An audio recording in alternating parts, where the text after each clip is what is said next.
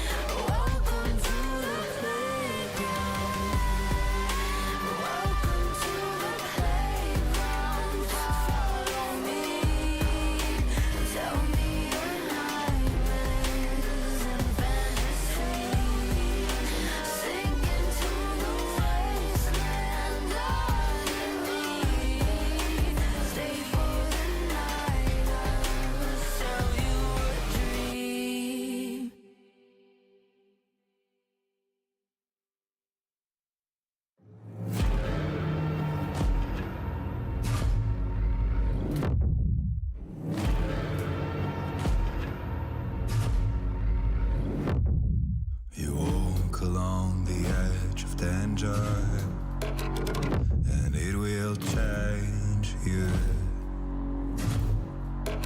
Why would you let this voice set in your head?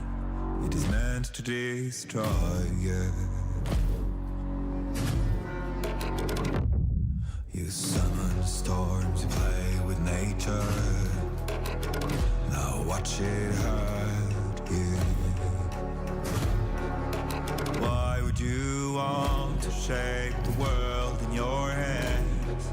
You will never make it through.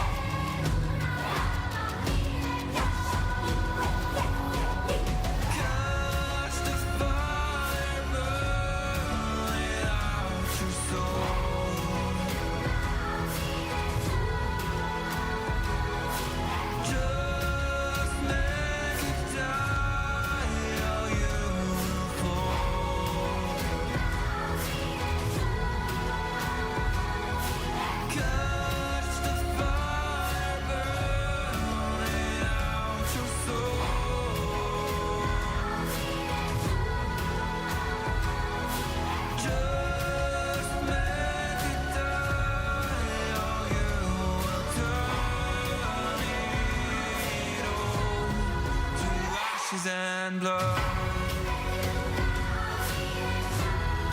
to ashes and blood, to ashes and blood, to ashes and blood, to ashes and blood.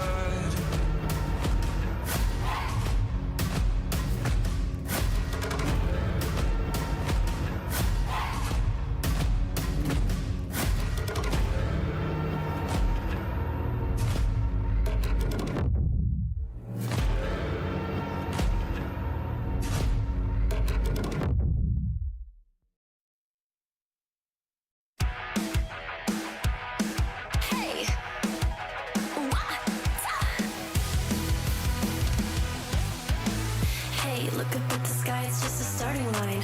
Waltzing through the storm, feel the vibe align. Radiant rebels in the silent fray. In the pulse of dawn, we embrace the day. We find harmony in mayhem, finding our own beat. Eyes ablaze, we're laser focused. Dancing through the storm, we become the light. Against all odds, we'll stand and play in this never-ending fray. As alive in the pulse of dawn, we find our beat when the chances take form through the noise.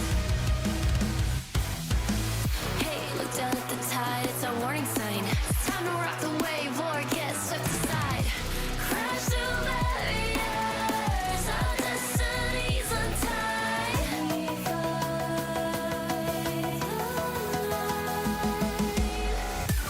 We find harmony in mayhem, finding our own beat. Eyes ablaze, we're laser focused. We become the light. We become the light. Against all odds, we'll stand and play in this never-ending fray. As alive in the pulse of dawn, we find our beat when the chances take form through the noise. Hey, look up at the sky, it's just a starting line. Hey, look up at the sky, it's just a starting line. Radiant rebels in the silent fray. In the pulse of dawn, we embrace the day.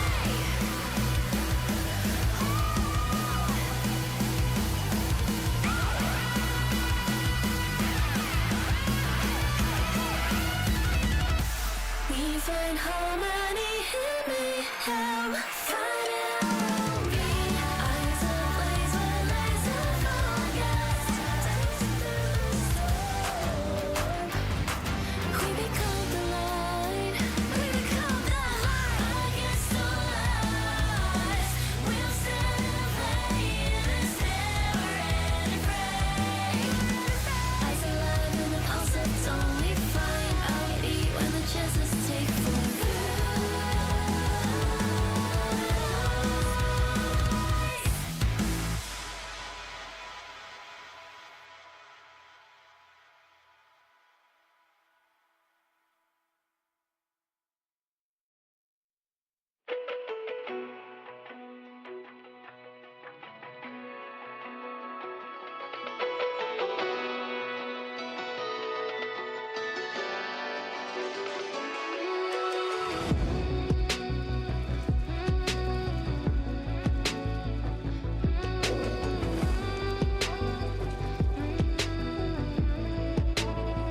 When darkness falls, you are my light. You take my hand and hold it tight. You are my home, I know it now. Don't let me go, we're safe and sound. I see your beauty shine, you radiate with light. Our hearts dancing time, you're one of a kind. Shine on and feel my heart.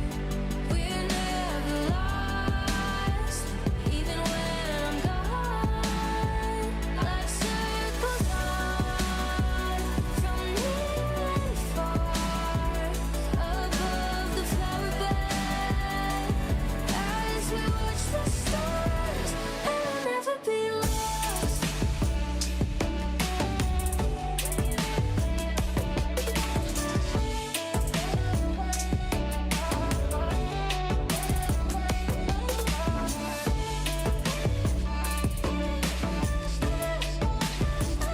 You are my home, you feel my pain. My soul is yours, two souls the same. With you I'm everything, you never asked me to change a thing.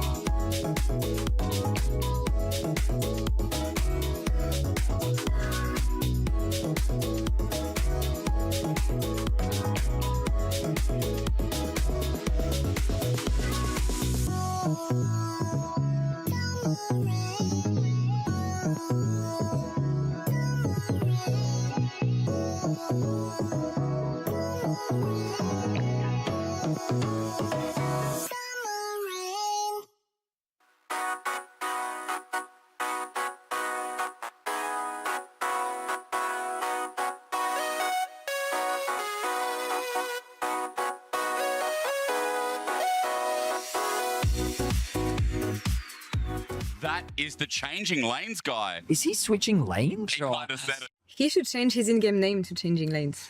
I mean, sure, but his teammates will have a field day. How come? Well, think about it. Hey, changing lanes, what lane are you playing? Or changing lanes, you don't seem that good. Have you considered changing lanes? Okay, I have a good one. Hey, Changing Lanes, have we considered changing games? That's kind of rude. But it's League of Legends, isn't it?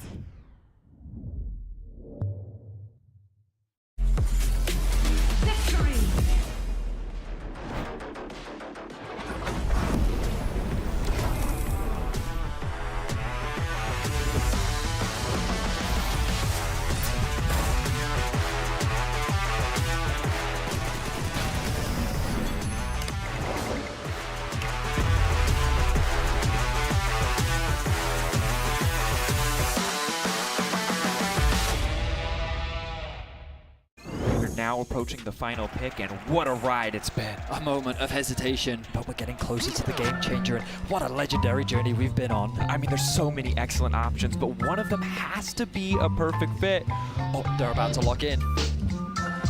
Oh, what a pick! What a way to close things out. Book your next hotel stay in Madrid with Marriott Bonvoy. A check-in at every checkpoint.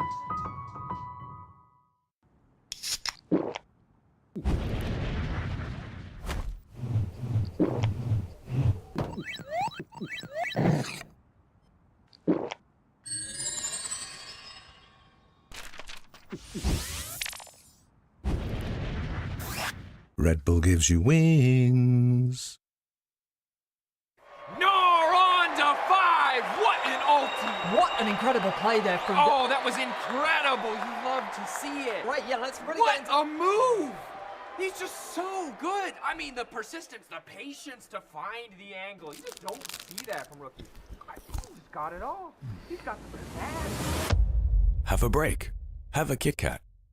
Ooh, that looks good. Do you want to maybe share a little bit? Yeah. What a move! The human body was built to move.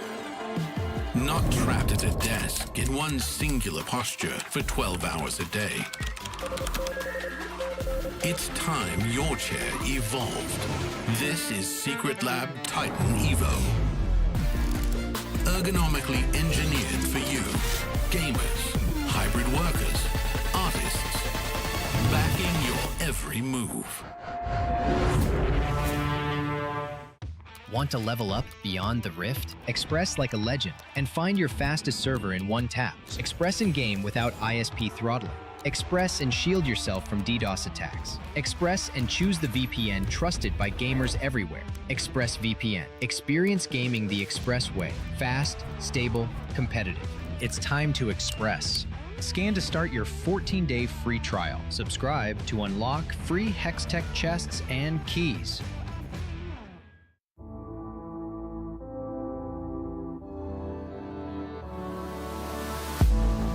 If you had it all, would you look the fall in the eyes? Could you walk away this time? Will you realize, recognize it's never over? And the flame that once had died, awaken. Will you rise above the days to come? Will you be enough? Will you walk away this time? Look to your left, to your right, leave the pain behind.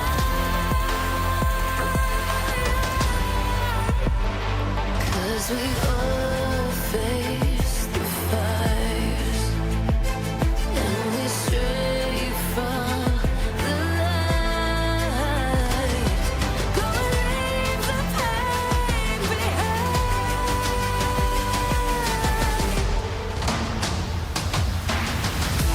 Feel that rush, feel the taste. Can you feel it with the pain? Wash it away and stand again.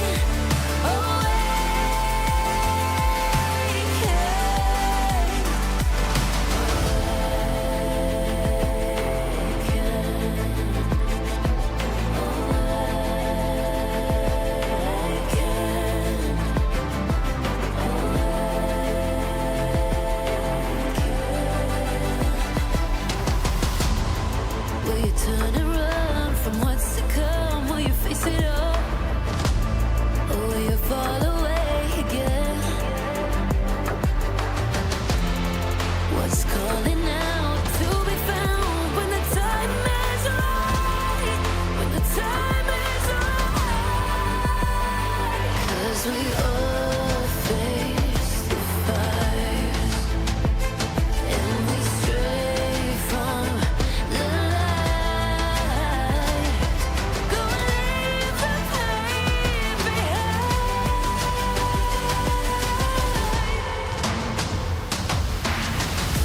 Feel that rush, feel the taste.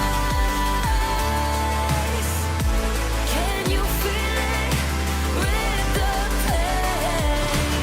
Wash it away and stand again. Awaken.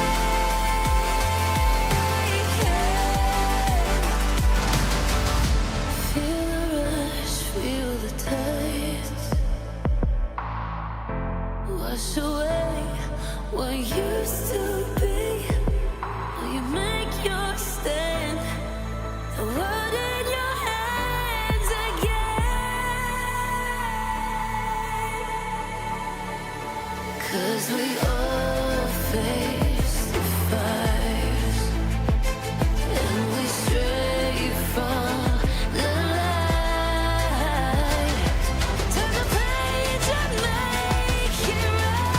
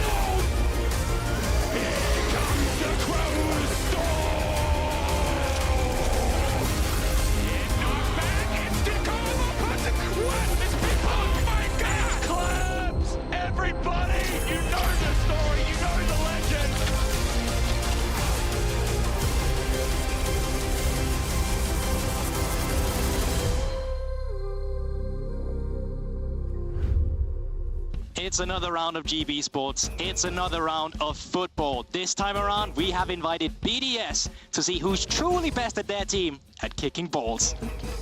The rules are simple. We have given our players a list of champions that they can pick from. They're playing for 10 minutes, and whoever scores the most by the end of those 10 minutes wins the game. Okay, ball in the middle. Ball in the middle. Ball in the middle. We'll start in 5, 4, 3, 2, 1. Go ahead. Oh wait, I did it. I'm sorry. I cheated. Where are you guys going, by the way? Guys, what is this? Okay. Nice! First goal has been confirmed. And the ball's chilling on the side. They're not really ready for it yet, are they? They're just waiting for it in the middle. Okay. Go. 2 goals over already. Oh, we are getting cooked. Booyah. Nice. Straight to 2-1. Okay. What? Okay.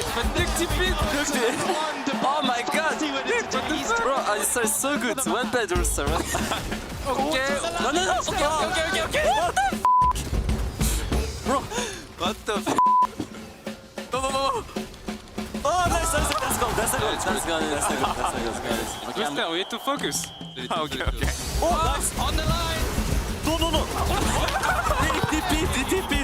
Wow. 4-3. The ball 4-3. has its own feeling. 4-3. Wow, 4-3. What? Chill. Oh, and an opportunity. Okay.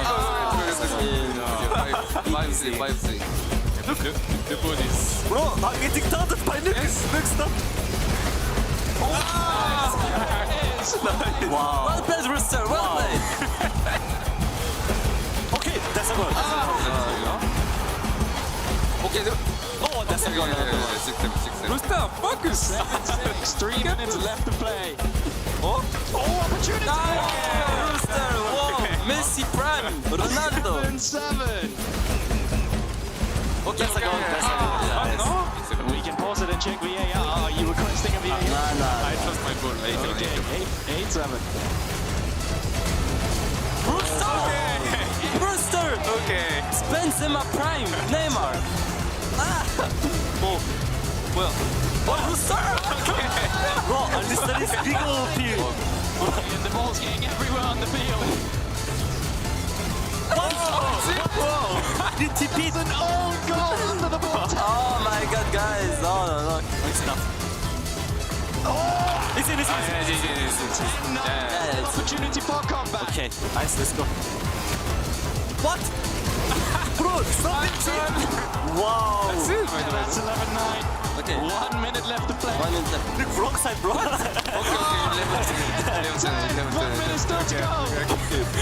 Like, balls doesn't matter. 11. No!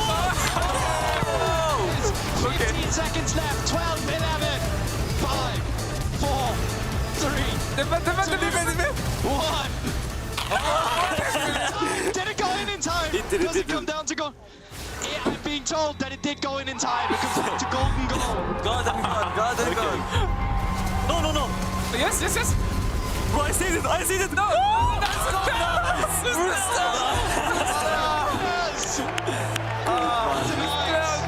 That's everything you did. What an amazing day of football here in the LEC studios. A nail biter, but at the end of the day, Paris and Heinz, they take it away.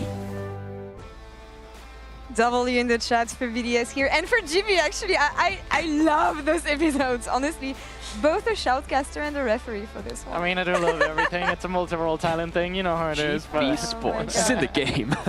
A quick preview before we talk about something else. Do you have one specific favorite for this GB Sports that we are going to have this summer? With one specific. I don't want to get spoiled. No, I'm not going to spoil any. There's one I think that I'm actually really proud of that will probably be a G2 one. I don't know when that one is coming up, but the G2 one is insanely good. I can't wait for it. Nice. Stay tuned for the G2-1. Now, after today, we're going to be halfway through the summer regular season. So I kind of want to check where we left things at so far and where we stand in the standings.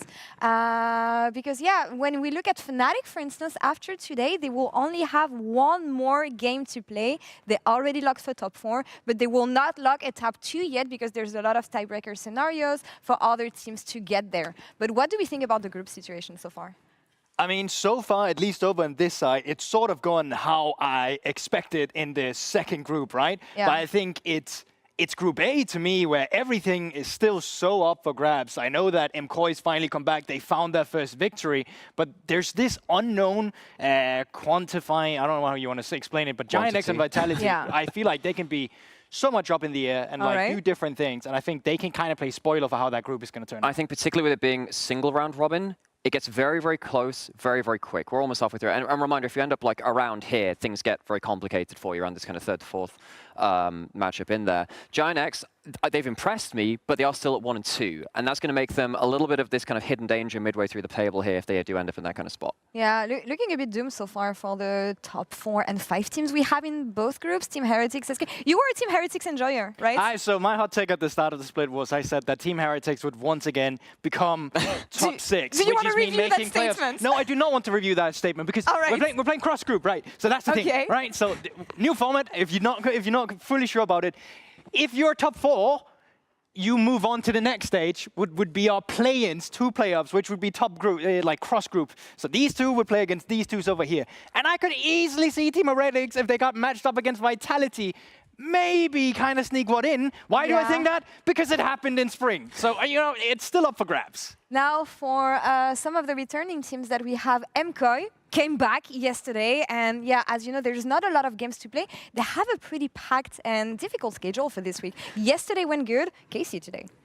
And that's a really big step up there. Now, MKOI came in, and I do think that there were some issues with drafts. It's very hard to sort that on a new patch. This is not a lot of time to figure that out.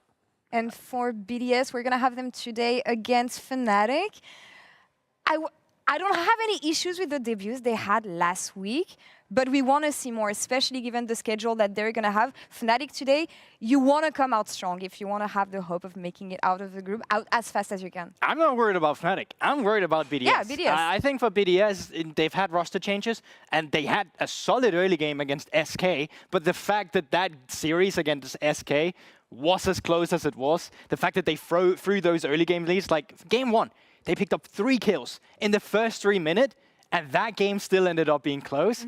That, to me, was a disappointment for a team that used to be a clear top 3, which obviously is not anymore. And obviously, they're adapting to their own... A lot of teams are adapting to their own changes. I actually think BDS came in at a decent level with that in mind. It's just that it's happening in this split at this point in the year. If you have got hopes towards finishing higher and higher up the table, having that development right here, it's going to get a little bit edge of your seat. And it's one of those things where Bukata said in an interview, going from SK to BDS was a clear difference because at SK, if you made playoffs, they're happy about it. For now on BDS, Worlds is the minimum. And if they're not getting that, they're not happy about it. Absolutely. And on the other side, we have KC. If they win today, they lock top 2, given the situation we have in the group. But that's a discussion for later because we're going to have the return of Poby and Fnatic here in game 1. And we have the killable Demon King in the very first Marriott Bonvoy pre-game check-in. Over to you, Shox. We've got Poby here after a great first week with Fnatic. So, Poby, how was your first week in the LEC? I'm joining LEC first week. We 2 win. I'm very happy. My teammates very good feeling. Yes, it looks like it. So how is the communication in English and then the team spirit overall? I many practice English class. I think getting better English. Yeah, it sounds really good. Yeah. You know that the fans have been so nice and so kind. They love to see you in the LEC. What did you think of all that reception? I think LEC fan is very fighting. Yeah. Fan says, I work here. Poby, very I like it. Yeah, I hope they'll do it again, I'm sure. Yeah. And what do you feel about your level as a mid laner in the LEC? In LEC? Yeah. I think I'm first. Okay, Yeah. let's go, Poby. Thank you. Yeah, thank you. If Poby doesn't have any fans anymore, it means that I'm not here anymore. How can you not be a fan of this player, honestly? And I love the confidence that he has here. I'm first. And let's check out actually how he's been doing so far in the LEC, because he hasn't been facing off against maybe the top tier mid laners that we have. Camilo and Abedagger were last week. Today, though, what do we think of the matchup against Nuke? No, I agree. He's played against the lowest tier of mid laners so far, Camilo and Abedagger. Today is the benchmark. Nuke, for such a long time, has been a gatekeeper to the higher tiers of mid laners in the LEC. If he manages to do what he did to Camilo and Abedagger, which was really solid played by Poby, he is for sure establishing himself as one of the best mid laners in the league, and he's breaking into the upper bracket. And I love how that interview we just saw there, I don't think that's arrogance. I think that's realism. You can kind of tell, by the way, incredible English for, I'm glad that he's committing to that as well. It's not easy to learn languages in a whole new situation. The fact that he's adapting so well, I think that realism there, I believe it when he says that. Yeah, I mean, let's check out the stats actually, because he was saying that he is first so far in the LEC. It was true before yesterday. He was first in every category that we're going to see here very soon. But with caps and his first games yesterday in the LEC, he is now second. But still, what role has he been able to fill with Fnatic? When I think about the games which he's played, I see him taking textbook winning matchups and playing it out just to the letter. When he's playing Orianna versus Talia, hitting every single QW in lane, about 90% hit rate when I went back and watched it. And that leads to him, blowing flashes at level 6 over the level 5 because he gets that XP advantage as well. He doesn't get caught out by over pushing into stuff like the Talia Nocturne. He knows when to push safely too. If you need him to play something by the book, this guy is so good at it. And I think that's kind of what Fnatic were looking for as well. A known quantity of a high level in the mid lane, if at all possible. Of course, need to see how far that ladder goes, and it's very hard to overcome someone like our own mid lane king here in the EU like Caps. And I fully agree with Alex's assessment of the situation. I think on control mages, he's such a great player, and he fills what they really needed in terms of stability. But another thing I had the pleasure of noticing is when I was recording content with Fnatic as well, when we're doing these GB Sports thing, unfortunate thing happened. We had a power outage in the studio, so we were sitting around for an hour. So I got to experience the team dynamic of It's the Fnatic. Madrid experience, you know? Yes, exactly. But they all had a great time. All of them loves Poby. It's clear to see, like, he's bringing such a good vibe to this team. They're playing around with football, we're playing darts, we're doing all these sorts of different things. And it's just a Fnatic that seems happier with the introduction of Poby. And I think that shows as well, because they suddenly probably have a lot more work ethic with a new player coming, wanting to prove not only him proving himself, but that's probably rubbing off of the team as well with the joy and with the enthusiasm. And that's what Razork was saying last week in the interview, actually, the fact that he's contributing to this new atmosphere that they were looking for Fnatic. He was talking in his interview about the fact that he's learning English. His English is really good. I want to see how it plays out in game, actually. Fnatic published a video earlier this week, so let's check it out and see how Poby communicates with the rest of the team. Talia can go first. I can push and move. They're here. 5k, okay? Yeah, we can invite. Finish. Nocturne is farming, I think. I go top. Pull flash, rel flash. Enemy give it and go attack on. Yeah. I can push both. You go base and top. I can combo here. Do not Talia flash. We can chunk. Oh, she's dead. It's fine. I kill. Yeah. Together go base. Yeah. All together? Yeah, all together. What do you want to say, Poby? I think this game, same last game. Enemy have tempo. Yeah. Enemy have really good engage. We should side core important. Same number fight, very easy win. Yeah, can you ultimate? No long fight. I mean, he's doing so good. Yeah, honestly, and I think what's impressing me the most here is the kind of leadership role he's pulling on himself. Like, we already just saw him give lane assignments. I will go bot, you go up top here. He's setting the stage for Fnatic's next move. I think that's really impressive. And it's all very concise. There was a problem in the past from many teams where they talk too much. This is clear communication, and it's great to see him at this starting point already. Some roads lead to him, but all the roads of the LEC right now are open to Poby. He is back with Fnatic, and it's going to be against BDS today. So let's see how they do. Casters, over to you. Here we go into game 1 of day 2 of week 2 of the LEC summer season split, whatever we want to call it. I'm Medic. I'm joined not by Vedius today. Today I'm joined by a wonderful man. He's the Flying Finn himself, but he's from Sweden. So that's slightly confusing, but he's still a cool dude. It's Finn. Yeah, thanks as well, audience, for all the applause for Finn. That was great. I really appreciated you celebrating. I've got to, man. I've got to. Right now. It's great to have you here again. Yeah, it's great to be back. I'm really looking forward to this series because I think There's a lot of interesting matchups. We always have the Nuke versus Poby. I'm kind of interested in tracking the top lane matchup because Oscar has had a few oopsies in laning phase here and there, and I think Rooster came into week 1 with a really dominant laning phase, and I want to see if we can kind of push Oscar a little bit, try to get some leads there in the individual matchup. Yeah, we'll have to see if he is able to get leads in that matchup. Last week against Dundon, he did have a really good time to Rooster up towards that top side. BDS had an okay time, I will say, versus SK. A couple of early kills on the Jinx in one of the games. Weren't really able to snowball it that well, but they did end up winning both their games. So it's kind of, you know, you're satisfied, but perhaps not too excited so far by BDS. I mean, I'm gonna recap the last BDS series. It was BDS gets really ahead early, like unnaturally ahead. Then they are really slow in mid-game. They're basically not doing anything, kind of not progressing the game forward. And then they get a really good teamfight win around 30 minutes. And that's kind of how they will finish the game off. I mean, I want to see how they approach the draft right now. I want to see what kind of angle they're going for. So, I've let you down, Finn. What? I'm really sorry. I didn't tell you that you need to be on the other headset. Apparently you're meant to be on headset 2 and you opened up headset 1. It's my fault. I should have informed you. So if you want to hold down that mute button and then put this headset on while holding down this mute button, that would be great. I'll talk about things while you switch over. We get on into the draft. You can stop pressing that one. I'll hold this one for you, my dude. Fnatic on the blue side, BDS on the red side. It's Pantheon, Wukong, and Trundle banned out so far. Yes, and this Trundle prio has been something that has been increasing. We see all these AD skirmishers kind of being taken out early. My eyes are still on the Varus, that is still up and available. Has been banned a lot on the red side. Gwen being target banned towards Oscarine, and maybe is telling of an early Xante or Sion pick that has been increasing in prio globally. Varus actually banned out in every single LEC game so far. Only 3 times on the blue side, 16 times on the red out of those 19 games that we played. Taken away by Fnatic. We'll see if BDS can sign Varus to the bench once again. I remember when I played Fnatic last year, we didn't think Upset was very comfortable on the Varus. I remember, so one of our strategies was we give them Varus because he didn't seem like he prioritized it as much. Upset obviously being very good on the Jinxes, the Aphelios, all the Yunara's champions. We'll see here, does he actually go for the Varus? Because now BDS is just inviting him to take that power pick that is banned globally almost every single game.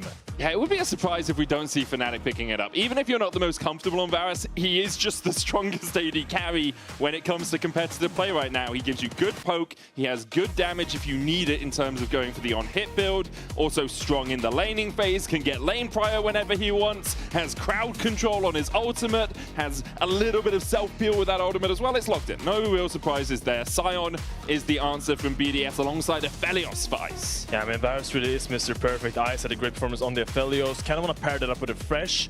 Wonder if we're going to see another top lane pick here against the Sion.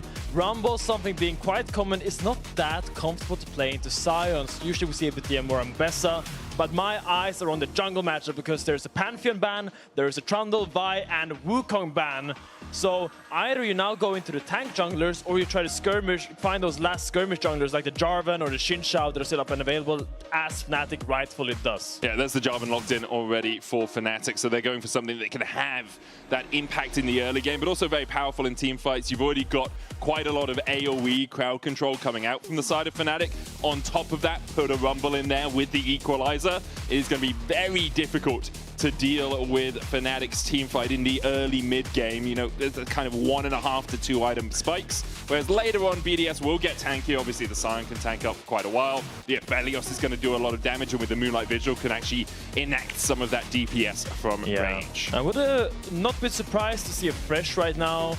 It's a classic Jarvan counter because obviously you pick Jarvan against all these immobile mid lane champions like the Aphelios and the Victor coming out. So now you're kind of walking into the Jarvan very willingly, and I assume Fnatic can now take away the pressure if they want to, going into 4-5, and kind of interesting choice to go for the Victor now blind when the Jarvan is there, when the Rumble is there. It's not a comfortable Victor game to play, I would say. It is going to be a tricky one. We've seen Poby bringing out the Orianna a couple of times so far. I would like something a little bit more aggressive in the laning phase for him here. When you have a Jarvan, if you can get that Victor's flash early, then you can just successively kill that Victor on repeat. It is something Nuke's very comfortable on. He's very happy to play these control mages in the mid lane, but mid lane matchup is definitely somewhere our eyes are drawn to in this game. Yone banned away, Thresh taken away by Fnatic. BDS getting rid of the Yone. It's part of that all-in potential, but also an AD mid with an AP top is a tale as old as time in League of Legends competitive play. It's very true, Medic. Thanks. I'm thinking about the Annie right now for Poby. I think it's something he showed great prowess on in the previous week. Nico being taken out for Mickey.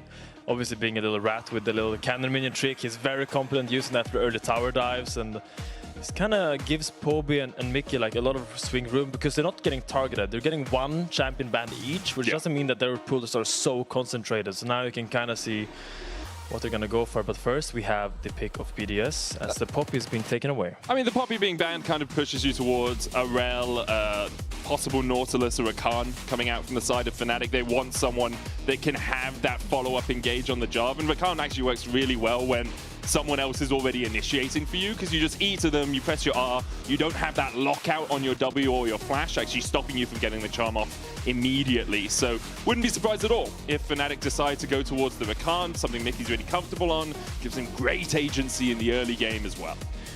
Yeah, I mean, we do see the Shincha being locked in here by BDS, and I think it makes sense. It's the last kind of skirmish jungler still in the pool. You could go for Sedge Maoka. It doesn't really work that well with Victor and Sign. You kind of want something to take a little bit more agency in the river skirmishes. Rel might be a better pick than Rakan. The thing with Rakan bind is that you can be a little bit weak in the laning phase. That's true. You have Varus to kind of help you in the laning phase, get through that, but maybe they want something to kind of put more pressure on Ice and Paris in the lane, because I know when Fnatic works at their best, it is through that bot lane. When Upset and Mickey has agency in their lane, that's usually when the magic happens. I 100% agree with that, and it looks like that is what they're going for. Some aggression in the form of the Alistar. BDS could look to a Braum here if they wanted, could look for their own Rakan as well if they want some engage for themselves. Braum obviously better at disengaging, but will struggle into things like a Jarvan and the Equalizer because he can't block the ability for them to actually get on towards his backline that easily. I mean, I'm really scared for the carries of BDS this game, because you have a Victor and an Aphelios with only Rakan as peel versus a Jarvan, an Alistar, and a Rumble. And they're all going to dive you and lie down that red carpet with Rumble ult. And I feel like BDS kind of has to be the one to pull the triggers first, because if they let Fnatic engage on them, I really struggle to see how they will put out a lot of damage to combat that engage. So really in their court right now. So how are BDS going to pull the trigger? Because I look at it, I see Unstoppable Onslaught is a possible, but it's quite easy to walk away from, unless it's very short range. You have the Xin Zhao dashing in, have Rakan follow-up, but their CC isn't as hard as a Flag and Drag, a Headbutt Pulverize, a Chain of Corruption. I mean, it's very important you play for your lanes, right? You gotta make sure your Victor can rotate safely for the river. You can't really leave him on the side lane alone. Thankfully, Sign will be quite self-sufficient in a side lane, and he's not gonna have a lot of hovers, which will allow them to kind of make sure Nuke is safe, put on a nice vision line, and kind of make sure he can get the damage done and get those items that he needs to kind of carry the fights later on. But yeah, I wouldn't be surprised if we see like a tankier Victor build or a little bit of a Sonia's coming out, just to make sure he doesn't get he doesn't die the first time they dive him. We will have a short waiting period before we get on into the lobby and make sure everything is as perfect as possible for our players. For Fnatic, they have locked top 4 in their group, meaning that they won't be eliminated before we get into playoffs, but obviously they want to top that group if they can make it into the second round of the playoffs, because the top 1 and 2 in each group get a bye. 3 and 4 then have to play cross group to try and get into that next stage. You're calling... Okay, the invincible LEC Emperor. I see it, I like it. I like it because of... Poby, please save the LEC. Damn. Wow. Wow, a lot of... In dire straits. A lot of faith in his shoulders. Some roads lead to him. Right? Form is temporary. Poby is sometimes, I guess. I do really want him to crack out the Yone at some point, because I think Pone is just... Pone pones them, you know, that you've got that sort of alliterative joy. He has had a really good start to his career here in the LEC.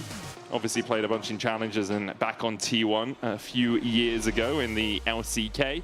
But I will say the challenges he faced in week 1 were not insurmountable in terms of mid lane opponents. Yeah, I mean, especially I think I want to see how Poby holds up in the laning phase against our upper echelon of mid laners that we have in the league, because he played against Abe and Camilo, who has strengths in their own right. But I wouldn't put them as the dominant laners per se. I don't think they're going to push him in the lane. He played the Annie versus, I think it was Orianna, and he was doing completely fine in the matchup, kind of going unpunished there. And I feel like maybe a better mid laner would get a little bit more leverage out of that matchup. And I'm cautious because there's so much hype surrounding him. I'm cautious towards facing him because I don't want to like be in a bandwagoner, but he does have a lot of strengths. I really like how decisive he is with his engages, and he finds angles that kind of propels the games forward and kind of puts him in bad positions, but at least allows his teammates to kind of put a damage. So he's not very selfish, I would say, in that. Yeah, and that's always something nice to see. It kind of, when you get to higher level competition, there is a degree of selfishness you need from players like your mid laner and your AD carry specifically, because they need the gold to do the damage, and that is primarily their job in fights. So we'll see if that changes when Fnatic face up against G2, when Poby has to face up against Caps. We'll see if Fnatic continue their winning ways, because although they are at the top of the group with a 2-0 scoreline, especially against Heretics, things were not clean.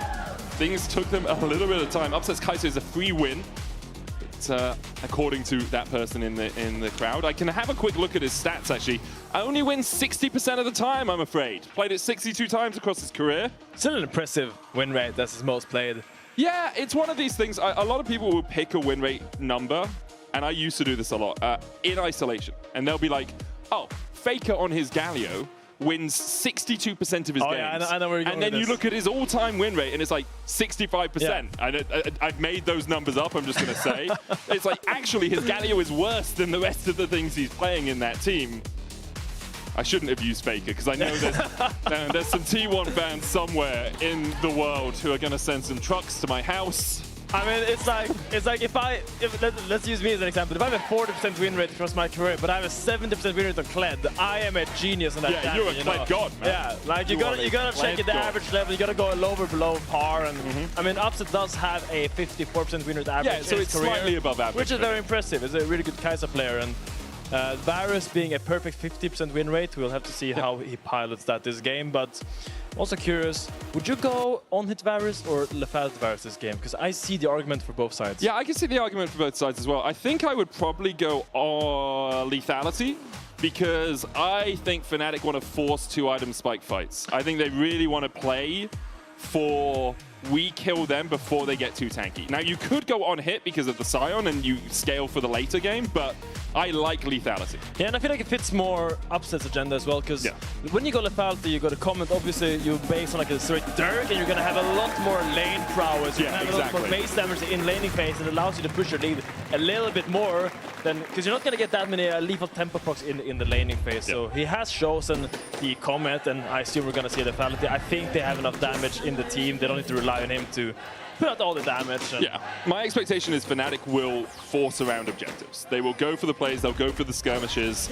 You want to, when you have things like a Jarvan, when you have a Rumble, when you have the Alistar as well. Both the supports going for the unsealed Spellbook. It's domination secondary for Paris, probably going for that sudden impact, deep ward, whatever it is, on the Rakan. Can also run sudden impact if you want. Does just give you that little bit more damage. Upset moving up towards the mid lane, perhaps looking just for a piercing arrow through Nuke, and now Nuke has lost 100 HP and will be slightly behind in the lane. Mana flow, baby. Oh yeah. I have a Conqueror on Rumble as well. I assume when I see the Conqueror, we're gonna get this like triple mask build. You're gonna get the Leandris, you're gonna get the Riftmaker, you're gonna get the Bloodletter's Curse. And you're gonna try to contest a little bit more on the side lane, because what happens with Rumble if you go full AP, and then you go on the side lane against the Behemoth that is Sion with a Kinnick Rookern, your entire combo is that Rookin Shield, and maybe the Soul Furnace as well. So now at least you can maybe play for the second, third Flame Spitter or Flame Heater. I don't know the name of that ability. Flame Spitter was right. Flame Spitter was right. Damn, I got it. The second or third rotation of that spell, and then you can actually kind of go through that plating of Sion. But yeah. It's also not Oscar's main job, right? Like, trying to do damage to the Sion on the lane, he will try. He probably won't get that much damage down, but Oscar's more about putting pressure on Nuke and Ice, these low mobility carries on the backline with that Equalizer, allowing Razork to jump in with the Cataclysm, as we see Ice and Paris trading down towards that bottom side. For anyone who missed it earlier on, Fnatic have locked top 4 in their group. Congratulations to them. If they win this game, they will be still sitting atop that group at 3-0. It'll be very difficult for most teams to catch them. I think there is a way that we could have 3 teams at 3-1. With if G2 win and BDS win their last 2, we'd have 3 teams at 3-1, which means Fnatic wouldn't automatically be locked top 2, which is why we can't say if they win this game, this series, that they're already in that top 2. That's right. Yes. That is absolutely right, Medic. Thank you. Masterfully calculated. It was poorly presented, but masterfully calculated. I'll take that. See, Upset already taking the prio in this lane, which is kind of expected. I mean, you're a Rakan connoisseur. How do you like the Alistar matchup? I feel like it's not that easy to go for aggressive W's in the laning phase unless you have a level lead. For the Rakan? Yeah, it's really difficult to go in, because if you go in and you don't get the knock-up, and even if you do get the knock-up, you're getting knocked up yourself, and then you can always just be slammed back towards the enemy's tower. Then it's a long way back to your Aphelios, so you're going to take more damage on the trade. Often you're trying to just trade with Gleaming Quill, look for some healing, keep your AD carry popped up, hope that he trades in effectively. I also don't really like Rakan into Alistar later in the game, because if you go for an engage, it's really easy for the Alistar just to be a meat shield and just look to knock you away, look to get in your face. It's so tricky actually for the Rakan without a cleanse, which he can get off the Unsealed Spellbook, to be effective at getting onto that backline. Yeah. And we actually, speaking of the cleanse, we do see a cleanse from Ice this game, which is, I mean, I'm a little bit confused because I see only really a Varus ult, maybe an Alistar stun or a Poby snare that he wants to cleanse. I feel like you're giving up a little bit of that lane fighting power, and then really will be a slow laning phase, I think, from this Rakan Aphelios. They don't really have any combat summoners. I don't think it's going to be slow from them. I don't think it's going to be slow for them, because they've already locked up as Razork looked for the gank early on.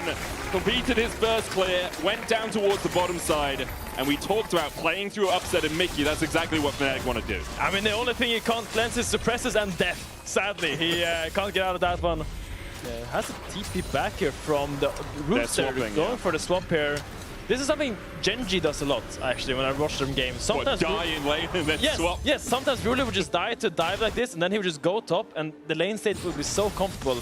Sign is going to be really happy right now because he pushed out top lane, and he has a little bit of a CS lead, and he really wants to keep matching the Rumble, though, so now Rumble is going to run after him. But now you have this slow push on BDS, and you can kind of dictate the wave now. Despite them dying, he will be fine. The problem is, though, Upset has TP. So it's actually much harder to control the lane state than it would be if that was a traditional AD carry set of summoner spells. He just teleports back in, can start using the piercing arrow to chip away at some of those minions. Mickey walks around to make sure they're covered in terms of vision control as well. Yeah, eyes on the bounce here. BDS really wants to get his crash out, but Shincha wants to go and get his bot side camps. So it's a pure 2v2 right now, and I feel like BDS, by their positioning, they look a little bit scared of Fnatic. Understandably so. You've already got the tier and a longsword for Upset. There is a longsword on the side of Ice, so it's only a tier difference, but it is tricky for that bot lane to really withstand the pressure. Bukata's going to clear out some of the vision that Mickey laid down in his jungle. Both the junglers pathing down towards that bottom side. As on the rest of the map, Honor's relatively even. It looks like Razork's going back up towards the top side. Could just be going for a repeat gank here. No camps for him to take. Not that he would be entirely aware of that. Yeah, he's going to loop all the way around there and try to push his wave up. You see already Poby roaming up with the ult ready to available. They want to go for a second dive here. I don't think they can defend it. And there's no TPs for BDS as well. So this is a 4v2 in the making. Ice with a root under the tower, but Mickey wasn't tanking. A great double knockup. Mickey might fall to the tower shot. He will, but it's 3-1 in favor of Fnatic. They have found the weakness in BDS, and they are punishing. And a beautiful rotation by Poby, including himself in the play, and this is the problem with the Varus. You don't give Varus because he's just such a strong lane bully, and despite you counterpicking the support, you don't actually counterpick a stronger matchup. Flash away from Oscar, and I think he did have to flash from the Unstoppable Onslaught, but in the end, it's just an exchange of that ultimate for the flash. Yeah, but the thing is, you don't want to get to 1 HP here, because then maybe you can't catch it way after. Now he'll be fine. He has the equalizer. He'll probably get a base up, but look at this play again. Really well constructed here by Fnatic. Mickey has a double knockup, Raz got a double knockup. Maybe Mickey could have gotten out a little bit faster, but you take this. You're happy as a Fnatic fan if you see this. You see massive gold influx on Upset, already 700 gold lead, and game is looking good if you're a Fnatic fan. Oh, they'll be really happy with how this has gone. I think Mickey could have walked away if he hadn't gone for the headbutt afterwards, and that'll be okay because Paris picks up the kill, so it's not even gold going into the pockets of that Aphelios. And this is exactly what we said Fnatic wanted to do from the draft. Early aggression, early skirmishes, use the Jarvan. Oscarinin is going to be left on an island. His job is just to farm the waves and eventually come to team fights with the Leandries or a couple of Haunting Geysers. Guess who's back? Back again. Is it Shady? It's Shady Razork here looking for a Krug. He's just making sure BDS can't get a clean crash here. They will just take the base when the wave is bouncing and gonna try to get a little bit of a tempo advantage, but it really blows because now you might drop one wave here, or at least you're gonna have to catch it. Does look for another swap, but I feel like they're just playing on the back foot all the time. They're just running after waves, trying to get a little crumb of money to get the items. It's just so tricky for BDS because they've built a scaling composition. Aphelios Victor is not early damage unless someone dives you and you've got red-white, right? That's the only situation really in which you're going to win out on trades. Now they're having to move away again from Upset and Mickey. And Upset and Mickey already on their way down towards the bottom side of the map. Grubs are up though. BDS did manage to pick up the first dragon of the game earlier. Expectations are that Razork should just be able to get those grubs relatively uncontested. I'm not really surprised that Fnatic have decided to play through the Upset win con, because last week he had an absolute stormer. Ended up 26, 6, and 28. Was ahead at gold at 14 minutes, ahead in damage per minute difference. That's not his, like, I can't express it enough how big 200 extra damage a minute is for an AD carry. His enemy AD carry is doing 200 less damage per minute of the game than he is. This is a complete machine, and here you see the annoying thing you get into, because now Razork, he did a bot gank, and then Mickey and Upset was freezing again. And BDS have all the players bot side kind of help push him out, but Razork, he's not there anymore. Now he's doing grubs on the other side of the map, but it's just like the threat of Razork being there forces BDS to send everyone down to use Protect Ice. You can get one little wave of XP and gold, and now it's just gonna snowball into this really negative kind of mush of unpleasantness. Yeah. It's a negative mush of unpleasantness. I agree with you. That's what BDS are thinking. And if you are them, you are just trying to slow the game down. They've done an okay job of that. It hasn't been enjoyable for Ice or for Paris, but moving the AD carry and the support away from the lanes, away from the matchups consistently is allowing them to stabilize a little bit. They haven't died in a couple of minutes, which is more than can be said for the first few minutes of the game, as they had a bullseye on their backsides from Fnatic and from Razork. Paris is looking for Oscarinin, and no flash. Remember, there's the quickness. Unstoppable onslaught into the decimating smash. Wind becomes lightning, and Oscar becomes fish food. Dead as BDS pick up their second of the game. Good wave play though with the equalizer means that they can't push for anything more. Slight souls for BDS. I mean, Rooster forced his flash earlier, so which means it's a very easy kill if you have some members on that screen. Oscar a little bit overzealous there. Probably just could have equalized the wave and walk away and be happy with his life. Now he dies, but it's not really gonna. It's not gonna change the fact that Upset is just taking over this game. This is a small step for a bigger ladder to climb. Ice stepping forward a little bit here. Mickey has snuck his way in behind. Ice has the flash. Flash early from Mickey. There's a pulverized knockup. Ice has the cleanse. Will use it from the trample. Chain of corruption with the piercing arrow not connecting. So Ice now summonerless. Mickey will have his sums back up quicker because of that unsealed spell book. Oh, here's Razork and Poby. They're coming again. Look at them going into the bot side jungle together, and they really want to make lives. Ice's life. It's just a living nightmare. A living nightmare, you couldn't have said it better. Yeah, they want to put him on ice as they try and step in, but because they're not quite sure exactly where Bukada is, they can't really go for too much more. BDS once again protecting their AD carry enough to stop the dive from fully materializing. Razork comes back around, expecting Bukada to have moved away because of the time he would have had to spend around here would have been too much of an investment. Poby's going to spot Nuke on the move across. And in the end, I expect the dive to be called off. Razork just putting a flag in the bush to spot if anyone's waiting there. I mean, Razork doesn't have to do anything. He just has to sit there. And every single time Fnatic pushes this wave, they get a little plate, they get a little chunk on the tower, and they're just waiting for this dragon to spawn in 5 seconds. And they're just completely happy just sitting here, because every single time Razork is here, Bukada has to be there as well to protect them. And now Bukada went for a recall to get his item. That means BD Ice and Paris has to base and drop this tower, as well as the Drake afterwards. And it might just be the full tower with the grubs. No one really here to defend, as you say. First tower of the game will go over to Fnatic, sharing the plate gold, but you can see a 1.2k gold lead will materialize on that Varus. And you wonder why it's been banned out 19 times in a row so far. Perhaps this is why. Yeah, but I think for any like aspiring pro player that wants to improve how to snowball for bot, I think this game is a blueprint. Sure. I think Fnatic has done it masterfully, made every right call in the bot lane. Oscar in here, maybe in danger again, but all the aspiring top laners like, how do we snowball through bot lane? Okay, all I have to do is get killed twice because they keep just investing in killing me. But my bot lane is winning. I'm sure you've felt that experience, haven't you, Finn? I've made a career out of it. That and being replaced by Odoamne. Yeah, those are my two.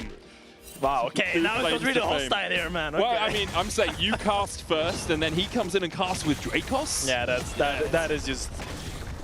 I can't just not cricket, is it, Finn? That's not cricket. Still a 2,000 goal lead for Fnatic. Overall, they've got those first items completed. They get the Infernal Drake. They're going to move their Varus into the mid lane to continue to apply pressure there with Rift Herald up in about 2 minutes' time. Expect to see Mickey pathing towards that top side jungle and just getting as much vision down as possible. Yeah, eyes on the Herald now. It's going to be in 140 roughly, and I think we're going to see Fnatic do kind of a similar thing. They're just going to let Razork do his clear, and then he's going to sit behind Upset or Poby, and they're just going to sit and terrorize all of BDS in the top side jungle. They're going to try to get everything they can and really squeeze out as much as they can from this goal lead. It's also why clearing out vision, just where Mickey has cleared it out in these sorts of areas, is so important. Not only because you can't be TP flanked then, but also because it allows Poby just to path back this way, go into his own jungle, into the fog of war, and he has the Realm Warp. So because he's in fog, he's always a threat. Oscar Inin didn't have vision on the bottom side of the map, and he's going to die for the 3rd time this game. Good play from BDS. They know all of Fnatic's investment is on the top side, and although they are still bleeding through that AD carry role, like Oscar Inin is their punching bag right now. I mean, Oscar has to look up the definition of insanity, I think. I think he has to play a little bit more safe. Wait, you say he shouldn't just continue to push up with no vision? I mean, I think maybe he can start farming with E when Bukata is not really showing. I mean, I think it is fine, because Fnatic is kind of getting something on the back end of that play, but still, you gotta be a little bit more careful, because Sion does scale. They don't have that good tank shooting damage as the Varus is going to fatality. You can't disrespect this Sion too much, because I mean, he can take over this game as well. You gotta be mindful of those. Oh, I 100% agree with you. Yeah. Right? There's the possibility that if Fnatic don't just continually snowball this game, if they lose a Drake, if they lose a Rift Herald fight somehow, at that point you're looking at the Sion and you're saying, how do we deal with this? We've got a Ryze who can output quite a lot of damage. We have a non-on hit, what's it called? A poke, that's the one. A poke Varus, which isn't going to do too much work against a Sion. At that point, it is really tricky to work your way through that top lane tank. For now, though, Fnatic setting up towards this bottom side of the map, which confuses me slightly considering Rift Herald's on the top. Mickey's going to go in onto Paris. Bukata's there, he can battle dance away. They're realm warping towards Nuke, so they're just looking for the pick. Poby flashes in, Rune Prison onto Nuke. Oscar Inin will burn him. And I feel like perhaps Fnatic... have you ever heard of a mental gank? That felt a little bit like a mental gank there for Oscar Inin. A pat on the shoulder. Yeah, it's like, hey mate, we understand you've been struggling a little bit. Let's just give you a kill, get you into a position where perhaps you don't feel like you're just a punching bag. There's also a good fundamental to have. If you feel like the game is hard on 3 lanes, just make the map smaller. Play on 2 lanes, give 1 tower or like 1 side push, and just make sure that at least whatever side you are 5 people on, something good is happening. And they did a good play there, I would say. So we have a pause. That we do. We'll find out exactly what's happening with it as soon as we can. I've noted Razork involved in 4 kills so far, has got an assist in every one of them. As soon as he gets his next kill, he hits 1,000 kills across his career, which is very impressive overall. Mickey is 13 kills away, well now 12 kills away from hitting 500 in support. I think, I can't remember, there was an LCK support that just hit 500, I think. Was it Carrier? No? Yeah, Carrier. I will say though, Jarvan is a filthy assist stealer. Oh, 100%. He just put down the flag and he gets an assist. As soon as you get the aura. I'm not saying he has been involved in the game. He's done a good job, right? Credit to him. But I'm sure one of those 4 assists, he's like, I would have liked to kill there. Yeah, or maybe he's not even thinking about the fact he's 1 away from 1,000. Yeah, I think he's very lucid of it. He's very aware of that. And, Were you aware of stats like that when you were a player? No? No idea. I think I was close to the big ones anyway. You know, like maybe 500 deaths. You know. Come on, let's give you credit. You're about 1,000 deaths probably right then. I know Upset is a big stats guy. Like he'll be like, "Oh, my KDA is so much better after that game." I mean, you can always see him like sitting on his PC, checking the DPM, making sure he has higher than the enemy AD carry, which he usually does. He does average of 200 more than his enemy AD carry so far, and I think that's going to be helped by this game as well on the Varus. Varus is a DPS machine, often seeing over 1,000 damage per minute. There was a settings issue, which is why we had a small pause. We're going to go back into the game he's flying. in just a moment. Came down from the moon, Mickey. We're going up, up, up, it's our moment. He just flies up. Oh my god. Good old K-pop demon hunters. Yeah. I don't think we've referenced that enough on podcast. Yeah. We should. Oh, Paris caught out a little bit here. Razor was looking for the knockout. Flanking cow. Paris goes in, gets knocked back. There's no one here to help him. It's a flanking cow! Oh my god! It's a flank steak if I've ever seen one. Oh, you silly man. As opposed to you shouting flanking cow. Fnatic are in such control of this game, guys. 3,000 gold ahead. They're going to get the Rift held. Mickey with good vision control up towards the top side. I mean, they do catch out the Rakan. Dragon up in 1 minute's time. Expect to see the Rift held put down in that mid lane, because that's one thing Fnatic haven't really got as much of as they'd want right now. Towers. Haven't managed to take down the top tower yet. Mid lane tower still standing. It's very low, and so they should be able to take it pretty soon. Yeah, I mean, they're probably going to do something like this. They're probably just going to push out bot lane one time, if I can draw soon. Nice. They're going to push out here, and then he will rotate here, and then whoever is mid is going to rotate here, and then they put Herald here, and now you have this formation when you have one guy on mid and 4 people on top is pushing down his tower. Meanwhile, this bloke is catching the wave down here. And that's how you kind of secure an easy top tier 2. So keep an eye on Poby. He really wants to push out deep here once or twice.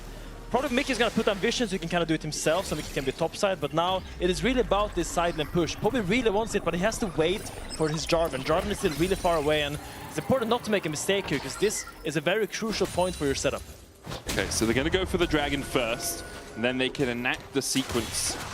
Connect the dots like you talked about. Can use the Rift held mid here as well to apply pressure while they go for the dragon, but they're in such a strong position that they don't actually need another prong to their... I was going to say pentant, like it's a trident, quadrant, pentant. I guess it's a 6th prong to their trident. Hextant? Hextant, yeah, we'll do with that one. Yeah.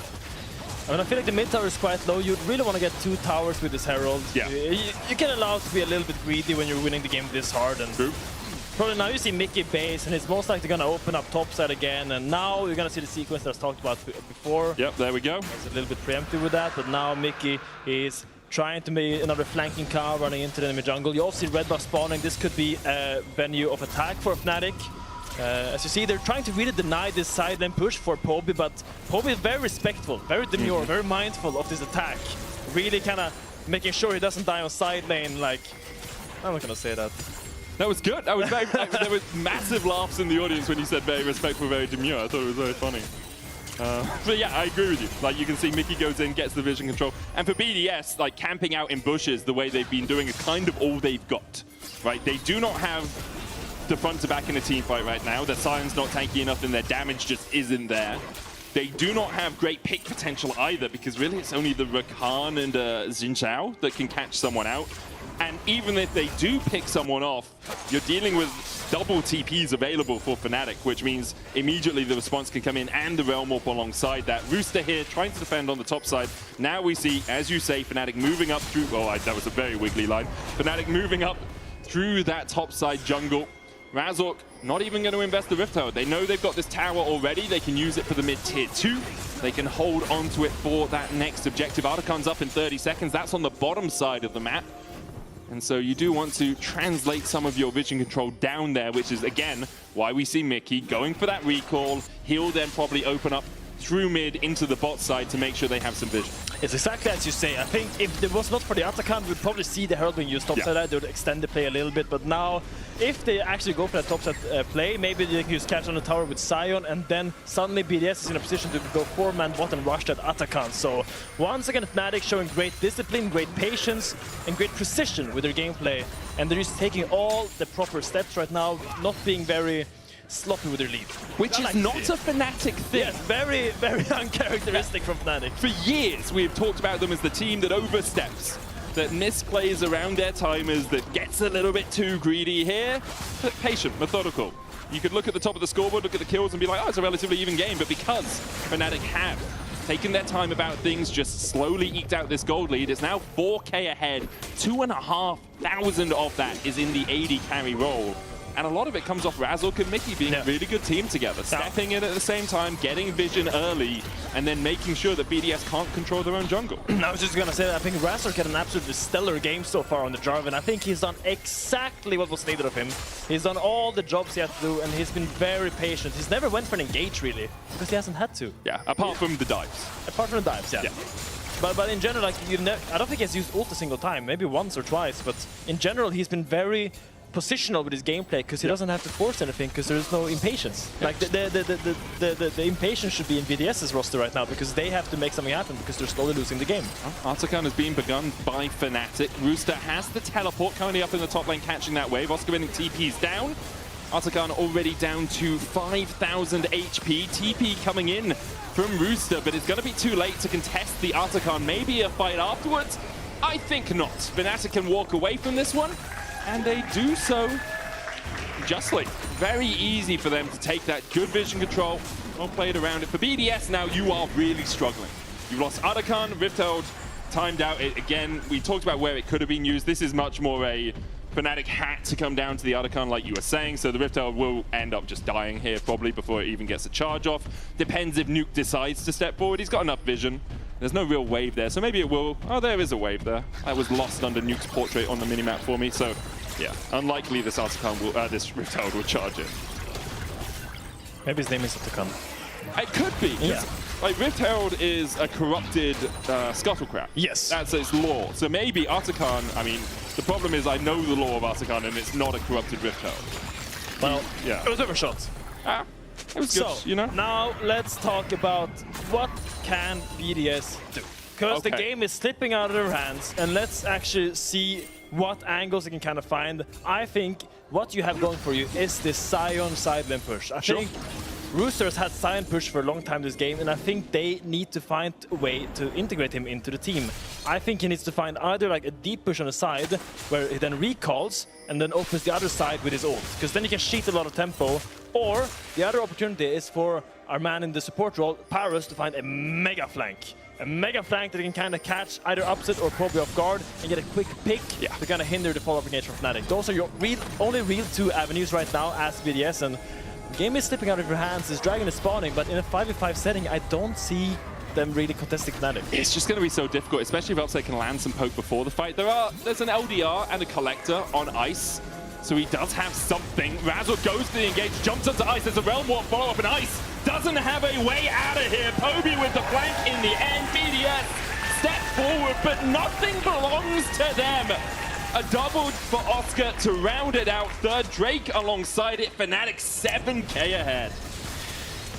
That's just it, baby. I mean, there's not much you can do from BDS if you opt in for these 5v5s. That's exactly what's gonna happen. I feel like it's really hard, right? You don't want to give them soul point, but you don't really have a good cross map. So you kind of go there, look for finding something, but really good flank by Razor going through mid lane in this little vision pocket that BDS had left open. Gets a really good, forces the first flash with his combo and then ults him. So it's just nothing Ice can really do here. It's also BDS just being a bit greedy, right? Like, yes, you want to contest. Gorgeous. Gorgeous, as Upset says. Yes, you want to contest, but 4 members walking forward without vision on your flanks, without vision of the Rise who can Realm Warp onto your backline.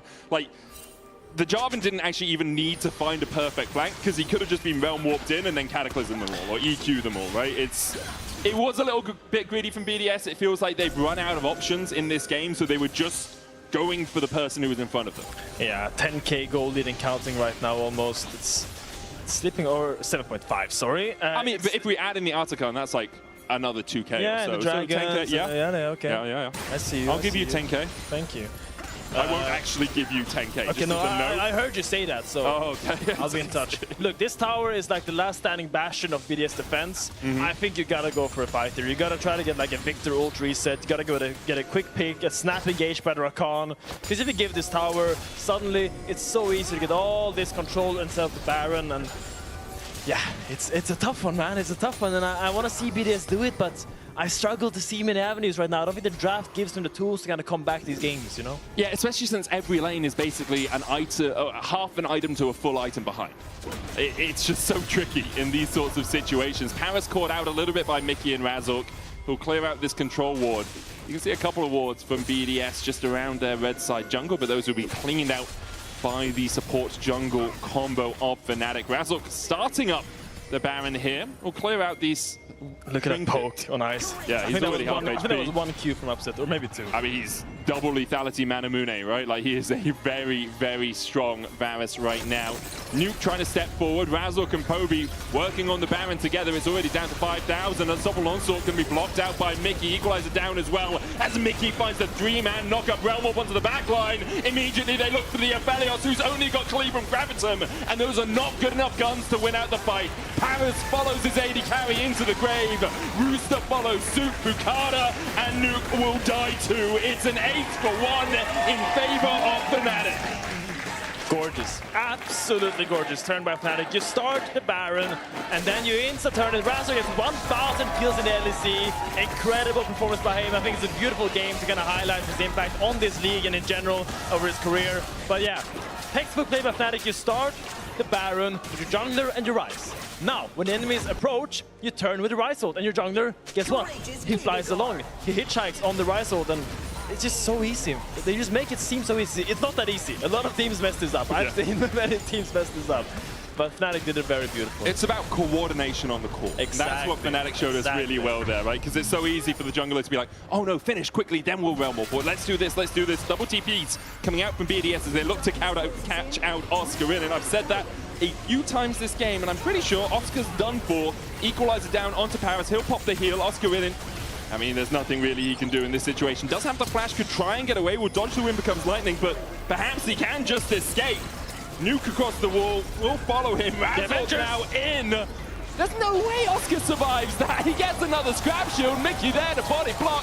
Fnatic now going in, and Paris falls to Razork. Cataclysm in, but Razork's really deep here. He's going to get shut down. Nuke killed off by Upset.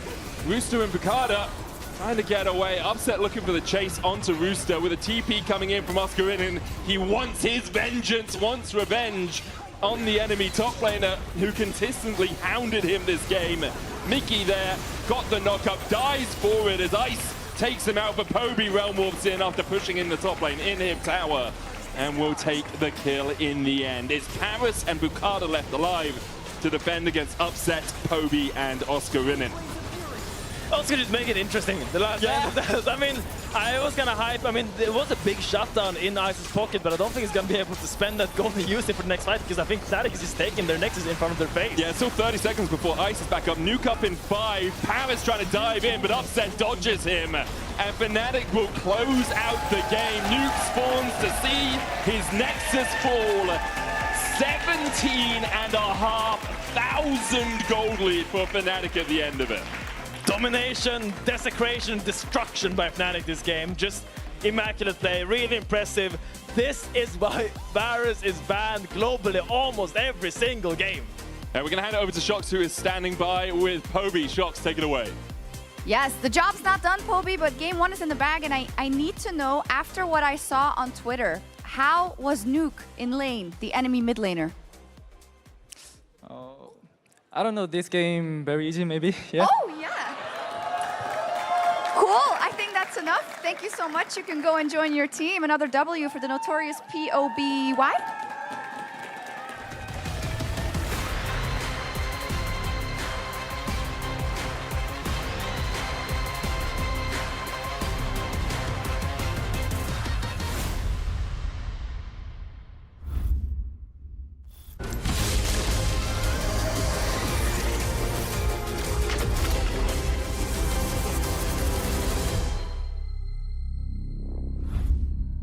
He doesn't like that. Look Look at him, he's a good boy, but he don't like that. Maybe we could play some A rounds or something like that. I mean, this is map, right? New towers, new objectives.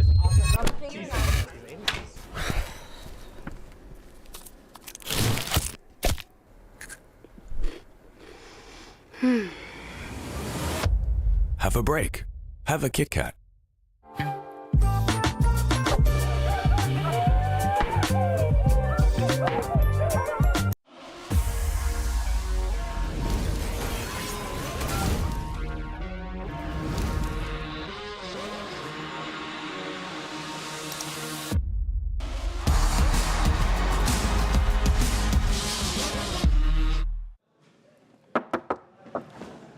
Join the WhatsApp. Join the WhatsApp?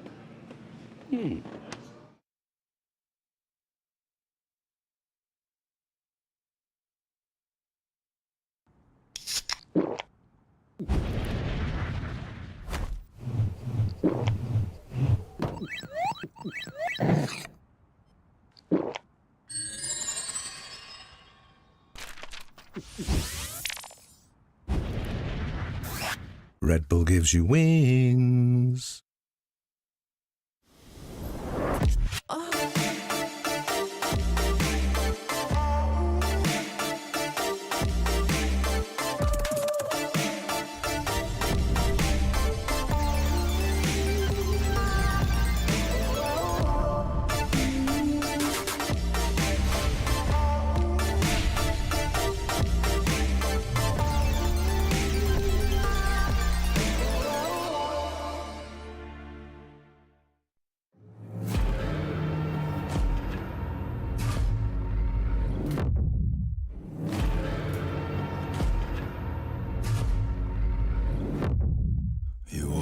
Along the edge of danger, and it will change you.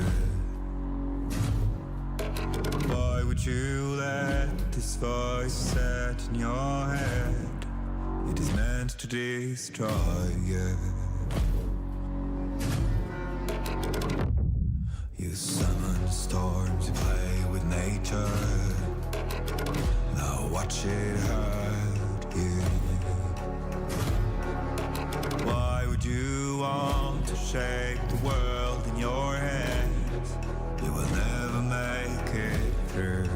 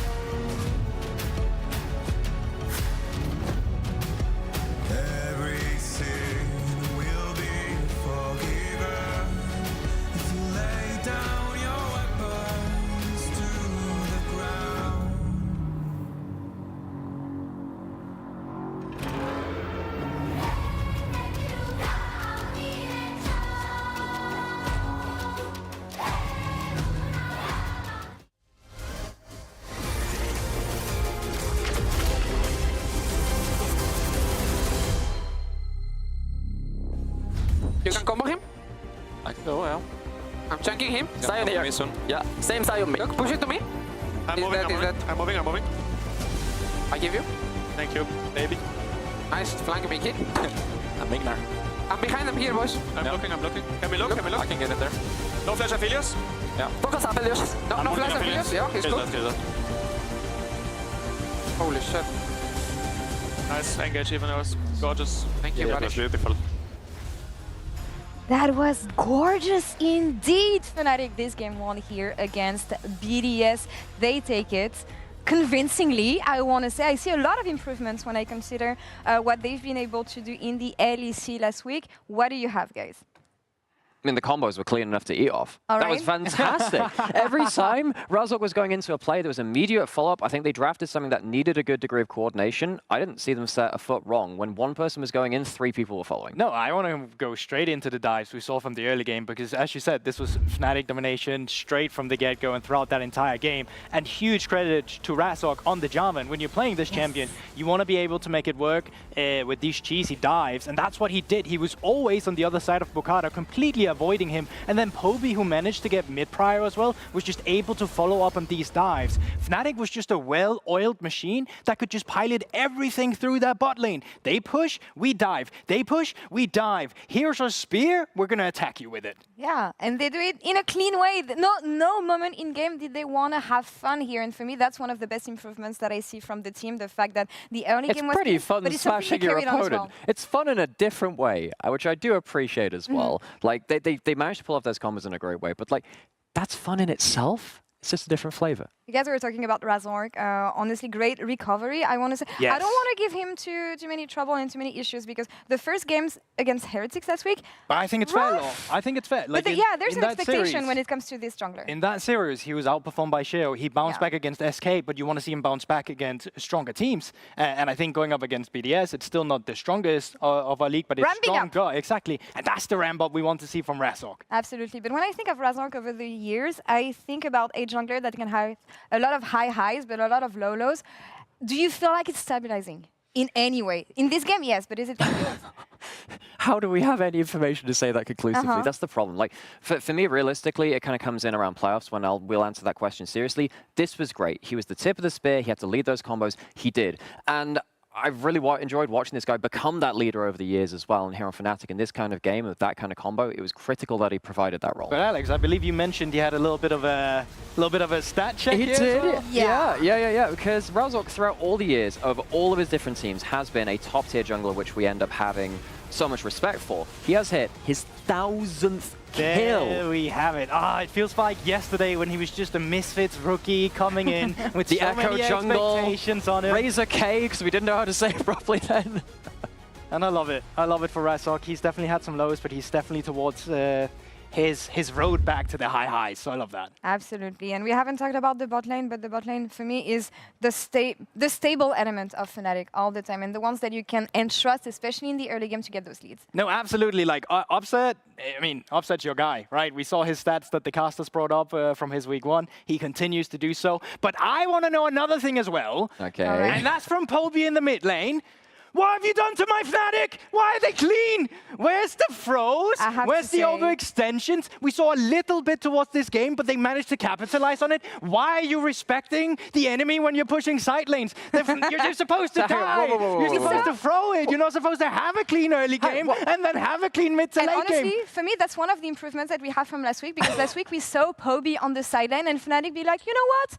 3v4, 3v5, let's just go in anyway. This time they respected all the timings. It's so clean! Are you literally just saying, we won, but at what cost? Are you saying, which isn't it's the ship of Theseus thing. You removed the mid lane, you bring it the same ship? It's not the same ship! Issue with Fnatic is, are they going to be able to carry out the same kind of performances for game 2? BDS is going to be on red side this time around. Was this convincing enough that we have faith in a clean sweep? Yeah, I mean, absolutely. I don't think, like, obviously you could have done some things different. League is not a perfect game, but I still think, like, Fnatic, they just did not really look like they were ever in a position where they were going to lose this game. I mean, where I'm going to be really interested to see what Fnatic evolve like next is when do you not have the obvious combination? Perhaps the draft doesn't work out in the way that you're going to. Perhaps Poby doesn't have comfort. He doesn't have a stable or a winning lane. He has to soak pressure in a way that we haven't really seen so far on the LEC stage.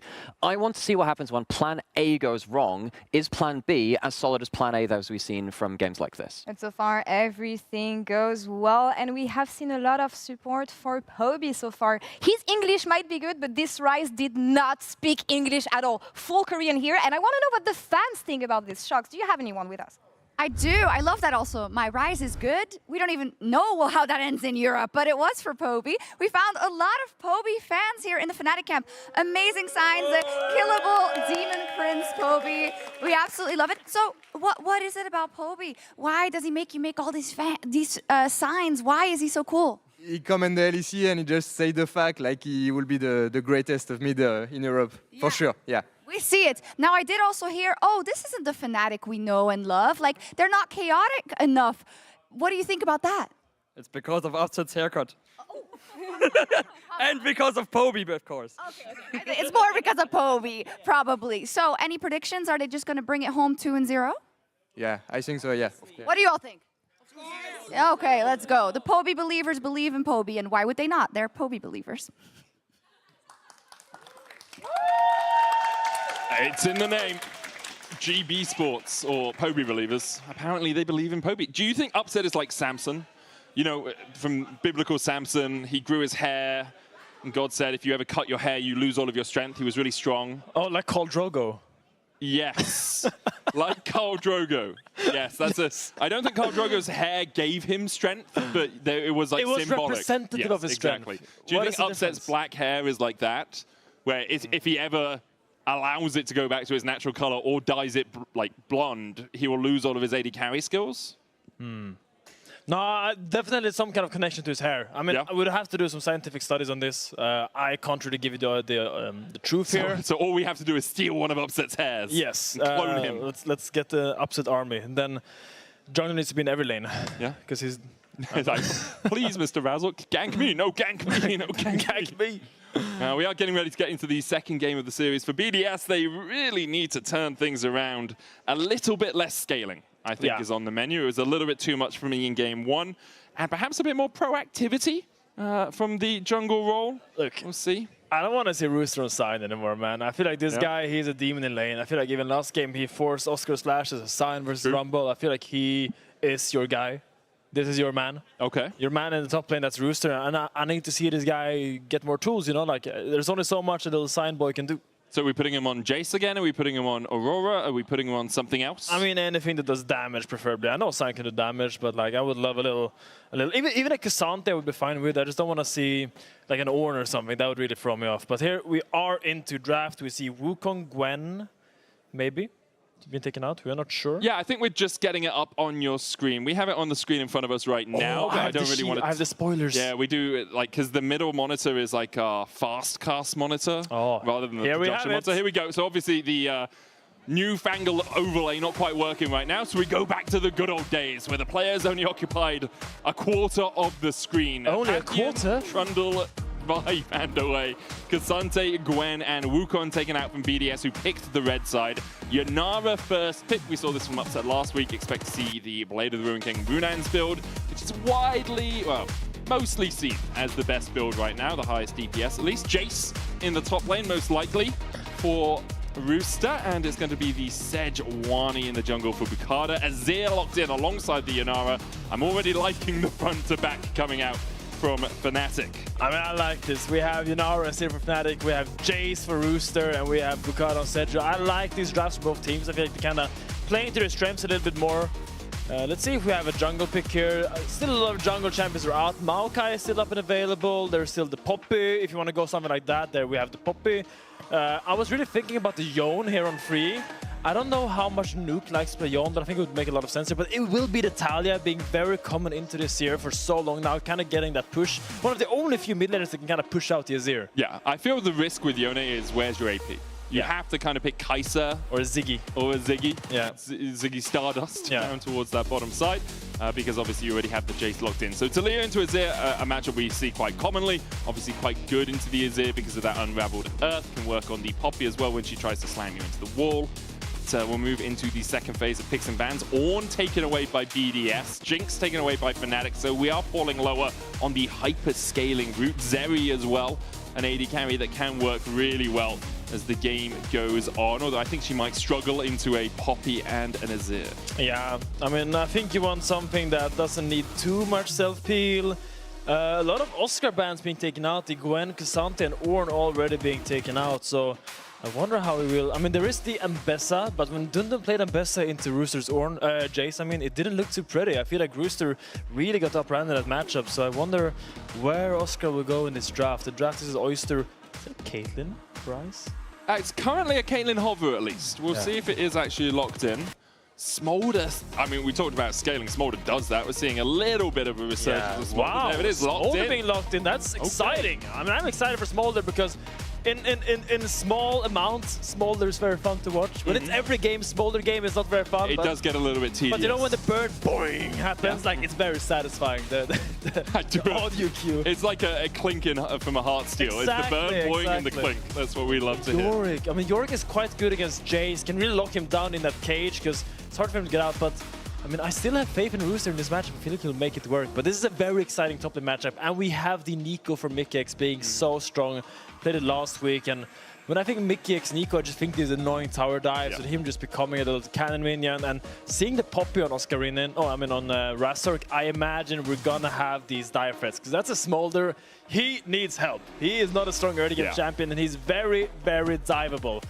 We're going to see a lot of pathing down towards the bottom side of the map, is my expectation. Or the top, depending on if that lane swap has already happened. You can play to put a Jace behind, but that doesn't really feel like Fnatic's playstyle. Much more get upset ahead where you can. Karma locked in alongside it. I really think this is risky. I mean, for the BDS bot lane. Karma is screaming for some lane prowess, you know, like they need some kind of lane presence. Please, we need cryo, please, I mean, we need something to hit them with, or we cannot play the game. I'm still really worried that if Fnatic gets the wave pushed in, this is two squishy little boys in the bot lane that is very easy to dive. Like, if Poppy lands one E there, just one shot with the Nico combo after that, so I really need to see Bukata this game cover his bot lane. If Bukata cannot cover his bot lane, I feel like we're going to see a repeat from game one. Yeah, so it's going to be a battle for that level 2 for Prio down towards the bottom side. For BDS, you're looking at, can we keep the Smolder alive and safe through the early game, and can our Jace get a 1v1 lead towards the top side? The Yorick will struggle in the early game. Yeah. When you don't have the Maiden, when you're not able to hit the eulogy of the Isles, it becomes quite tricky for the Yorick in that lane, but he does actually have a little bit of sustain in his kit with the last right, so he can heal himself up. It's just going to be... Oscarinen is once again relegated to, hey, survive on the side lane duty. Last game, he struggled with that a little. Yeah, but I feel like this game, Bukata doesn't really have the option to go top and kind of shut him down, because I feel like Bukata, he really needs to be the babysitter for this dragon. He really needs to make sure the dragon can farm, the dragon can stack, the dragon can actually get into position where he can deal damage, because the Aphelios last game didn't really happen, you know, like he didn't really get a lot of chances to get a lot of auto attacks off, and yeah, we want to see a little bit more proactivity from BDS, even if that is proactive defensive plays. I just need to see anything to kind of convey to me that they can actually deny this early game approach that is Fnatic. Let's jump on to Summoner's Rift, the second game of the day in the penultimate series of the week. Remember, no games tomorrow here in the LEC, as, oh god. Oh no. Oh no. Oh no. Oh no. Paris, no! Oh, it's fine. Okay, he's fine. It's fine. It's good. Nice. The audible intake of breath from the audience when it's, he got out, he used his heal in his flash. Yeah, but you know what that does for the Karma? No bueno. Quite hard to gain lane priority. It is not fun right now. He has no flash, no heal, no combat summoners on the Smolder. We are going to see a Poppy trying to dive this Karma. Now, will that work? Place your bet in chat right now. We will see whether or not BDS bot lane can survive the first 3.5 minutes. So the question is, does Razork do 3-camp bot gank? You can. Because he's currently on his bottom side on his Razorbeaks. You can do that. You can also do Razorbeaks, switch over to blue, go blue down towards the bottom side again, which we see sometimes. Look, I mean, they have a ward in the blue side jungle, so they know he's not starting bot side.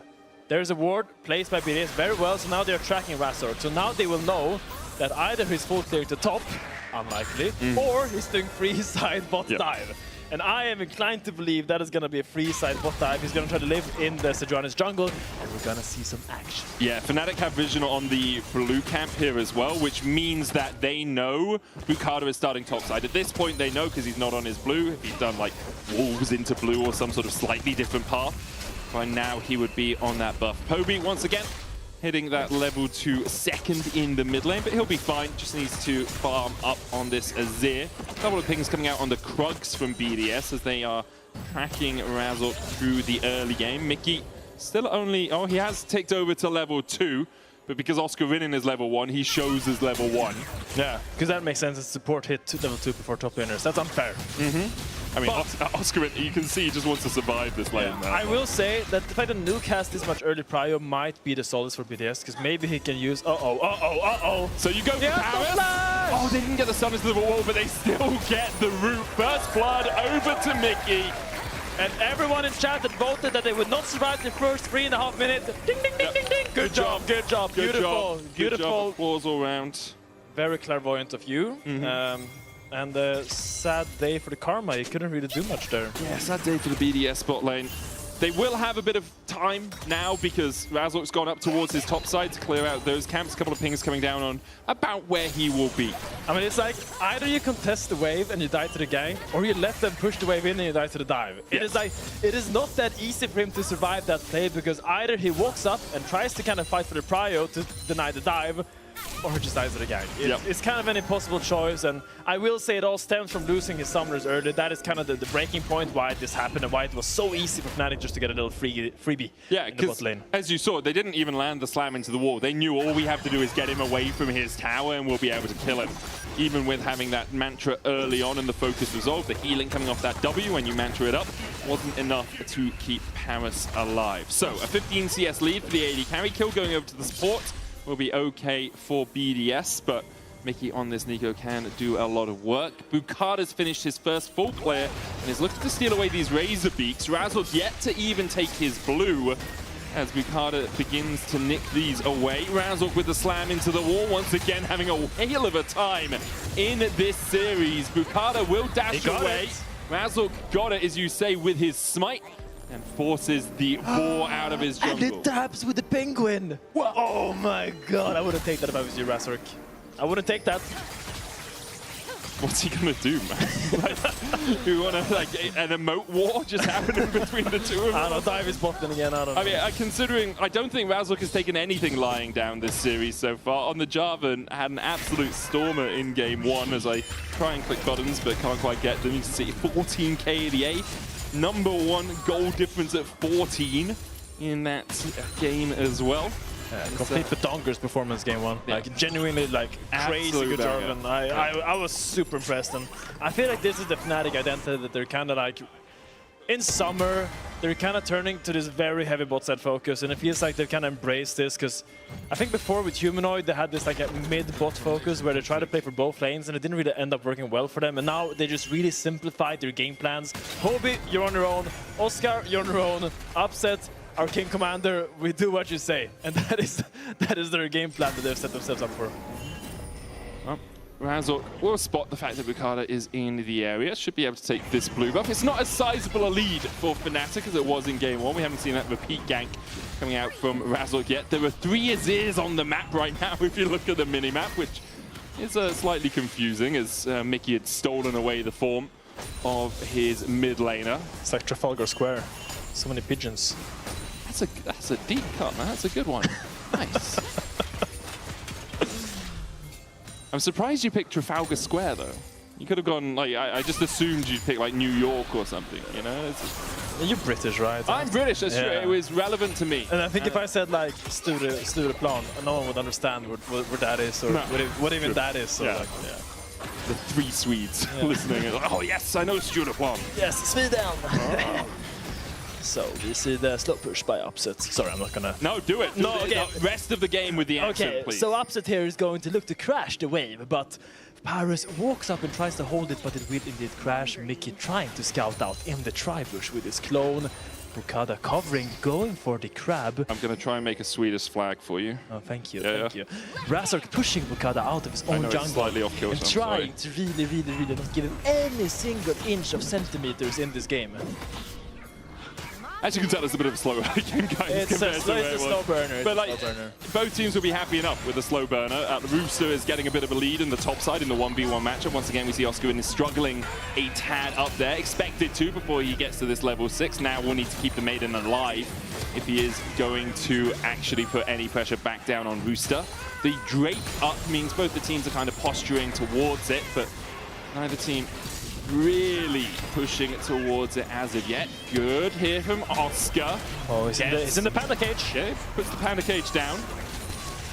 Makes Rooster have a little trip to the zoo. Nice trade, Oscar. It was good. Immaculate. I mean, you really got to play around your biscuits now, because I really like the fact that he rushed the Steel Cat.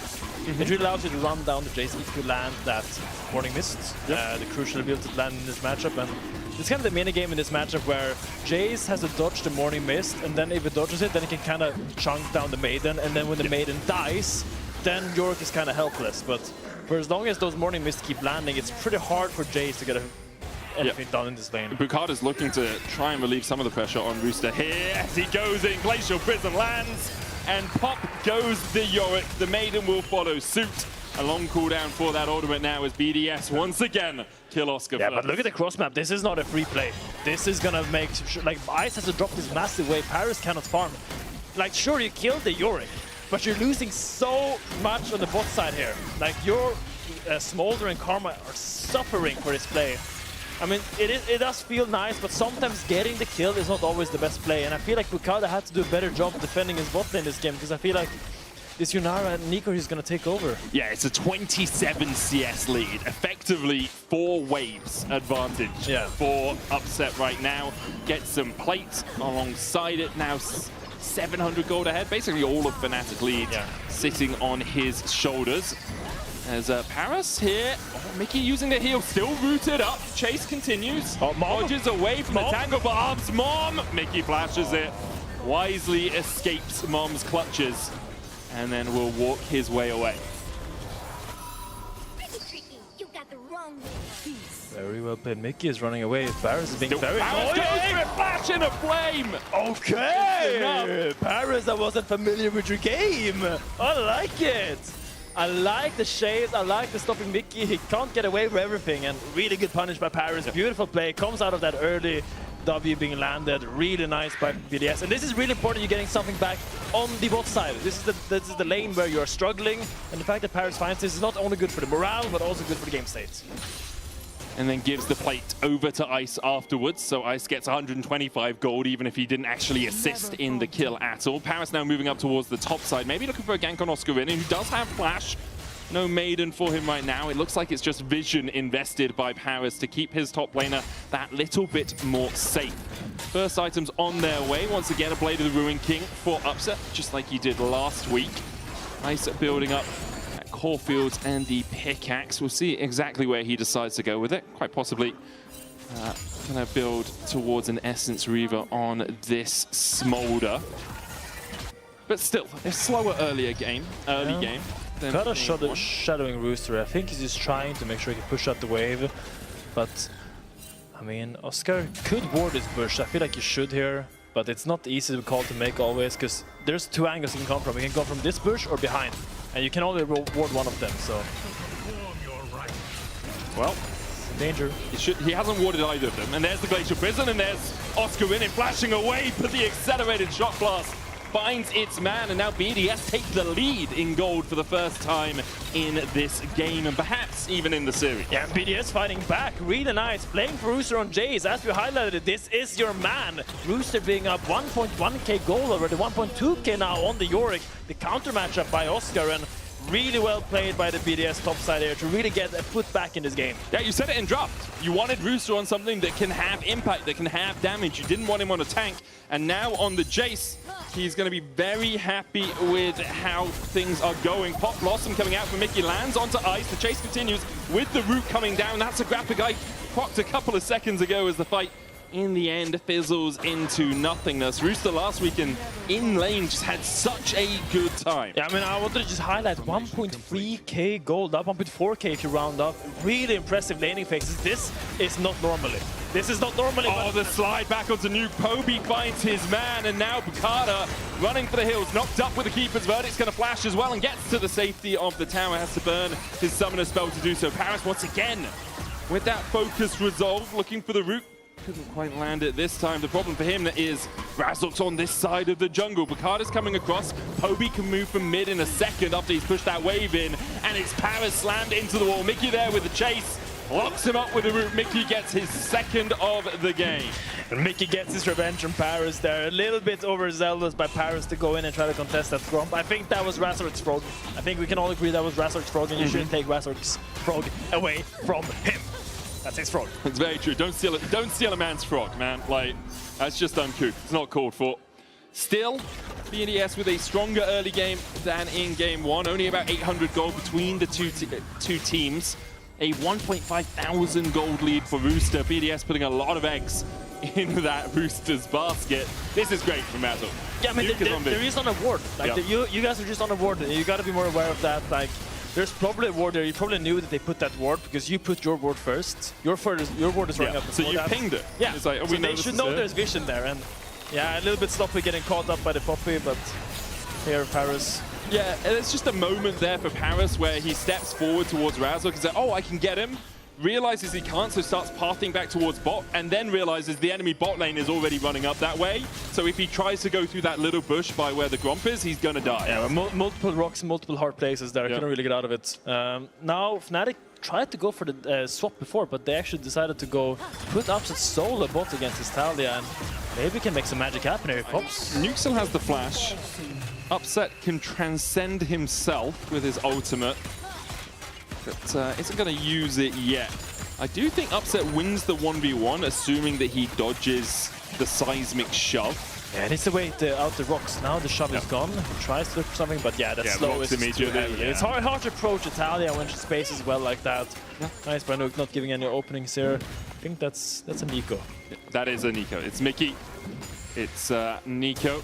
Unlike at MSI, we do actually have the support player's name above the thing. Yeah, the amount of times at MSI I got confused and it just there were two hopes on the screen. I was like, which one is it?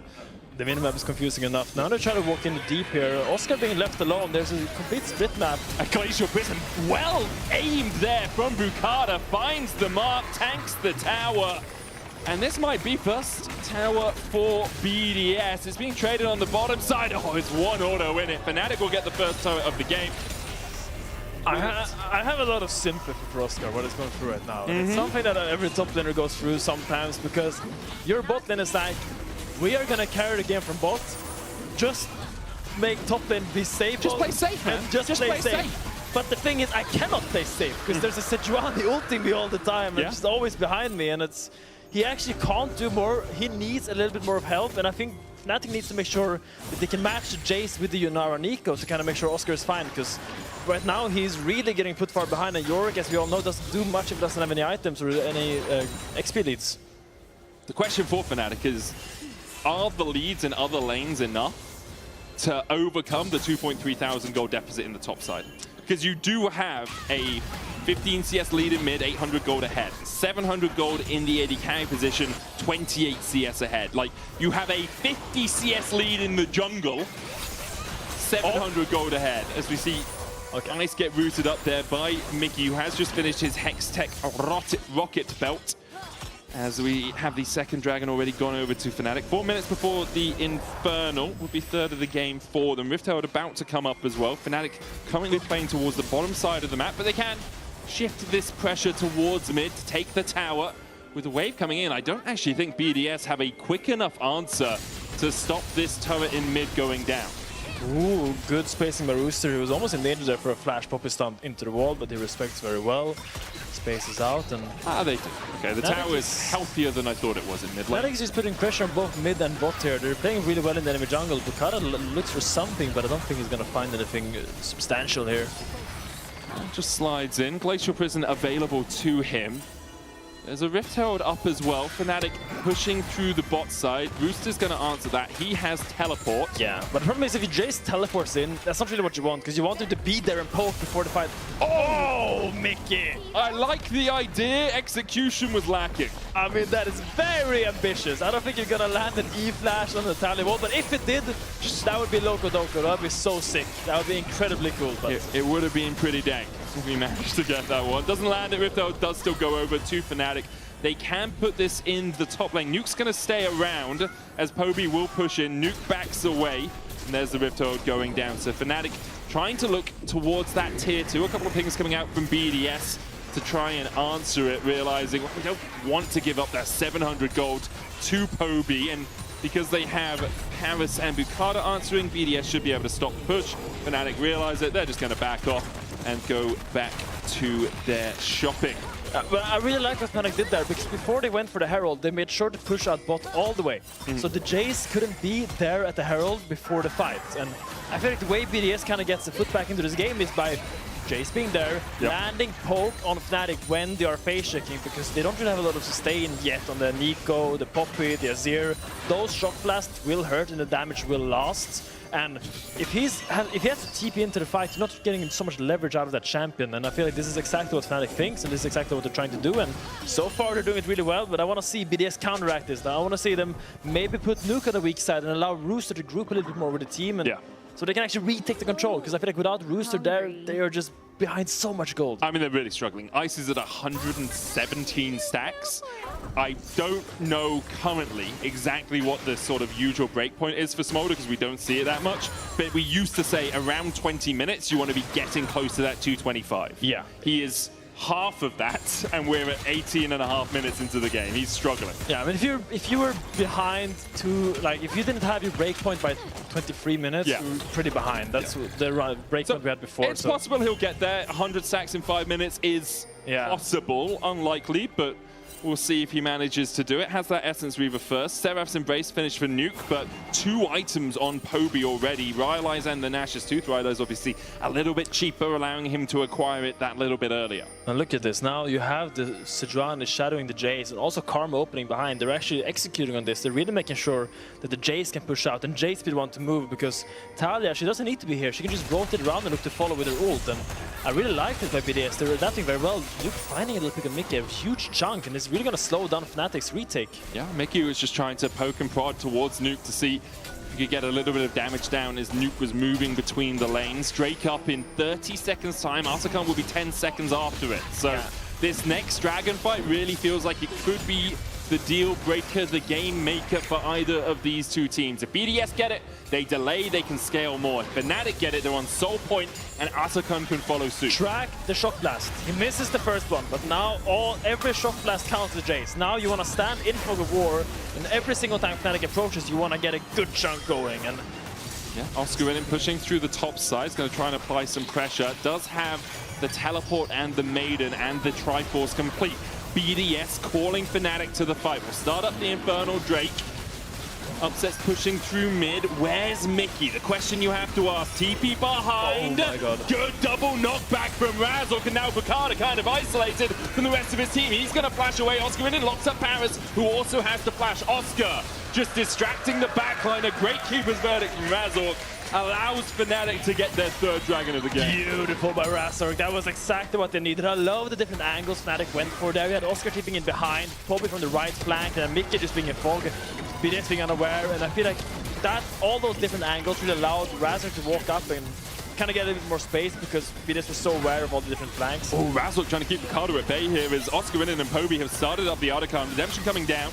Bukata, he's already at basically half HP. Razork looked for the flash stun into the wall. The Weaver's wall coming out as well. And now Razork seismically shoved into the unraveled earth. Sundered Sky healing, not enough to keep him alive as he dives in. The Artican will be taken, almost stolen by an accelerated shot blast. In the end, Razork sacrificed himself to make sure his team could secure the objective. And honestly, I think that was the right call. I feel like he realized that it was going to come down to 50-50. Yeah. So he made it his life mission to keep Bukata out of the pit. I mean, I feel like maybe BDS focused a little bit on him because they didn't realize that Fnatic could just finish it, despite them not having Smite present. And I mean, really, really nice for Fnatic to get that. But a little bit itchy. A little bit dicey. Considering how methodical and measured game 1 was from Fnatic, this game is a little bit more on edge, and you have to give credit to BDS for that. Bukada on this carry has developed such a lead. 2.5 items already complete on the Jace. 2,500 gold ahead of his lane opponent. We'll have another look at this Arakan, because Razork is just being a bouncer for the entirety of the fight. Yeah, I mean, it's all about the fucking ward. BDS doesn't actually know what's happening. They don't have any wards here. Now, Nuke tries to go in, but they don't see anything. They don't realize now that he's finishing the Atakan. They think maybe Fnatic are corralling around because Razork is being went on, but in the end, I mean, if Razork died a little bit earlier, I think that would be very, very scary for Fnatic, but... Okay, yeah. Well, that's pretty good. I trolled my E. Dropped his E. He dropped his E. It's because he looked for the stun into the wall, yeah, and he didn't land it. So I assume that's what dropped his E means. Because the only thing Poppy can really drop is a beat. I hear she's quite a good rapper, and also her hammer, right? Her buckler. Yeah, the bucklerinho. Pick up the bucklerinho. Yes. Okay. As a second item now complete for Upset and for Razork. Only 1,000 gold lead. So now I want BDS to use your TP advantage on Rooster. Okay. You have TP advantage on Rooster. He has TP. Oscar has no TP. Now you put deep vision in the other side of the map from the Rooster is, and then you let Fnatic retake it, and then you TP flank them with that TP advantage and try to make something happen. Because I feel like the game is kind of slipping out of your hands. The fourth dragon is going to spawn in 2 minutes. That's the stall point for Fnatic, and you really want to get something done before that while you have an avenue. A couple of pins coming out on Mickey as he walks through that red side jungle, applying some safety for Oscar in him with a bit of vision of his own. Fnatic do have a track record of not dotting their I's and crossing their T's and clearing out the vision as they step forward. So I do like your plan of action for BDS. The question is whether they will enact it effectively. As Poby once again is the one pushing through the bot side. There's a ward just below him that is a possible flank ward. Mickey's on his way across here as well. BDS are looking for something. Nuke backs away. Control ward will be cleared out by Razork. The ward behind still stands though. Fnatic realizing there could be something there have control warded the second bush, or the third bush in the sequence, but not the second. As Nuke, doesn't overstep, just backs away.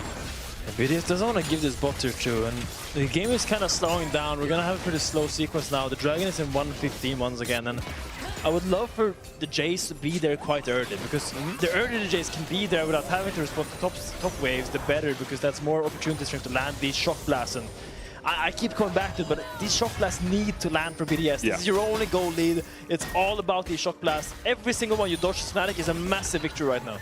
Really is. Ice still just short, 20 stacks short of the threshold, so we can definitely say behind the curve on this Smolder. Upset on 2 items, only has about a 400 gold lead, hasn't been able to extend that at all. It's mostly been about Poby and Razork extending their leads. As Mickey was slowed up, but should just be able to walk away. He's done a good enough job of clearing out vision behind them here. Both the top laners do have their teleports. Rooster was moving down to mid and will stay there. Yeah, so he landed a nice shot blast on Upset there as well. Upset being a little bit chunked right now.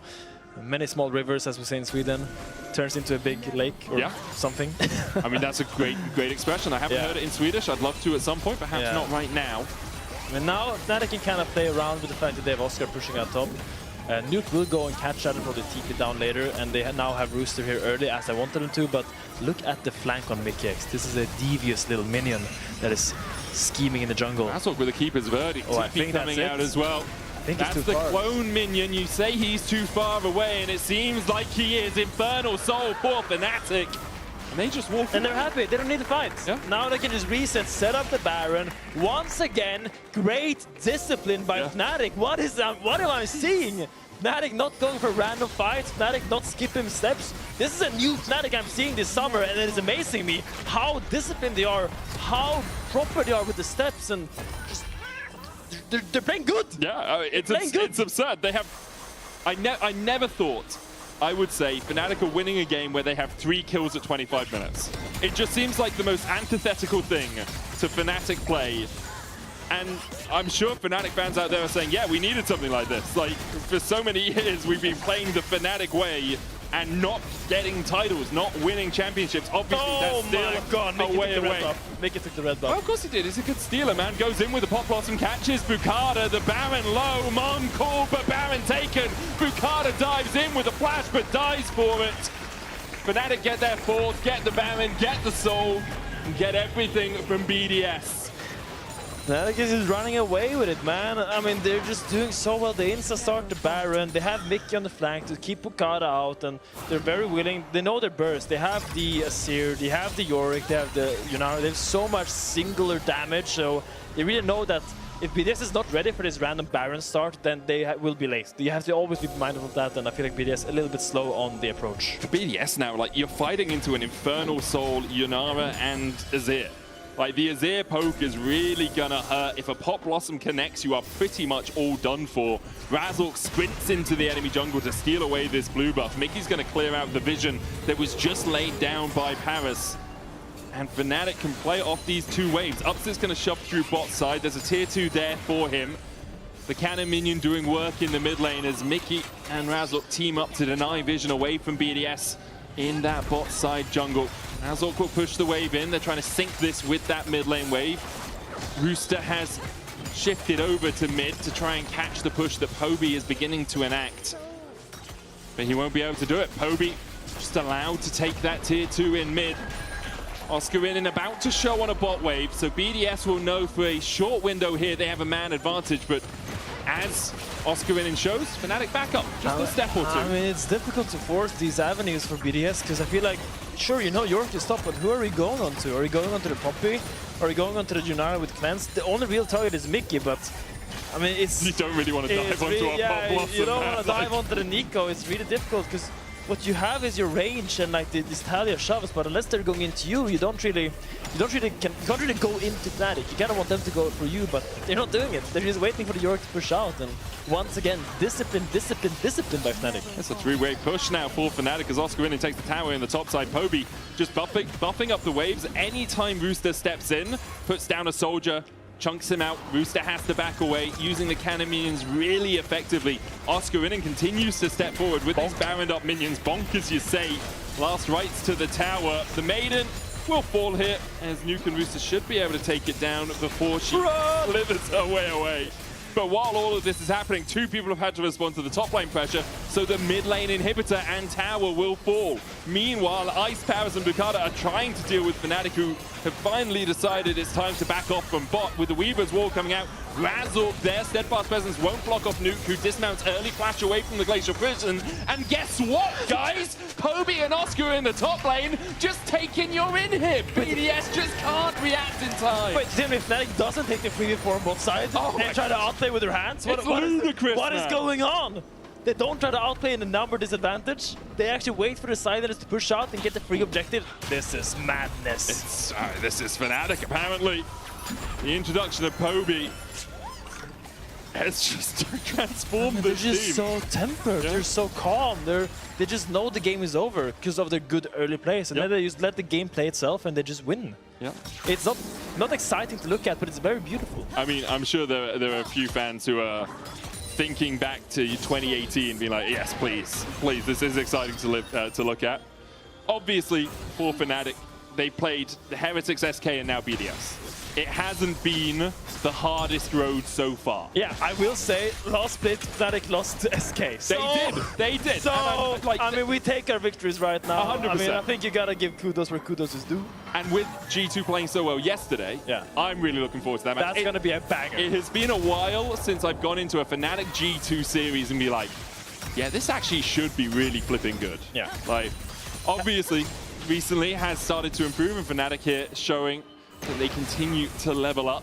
For BDS, the question is, you won your first series, good for you there. You are likely not going to be last in the group, but any real thought of challenging for top 2 is beginning to go out the window. I mean, BDS is up a kill, but the game could not look more dire for them right now. It is just so telling of Fnatic's gameplay, how they're down a kill and they're still 6.5k gold up. All the lanes are pushing, all the inhibs going to be down. Oh, Rooster's dead. He's stunned into the wall. Weaver's Wall coming out. Maybe Rooster was the bait mate, actually. Oh.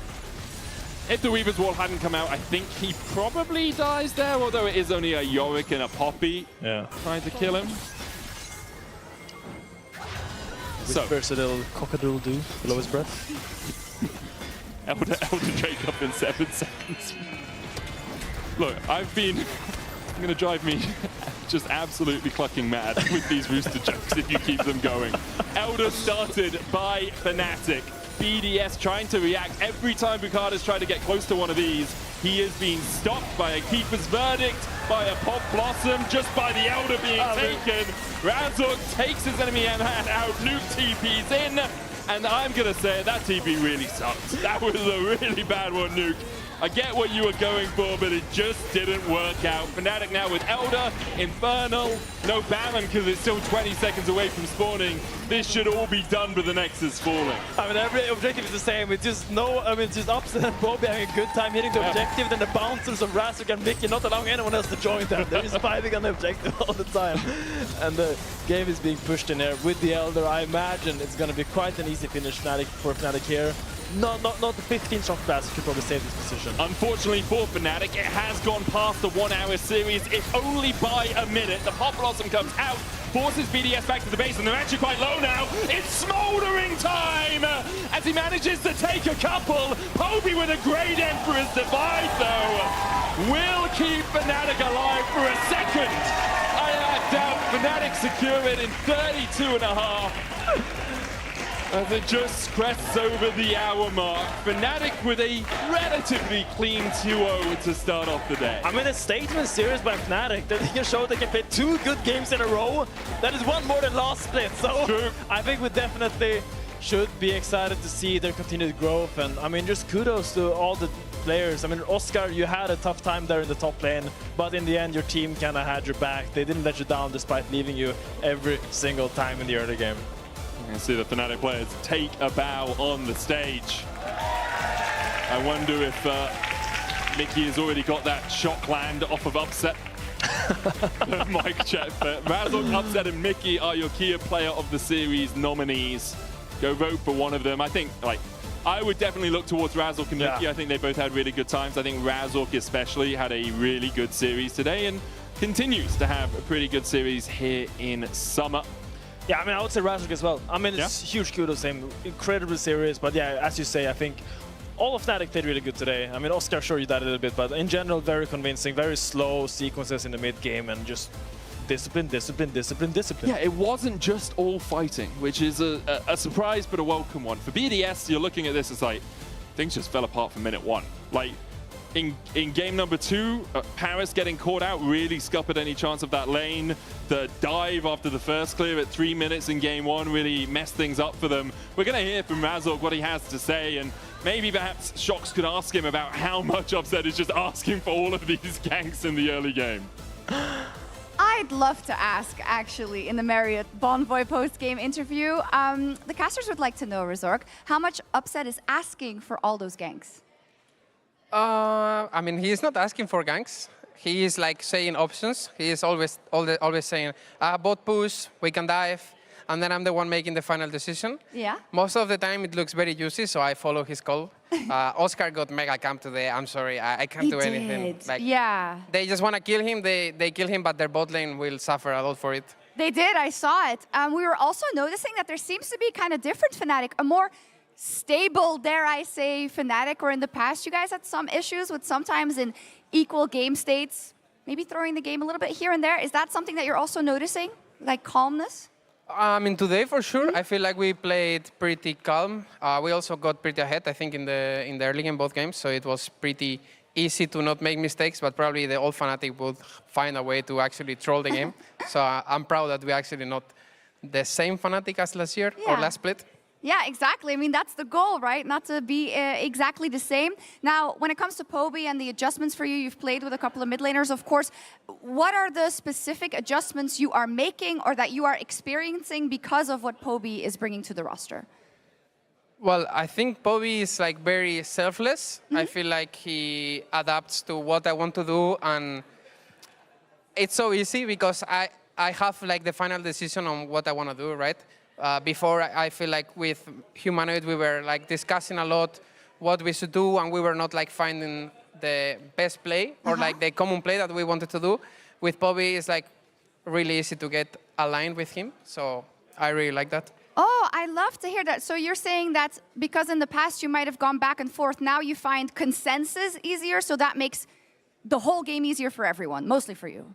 Yeah, I just feel more comfortable making decisions even though they might be wrong calls. I don't feel like I'm gonna get judged or anything. I just feel like saying them. If I'm wrong, then I learn from them. Okay, that does say something. You are the Kia player of the series, and yeah, you had an unbelievable series. I also know kind of the kind of pressure you're under. So can I hear from you, what's the Resurrect you want to be in this split, going into possibly Worlds qualification, kind of what are your goals?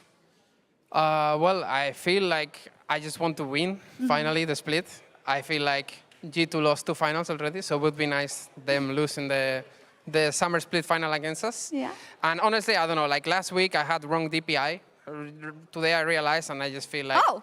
Yeah, I don't know, I was just playing on different DPI on these pieces, so it felt like I was not very comfortable. Today I felt very comfortable, so yeah. No mess with your DPI, guys. No more trolling, no more trolling. No more trolling. Thank you so much. Congratulations, Fnatic, with another W. We're going to take a quick break, and when we come back, it's our match of the week, KC versus Movistar KOI.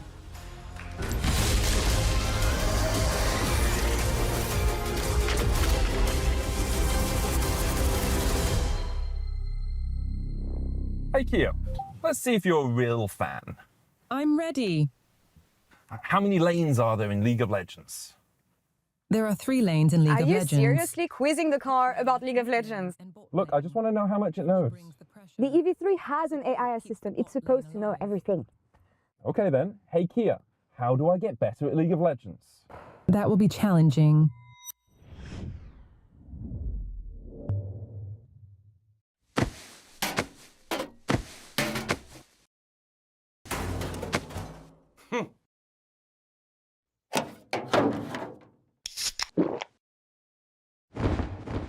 Red Bull gives you wings.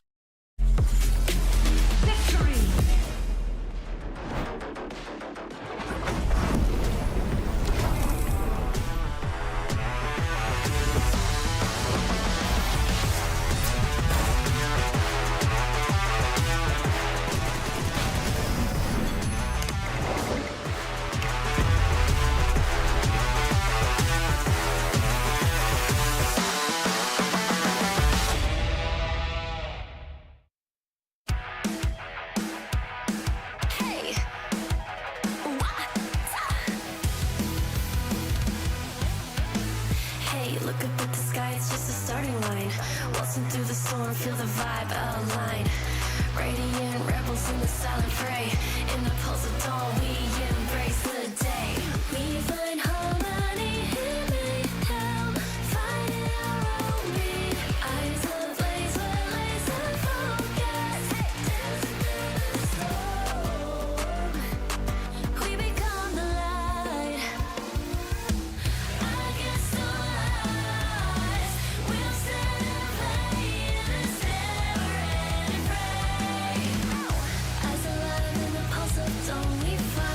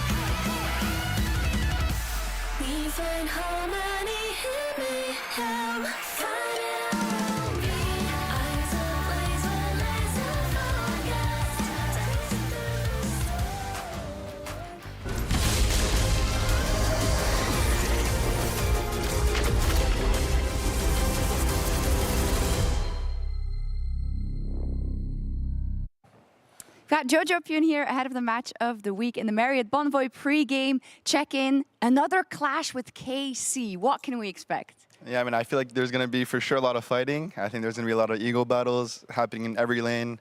I think it'll be really fun to watch and play, so it'll be pretty exciting. What did the practice look like? Because we famously heard that you prefer ARAMs over some other practice. Yeah, I started playing Arena too. I feel like Arenas are also not bad, so I think I'm switching my practice from ARAMs to more Arena now. So I think with those mix of the game types, we'll see how it goes out today. Broken Blade agrees with you. He told me yesterday, Arena.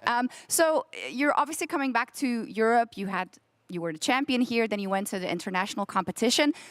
You've been a couple of times already before that. So is there a lot that you're taking from that? Is there a lot of osmosis of things we can expect over the split from Jojo? Yeah, for sure. I think our peak as a team is very high. I think, of course, us as a team, I feel like our lows were always very low and our highs were very high. But I think now we're much more consistent, at least in scrims. We just have to show it on stage.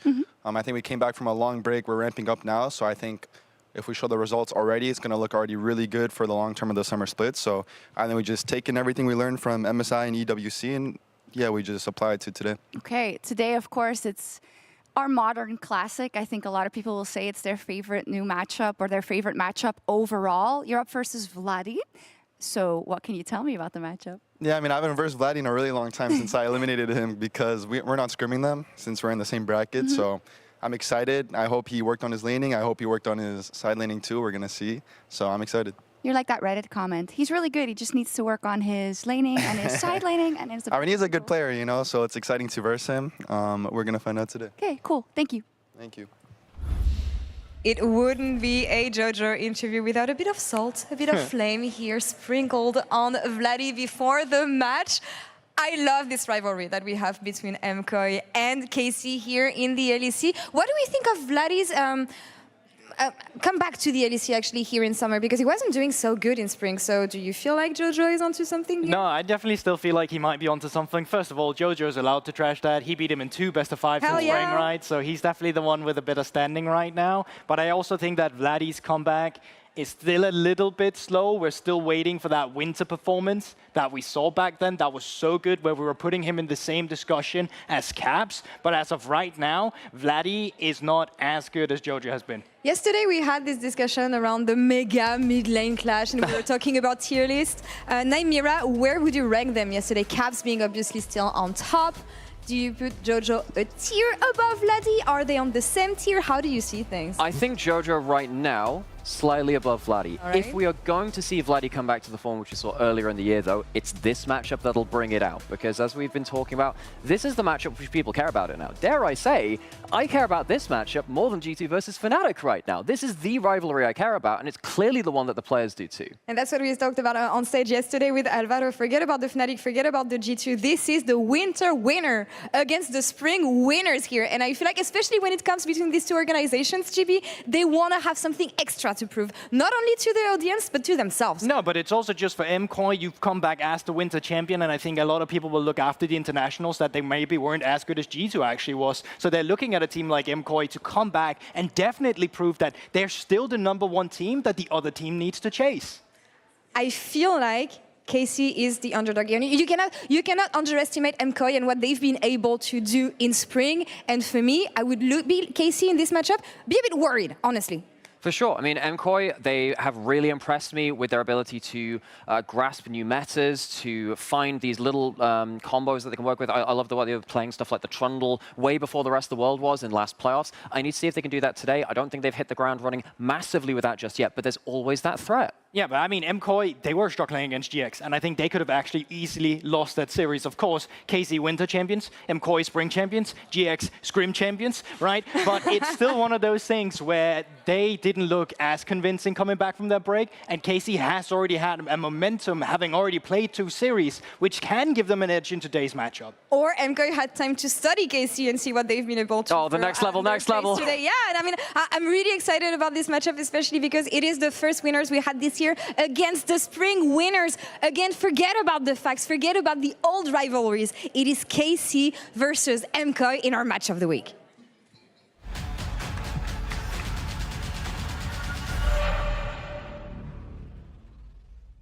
Movistar KOI contra Carmine Corp, España contra Francia. Qué gran rivalidad de estos dos equipos, que para mí en lo personal está en su mejor momento. huge damage. It'll at least be LeBron falling, but no, the flash keeping him safe. Elyoya, has he overcommitted? The answer is yes. Alvaro is here. Oh my They just want to turn it back. They've got the confidence. Tenemos por un lado Carmine Corp, que son los campeones del primer split y fueron muy superiores a nosotros. Sin embargo, en el segundo le damos la vuelta. Les ganamos 2 mejores de 5, y no solo eso, sino que también nos llevamos el segundo split. The TP from Jojo. Beer went on a rampage. Cap's taken out. Hatsama is not enough.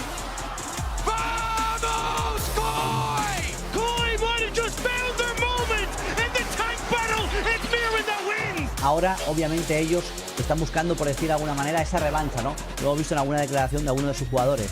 Fighting to try and keep Jun a lot at bay. Kana falling low as well as the missiles fly from Noah, but the feathers fly from Kalis. Hoy se vuelven a enfrentar en lo que para mí va a ser un partidazo, y la verdad es que este split tengo muchas ganas de ver cómo se desarrolla, ¿no? Porque es un poco el desenlace de lo que ha pasado a lo largo de este año. Así que nada, mucha suerte a los dos equipos y que gane el mejor. Como está el Koi.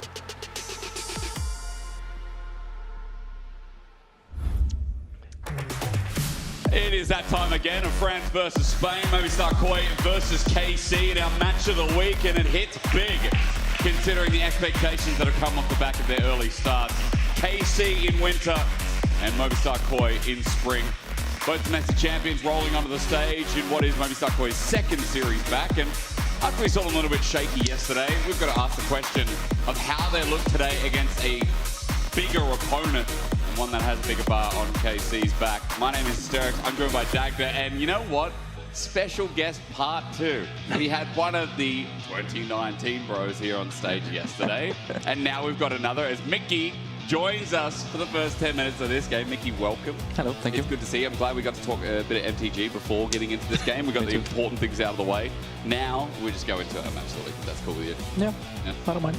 You don't mind? Good to have you then. I'm not gonna lie, I'm pretty hyped for this. Like, I think this is going to be such a banger series. Yeah. It's nice to have you on the desk as well, Mickey, because I think a lot of people, there are a ton of hype matchups across the board here, but my eyes immediately go to bot lane. Like, Alvaro had a fantastic performance yesterday, really setting up in that game 3 to carry. Super's Ezreal looking spiffing as well. So I think there's a huge amount of focus on how Kalista Targos can try and contain this duo from Movistar KOI. Well, I hope, Mickey, you're going to give us some insight as we move into pick ban, though, because support right now feels like, what, pretty linear? Pretty same priorities for the past couple of months? Play the same champions over and over again. There's like some Nico, some Alistar, Rail, Nautilus kind of thing. And then after that, I guess you can expand a bit, but in 3 games max, it's a bit harder. Yeah. But yeah, and I guess Rakan as well. I feel like we're, getting a little bit... Are you getting bored of support? Are you looking for something different these days? Yeah, I need something more hype. Well, your Nico's hype, as you've told us many times, that your Nico is the best in the league. Yeah, pretty much. Yeah. Some might say the world. Some might say that. Jesus, all right, well. The entire universe. Hopefully you guys get to test that coming up in our world split, as Taliyah's going to be banned away. No support's taken off just yet. Trundle gone, so... Can we play support? It's Trundle and Taliyah, in case you're wondering. Okay. So I just do support bans. Gotcha. Okay. Yeah. And how's the J support going? Is that Come on, you're pushing it now. Sorry, my bad. Tied back a little bit. Azir's still open, by the way. Worth mentioning, that has been one of the strongest first picks we've had so far. Sion's actually going to be banned away. Azir feels like the best pick here. Yeah, Azir seems pretty strong. I guess MKOI probably going to go for a Yone here. I think Jojo Pyun likes Yone, especially into Azir. Yeah, I think it's just a case of, do you end up taking the Rumble and the Wukong and then take the Yone on that last 3rd rotation, or do you feel the need to try and lock it in nice and early? Because I think for KC, if you leave up the Wukong, I think it's a little bit of a worry. Plus, you've always got the option then to go Wukong into your AD carry or something here as well. Also, where did our Addy Pro go? I mean, you're talking about Yone here, Mickey, and this is a good call out as Jojo really likes the champion, but I feel like we're seeing a lot more Annie Wukong pairings. Yeah, maybe it just depends on the matchup. Like into Azir, you probably want to go for something like Yone Maokai, but I think Annie is also pretty strong, just not sure how good it is into Azir specifically. I feel like Azir just is kind of stronger. So that's probably why teams don't want to just pick it that early, or into a specific thing, I guess. Or a blind. Okay. Is that just saying, okay, Rumble's open, pick it? I mean, it's definitely the Mirren special, right? They like to put him on that up in the top side of the map. You saw how effective he was in the flanks yesterday for MKOI as well, and it gives you that AP damage that you really want. Even if it doesn't have that flexibility, as you say, there's not a ton of stuff that can really go toe-to-toe with it in that top side. Even if you go for the tank, you just get so much lane priority. Yeah, and I guess jungle needed counter pick, so they need to save it for a third pick. Let's see what they end up picking. So they do go with the Rumble anyway. So at least Rumble is still relatively weak when it comes towards the AP matchups on the top side. But with Gwen gone, still going to have a good decent time with the Aurora. And then I think, yeah, you can still go. I would imagine Wukong here, just because Rumble is here. Wukong is just such a strong top side once you hit that level 6. Yeah, I can see Wukong being pretty solid here. They also need something with 80 damage. I don't think they should go for like any tanks or... Well, this one is okay, I guess. This one's okay? This one's 80 damage, kind of. Yeah, true. So, I don't mind this one. So walks away from the Sejuani a bit, okay. For Yike, a little bit of setup here with the Azir as well. I think it just puts a lot of pressure onto Targamas to be that big engage tool, though. So if I'm looking at MKOI, I'm like, okay, let's get rid of Rel, let's try and get rid of maybe even something like the Alistar, and just then that gets rid of a lot of these big AoE CC engages, and just make things way more comfortable for yourself. Although, for KC, okay, yeah. I was going to say for KC, maybe they're just looking at, oh wait, okay, well you've already got the Yone, chances are you have to try and dive into us at some point in this game. Yeah, I can see that as well. But then again, there's also, I mean, I think with Rumble you kind of want just a lot of CC. But I think a champ that can peel well and has good CC, or like set up kind of a Rumble is Renata, so they could look for that. But it's not the best champion to Yone Aurora. But yeah, I think they're probably going to go for a melee champion. There's a lot of options. There's like Nautilus Rakan, but I guess they play Nautilus themselves. So maybe they're going to get a bit pinched in that one. Okay, well, 2 supports already. As you said, it was like similar directions ago. We were talking about the Rel a little bit before. Which could set up either side. I mean, seeing Lilia Yone pairing is... I feel this feels very LPL-esque of last split. But I don't know how you feel about that. We used to see Zyra, Yone as well, had similar kind of setup, but... I mean, yeah, I didn't see Lilia in quite a while. I mean, I'm kind of confused why both teams are just banning supports. I feel like they kind of want to pick these champions for their team. I guess Alistar is the next one, so I'm wondering what KC is going to bring out now. Maybe a little Renata angle, but... So you like Renata? Do you like Leona? Nah. I think Leona is not the greatest. They already have double AP and a tank in the jungle. Yeah, very true. So the Merc's value would go up, but I guess Yone can't build it, so that could be a reason to pick Leona here, but it's also not the greatest matchup into Alistar, so I would not recommend it. Okay, don't recommend Maybe it. a Braum. Braum could be decent. Oh yeah. It's pretty strong with Yunara as well, together, because the passive, like, Yunara passive goes to stack on both people. If like both are tagged with Braum passive, if you attacks one, the second one also gets supplied. Oh yeah. So it's like a pretty solid combo. Do you think you have enough CC to set up for, I was going to say for Rumble in this one, but yeah, we're not even going to get any sort of engage. It's just going to be the Milio trying to enable that Yunara with those long-range autos. Yeah, it's a little bit weird, but I guess it's mostly just for the Lilia sleep.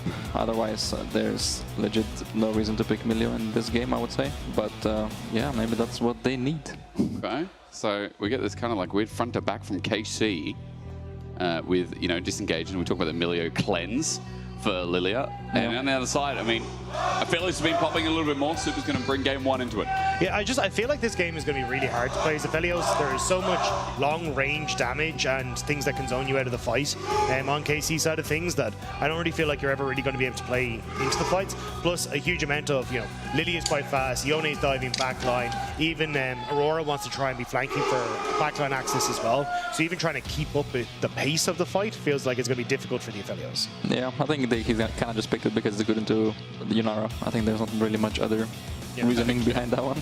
But yeah, I mean, it's a fine pick still because I think he's kind of self-sufficient, I feel like, depending on the gun rotation, of course. Of course. Well, Mickey, it's a pleasure to have you alongside us for what is going to be, hopefully, a banger match of the week intro. KC versus Koi. It delivers, and it has delivered split by split. Super Aphelios is a very good touch. I appreciate the signage. Our audience comes out, and each week, the effort that goes into signs cannot be understated. Mickey, have you, when you're playing on stage, you notice the signs, you look at the signs? Not really. Not really? No. Oh, come on, man. Supports don't just like... It's too far, I can't see that far. Yeah, that's a good save. Good save. Need to make bigger signs. There you guys. Make bigger signs. Make some big noise. We get into KC versus MKOI once again. Hopefully this delivers. Mickey, how you been, by the way? Yeah, I've been alright. What about you? Yeah, I've been alright, man. I just, you know, chilling, killing, all that kind of stuff. What do you mean you've been alright? What's alright? Is that an acceptable answer? When people say good, and I just take that on faith that they're doing good. What do you mean alright? Yeah, it's like, kind of like good. Okay. Kind of like it. Good is the mainstream. Pretty good after that win, you know? Yeah. 2-0 is nice. Yeah, okay. Well, I started going for the phase rush rune. I like Spellbook a bit more, unless you're playing against like Trundle. But saw this yesterday. What's the theory behind it? The phase rush? I mean, it's good in general if Spellbook wasn't buffed, because after your combo, you just get mega fast. You can never get caught. If someone tries to catch you, you can always do your 3 abilities and run away. Yeah. And you just like stick on people very easily. But I think Spellbook is quite similar, but it gives you more options to be more creative. So I think for this game, Spellbook I think is better, but I think against something like Trundle or something annoying, phase rush is nice. Do you think the smite change made a big difference in pro play, like the 900 max smite now on third rotation? Not really. You don't care? I think I don't even take smite that often. Like when I play with Spellbook, I think it's mostly for TP, for Ghost, and to switch to Exhaust. I think those are the nice ones. Sometimes cleanse if you need it, because I don't like buying mercs. You don't want to smite a cannon away from upset any point in the game, though? No, I use my normal abilities to steal. It's minus too obvious. If I use an ability, I'm just trying to help, right? Okay. Inside information. Especially with Nico. All right, bot side being a focus here. Well, I have you two gents beside me, and we already talked about it. It feels like the Melia was kind of a response to what the Lily is bringing to jungle. But for the laning phase at least, when Cozy Campfire comes out, and that was a bit of a sad trade. Melia was kind of lagging there. He didn't press his E in time, and they got out traded by an Alistar level 1. So that's not optimal. But they should also not be sitting in this bush when the minions are there. So, okay. I think they should deny a lot of CS. I think they're pushing the wave a little bit too fast. I think Aphelios is going to catch all of this, whereas they should not be able to really walk up very easily, level 1. They should drop some CS.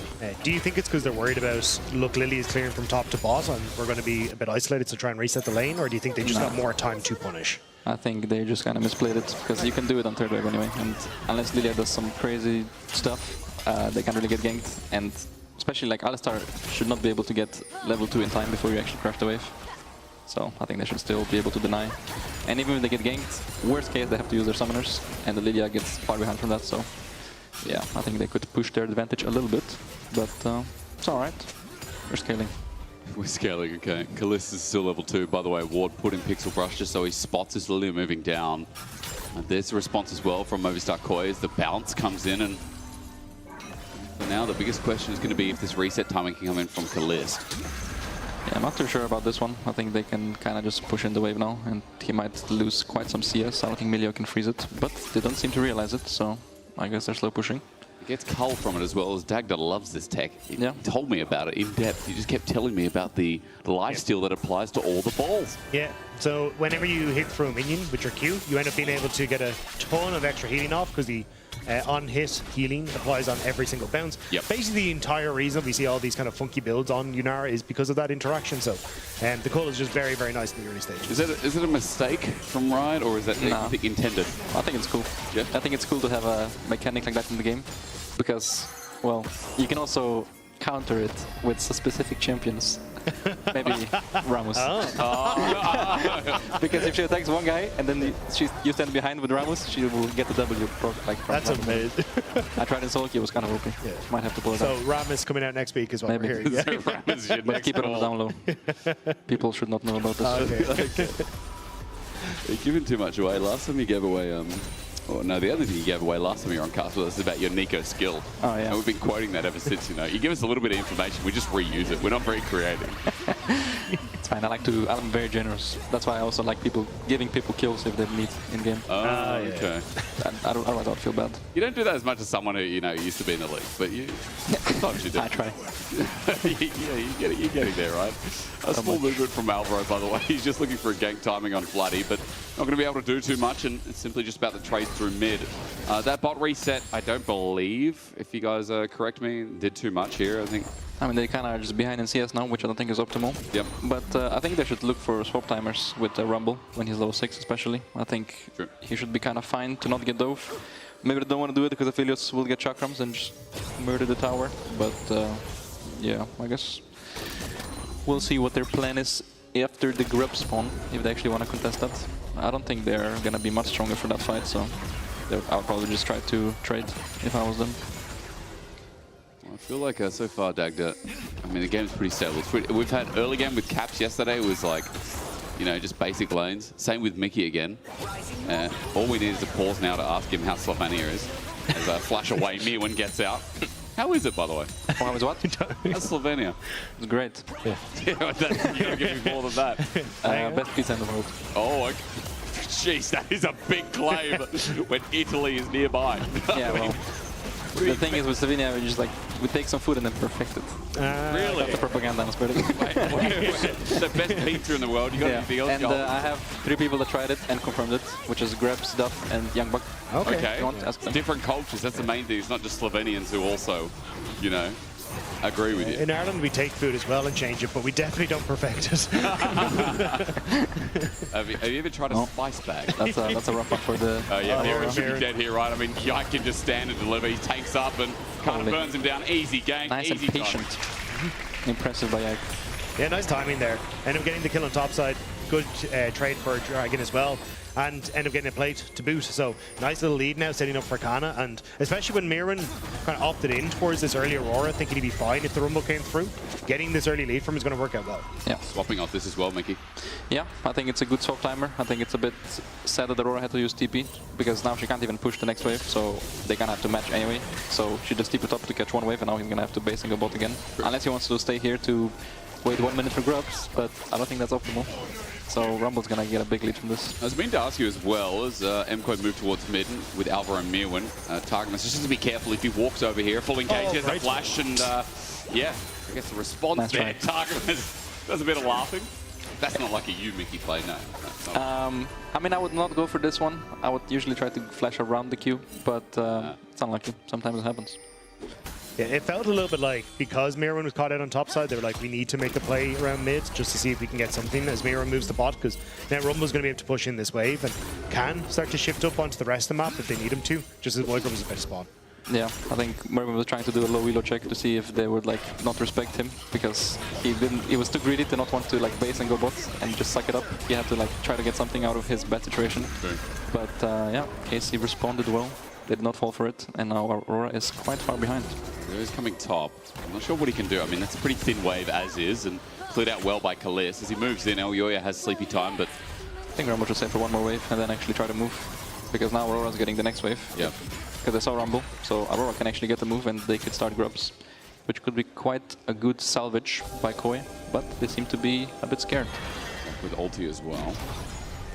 Yeah, Kalis and Targus have this wave in an awkward spot where Super and Alvaro imagine Yike is in the area, so don't want to try and overextend for it, but here's the decent engage. Empire's down, they're just given an ulti as well, and Kalis, he's been healed up. Targum's already used his ulti, but slowed down with the laser beam, and Alvaro gets flashed on. Lethal tempoed. Kalis with a kill as well, and KC's early game is quite concrete. Yeah, nice job by KC to get the play in the top side. You can see Supa and Alvaro really worried that Yike might be trying to come over the wall and get on top of them, but they're able to find that moment with the push in mid as well, covering them. KC now get the top objective as well. Mate, show me the trap bush. How's that not the bush? Ulti, auto, Midwin's dead. He can't get the between worlds TP, and Khan with the second kill. Mickey, bit of a disaster early. Yeah, it's looking rough. I think Koi got a little bit nervous up top with the free, so they just had to go and run it. So now the game is even more lost than it was before, even though they could have salvaged it. But yeah, now it's looking rough. With Inara and Rumble like this, let's have a look, because as you were saying, MKOI trying to force this a little bit with Alvaro. Yeah, Alvaro sees he can get the double knockup and thinks that it's going to go well, but it just doesn't work out. Yeah, they don't have enough damage right now, unless Aphelios is actually melee range with his chakras, but they have Milio full, they have double cleanse as well. Yeah, actually, I don't know why they used the cleanse on the Inara, but that's fine. And then this is the solo kill afterwards, where Mila's just not having a good time. Yeah, kind of just able to push up and keep him in check here. Oh, we're going to go back to mid though. Oh, that's because Joe's getting ultied out, or rather ultied now. Auto attack down with lethal tempo. Vladdy, shifting sand's not available. His flash holds in check as... We have to watch this. Hey, look, it could have been. Nice timing from Vladdy with the ultimate to disengage from Jojo. And making sure that he's not able to follow up. But yeah, I think it's the fact that now you've got Kalis in a good spot on this top side. You know Kana is huge on the bottom half of the map as well. You can already see Mirren is struggling to try and deal with them. It just makes things really difficult for MKOI to try and get control of the map. And when it comes to fights, it feels like you've got a decent way for KC to poke and prod with the Milio extra range. And MKOI kind of have to commit to something or just be forced out of the engagement. Mickey, I'm told I have to get you back to your team. You know, obligations and stuff. Yeah. Is there anything you want to say to the fans, maybe about your home country, about another food you've affected? Anything that you really want to shout out that you don't get a chance to do in game? Kebab is pretty good as well, but besides that, not much. Oh, Well, thank you for having me. Thanks for coming. You're looking handsome today, brother. You're doing well. You too, mate. Okay. Oh, you're not looking so good as he ends up falling. This game, you think, Mickey? Yeah.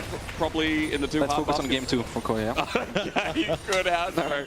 Ladies and gentlemen, thank you very much to Mickey for his insight for the first 10 minutes. I appreciate you. And again, you know, it is nice to have, we just have the old G2 roster. We'll, you know, bring the rest back next time as well. We'll get a quadcast with you and Caps next time. Okay? He's smiling at that one. I'll see how we go with that, Dag, to finally make the dream come true. You have been dreaming about this quadcast I have for several a while. years. Yeah. He's a chill guy. I mean, him and Caps, they're like, you know, they're just bros. You sit down, you play some games with, like tabletop games, and they're good people. They're good people. You know, not to say that other people aren't, but they haven't been up here yet. Carlson, he's a good guy. We had him. Who are we going to get next time? You just wait and find out. All right. So this early game is a bit rough. I ain't talking about a dog. Kana caught up in the wind. It now becomes drowsy time. Now becomes the sleep. Elyoya pops him down. Okay, if Mickey could see this, I wonder what he'd say, Dagda, because that's the first kill for MKOI. Yeah, I think it's a nice timer from MKOI as well.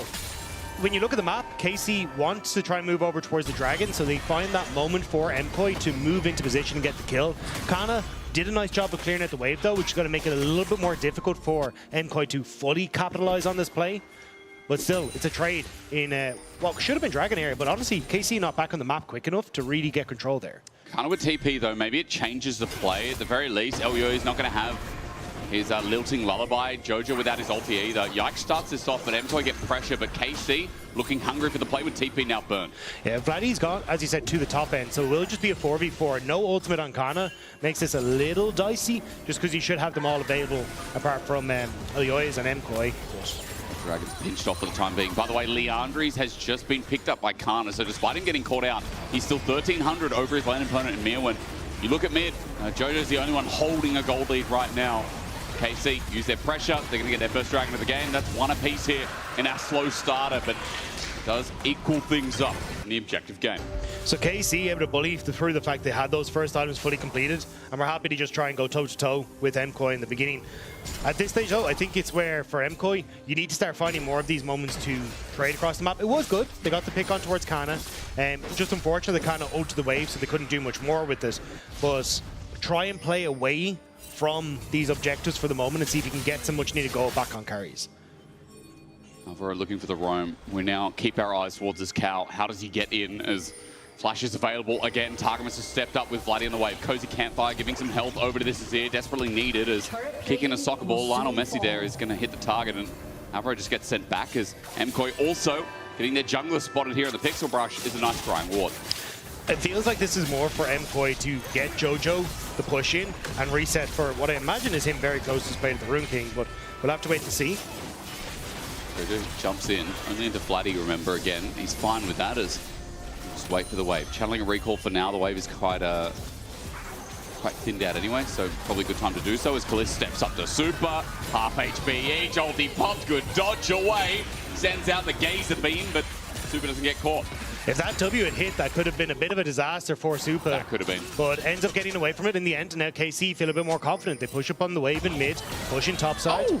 And Alvaro just getting a love tap from Kalista as he finishes off that timer with the ult. You got one of those searing torches, you know, back when I was back in Australia, like the end of last year, got really into cooking again, and I got a searing torch, because you know after your steak, you can really sear it and get the crust on it. Man, that's what it feels like. You send out that arc of ruin from Yunara, and it feels like you're just searing the cow. Oh man, I could do with the steak. Are you hungry or something, Jake? I didn't have much for dinner. I was going to say, between the pizza discussion and now this. Oh, yeah. Yo, shout out to our talent team last night. After Dagda and I finished, there was just a charcuterie board waiting for me. I was like, bro, where am I? Shout out again. Super just getting ordered for a little bit. Now remember, Blade of the Wrong King picked up. There is no first item for Super, so a bit of an advantage here for Kalista in the trade. Kalista's playing this really well, using the... hold on a sec. Jojo's going to where? Asgard? Now he's back.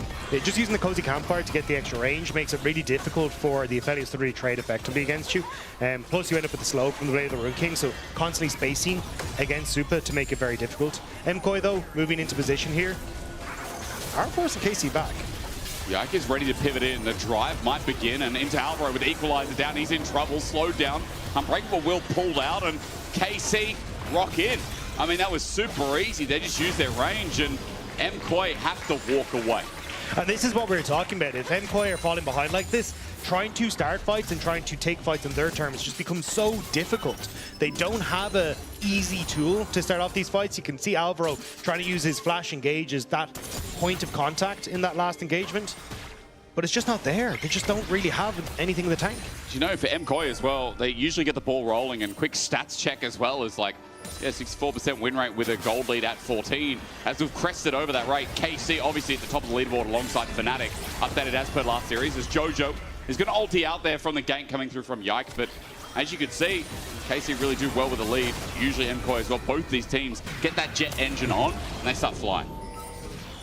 Potential dive on the bottom side here. Mirwin trying to set it up. But where's the wave going to go when it turns to a crisp? Good spacing from Elyoya. It's all about the turret. Elyoya sticks around.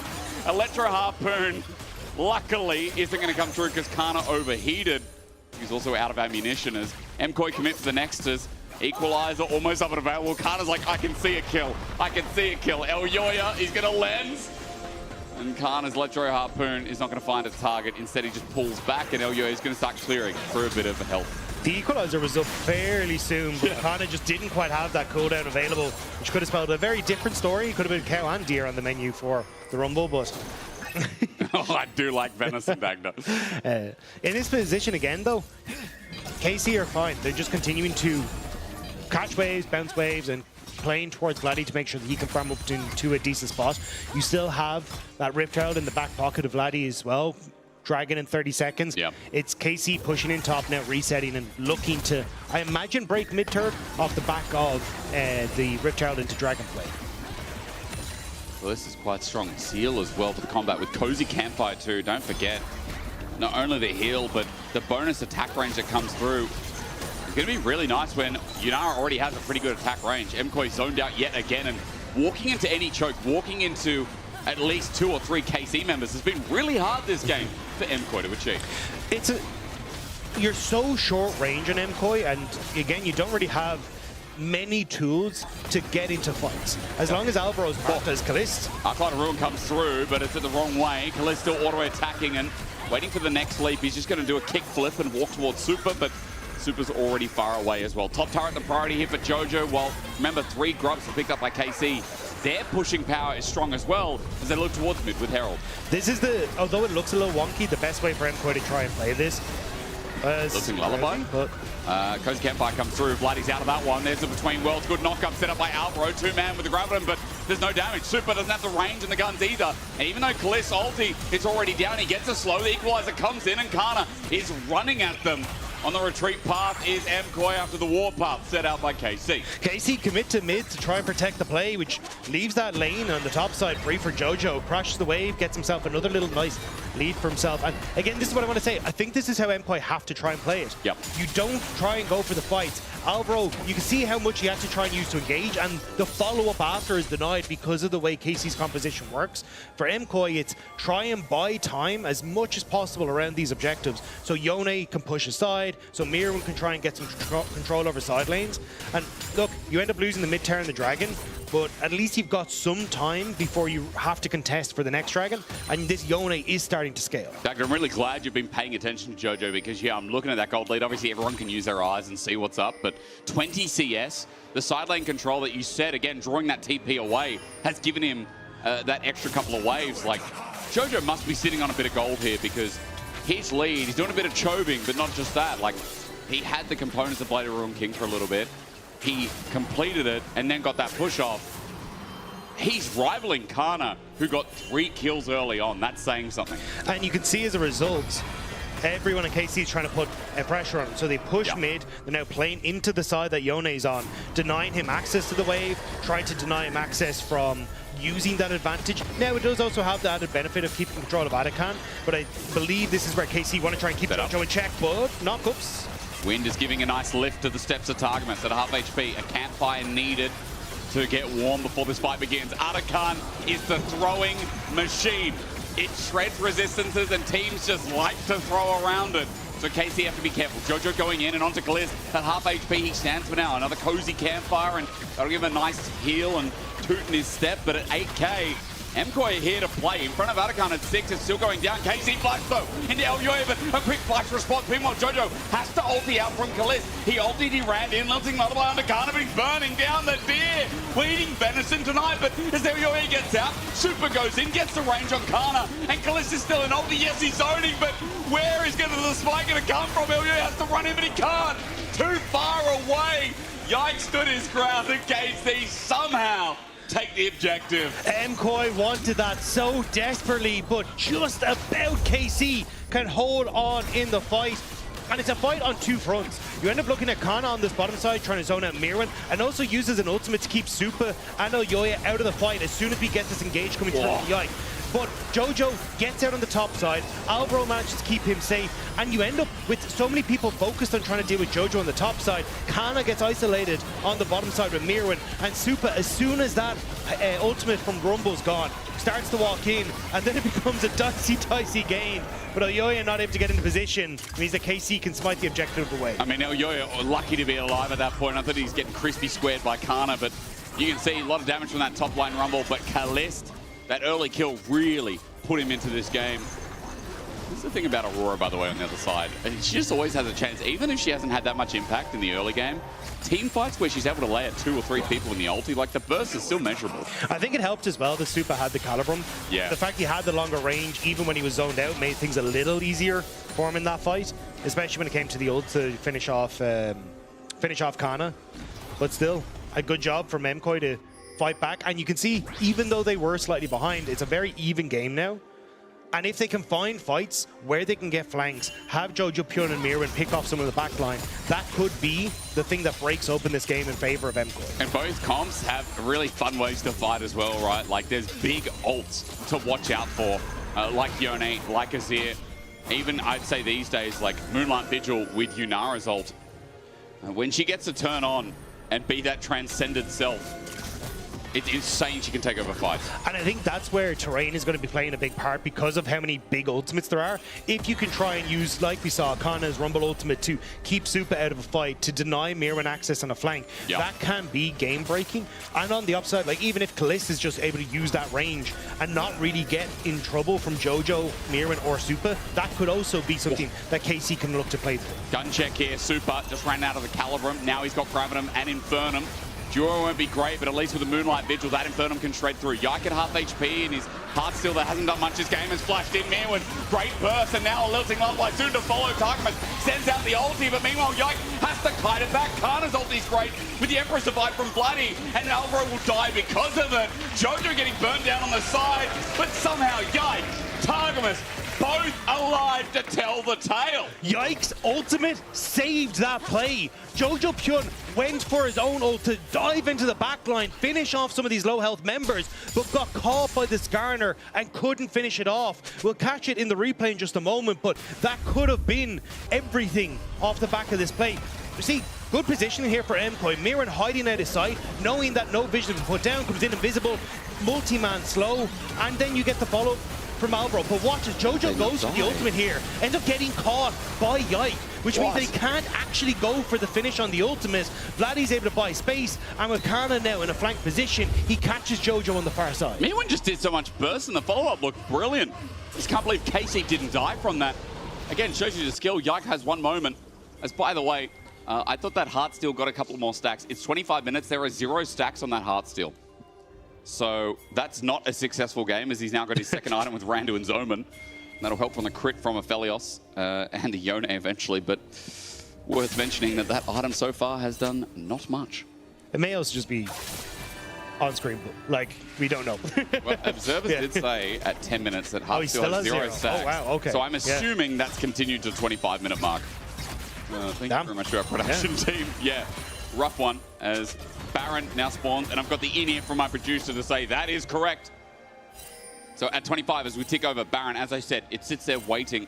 Remember as well, 2 dragons are 2 dragons. That next one moves to solve point, so it's a consideration if the Baron lingering goes on long enough. Gliz getting a nice poke onto Alvaro. MKOI moving towards this top side. You have Kana pushing on bot though, completely isolated. So they're kind of fishing for some sort of play. KC just aren't giving it to them though. It's kind of been like that all game, although be it It's been some close plays that have come off the back of this Lilia, off of Jojo especially.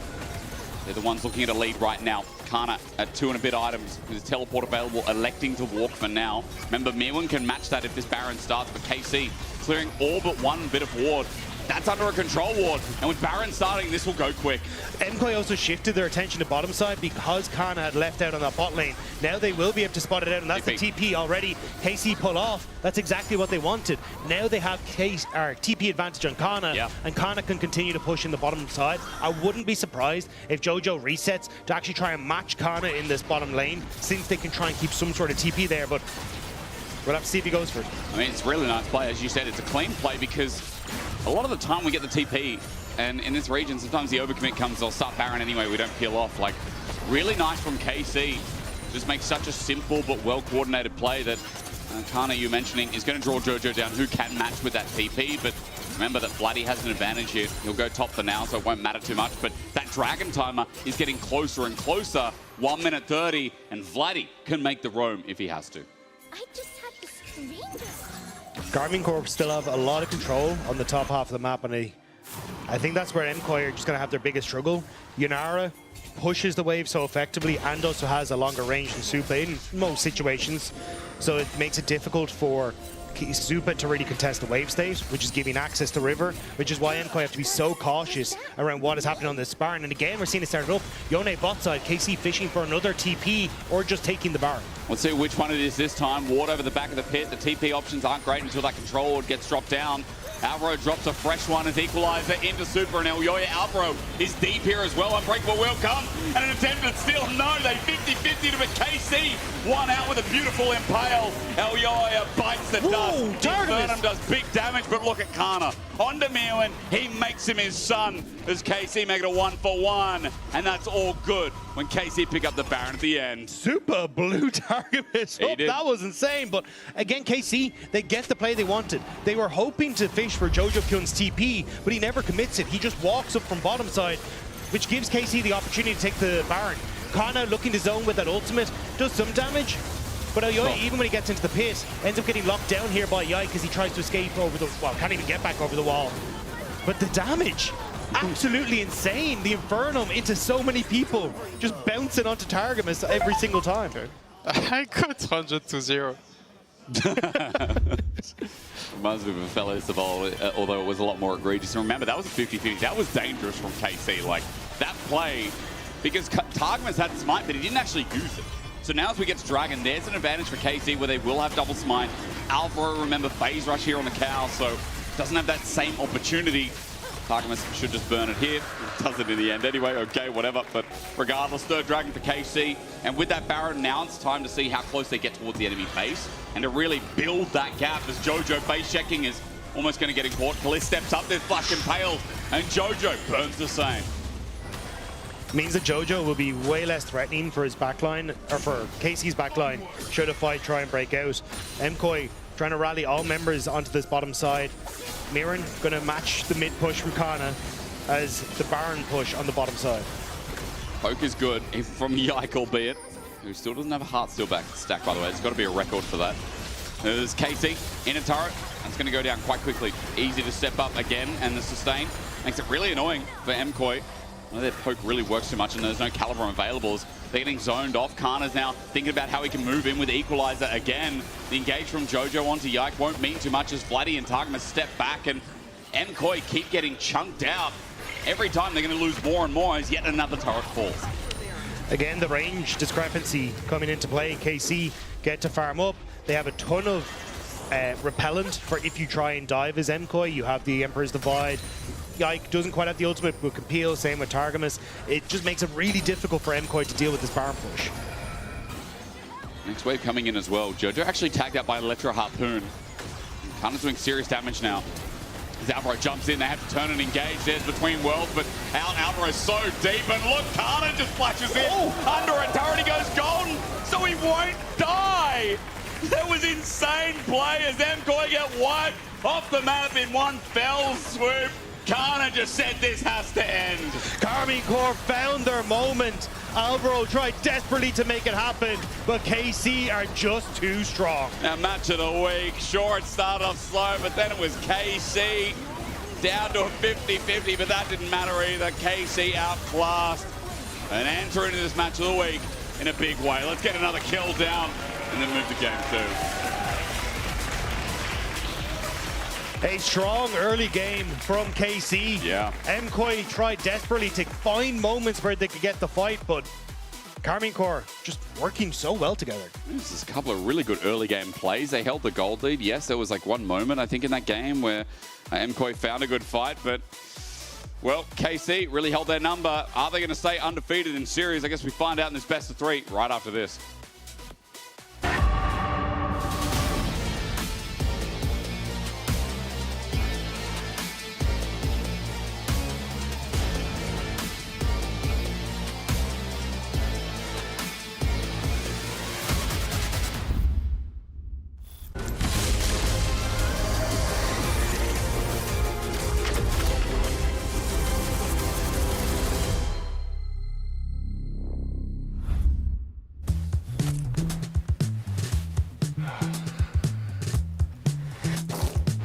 Damn it. Hey, Dragos, you ready for the... Oh, that doesn't look good. Wait, I have a solution, but you have a break. I will be right back. Just wait.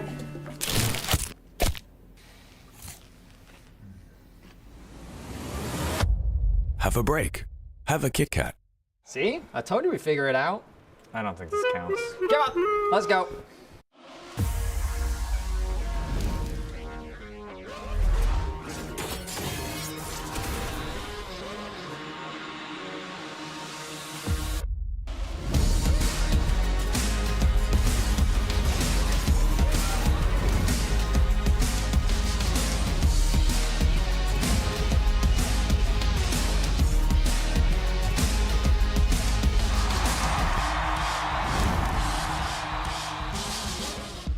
Hey, Jake, have you joined the WhatsApp?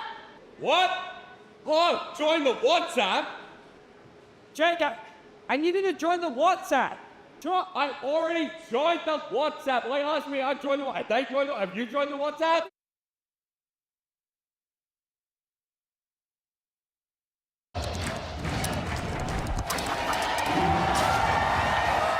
Red Bull gives you wings. We're now approaching the final pick, and what a ride it's been. A moment of hesitation, but we're getting closer to the game changer, and what a legendary journey we've been on. I mean, there's so many excellent options, but one of them has to be a perfect fit. Oh, they're about to lock in. Oh, what a pick! What a way to close things out. Book your next hotel stay in Madrid with Marriott Bonvoy. A check-in at every checkpoint. Want to level up beyond the Rift? Express like a legend and find your fastest server in one tap. Express in game without ISP throttling. Express and shield yourself from DDoS attacks. Express and choose the VPN trusted by gamers everywhere. Express VPN. Experience gaming the Express way. Fast, stable, competitive. It's time to Express. Scan to start your 14-day free trial. Subscribe to unlock free Hextech chests and keys.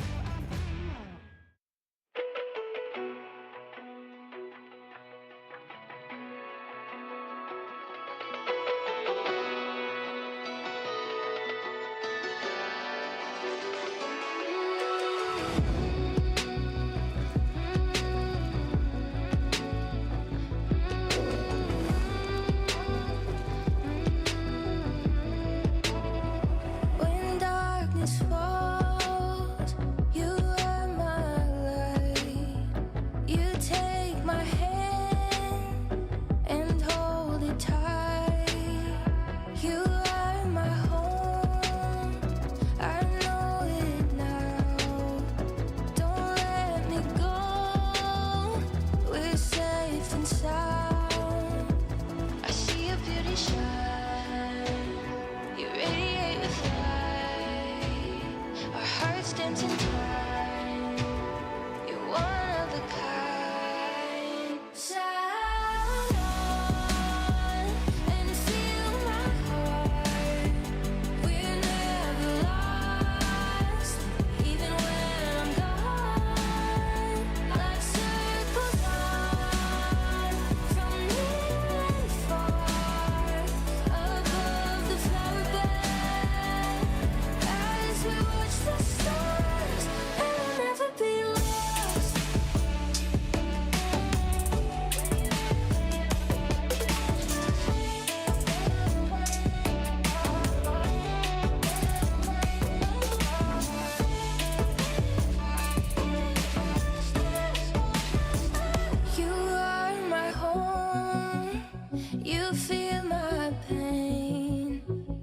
soul is yours, two souls the same.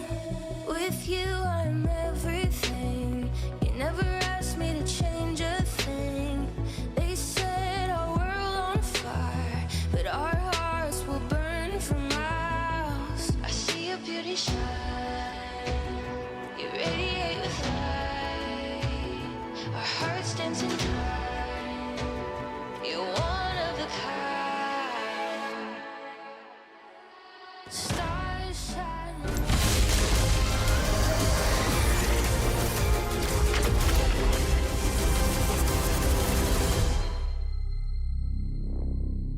They use cleans as well. Ramel no flash? I have no ulti, okay, so looks hard now. I have no ulti too. Ramel troll.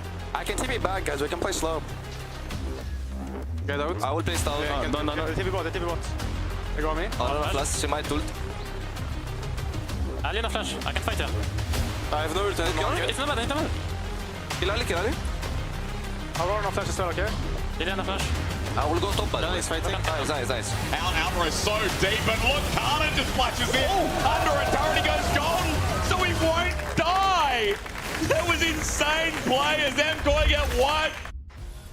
Insane play, insane game, super clean game on the side of Karmine Corp here in our first game of Match of the Week. They take the first game, and guys, just stating straight facts, Kana, Rumble does not speak English. Absolute cinema. Absolutely not a single word, but it's one of those things where we were talking about the mid lane, but you cannot forget on KC, they have the undisputed best top laner in the league, and this is one of the game that showcases it. There's been talks about a champion pool. We're still in a best of 3 fearless. You can't ban him out. This guy is so good, and his Rumble performance this game was absolutely 1v9 in the early game.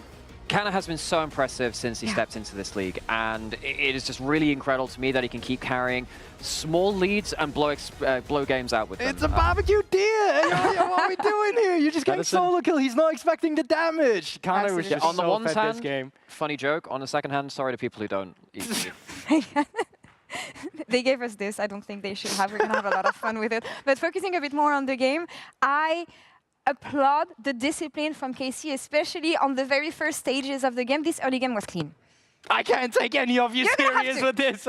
But this game, the early game was clean, and I think from KC, after the GX series in the first 2 games, it was something where you wanted more from them. Of course, that third game was fantastic, but it's still one of those things where they got all the grubs, they got all the herald, they got defeat in the beginning, and they got first Drake. This entire early game was full domination from KC. And I think particularly given the talks around this team after everything that happened last split, where we thought this could be the year of KC, domination. They looked fantastic in the first bits of the year, but then things fell apart from the last playoffs. A lot of it centered around mentality and that early game. Not taking this for granted, getting a good early game, that speaks a lot to me as someone who wants to see this team go back to those early stages of the year where they were so good in our region. So in that goal that KC has to become the better team, to be back on top, you know what?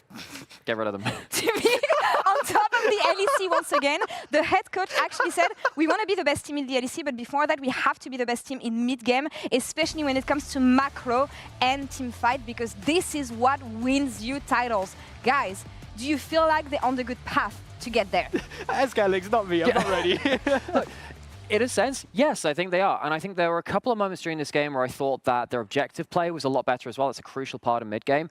And in fact, actually, I'd like to talk about one of those objectives. Professor Nymira. It's a little bit of Professor. I have another hand. It's not the other one. But I'd like to talk about the Atakan setup, because I think that twins out really, really well into something which we just talked about, those mid-games and the objective. We're going to go to the Atakan and how KC took the strengths of their composition and I think made a pretty good job of things too. Because this objective is where games go to die.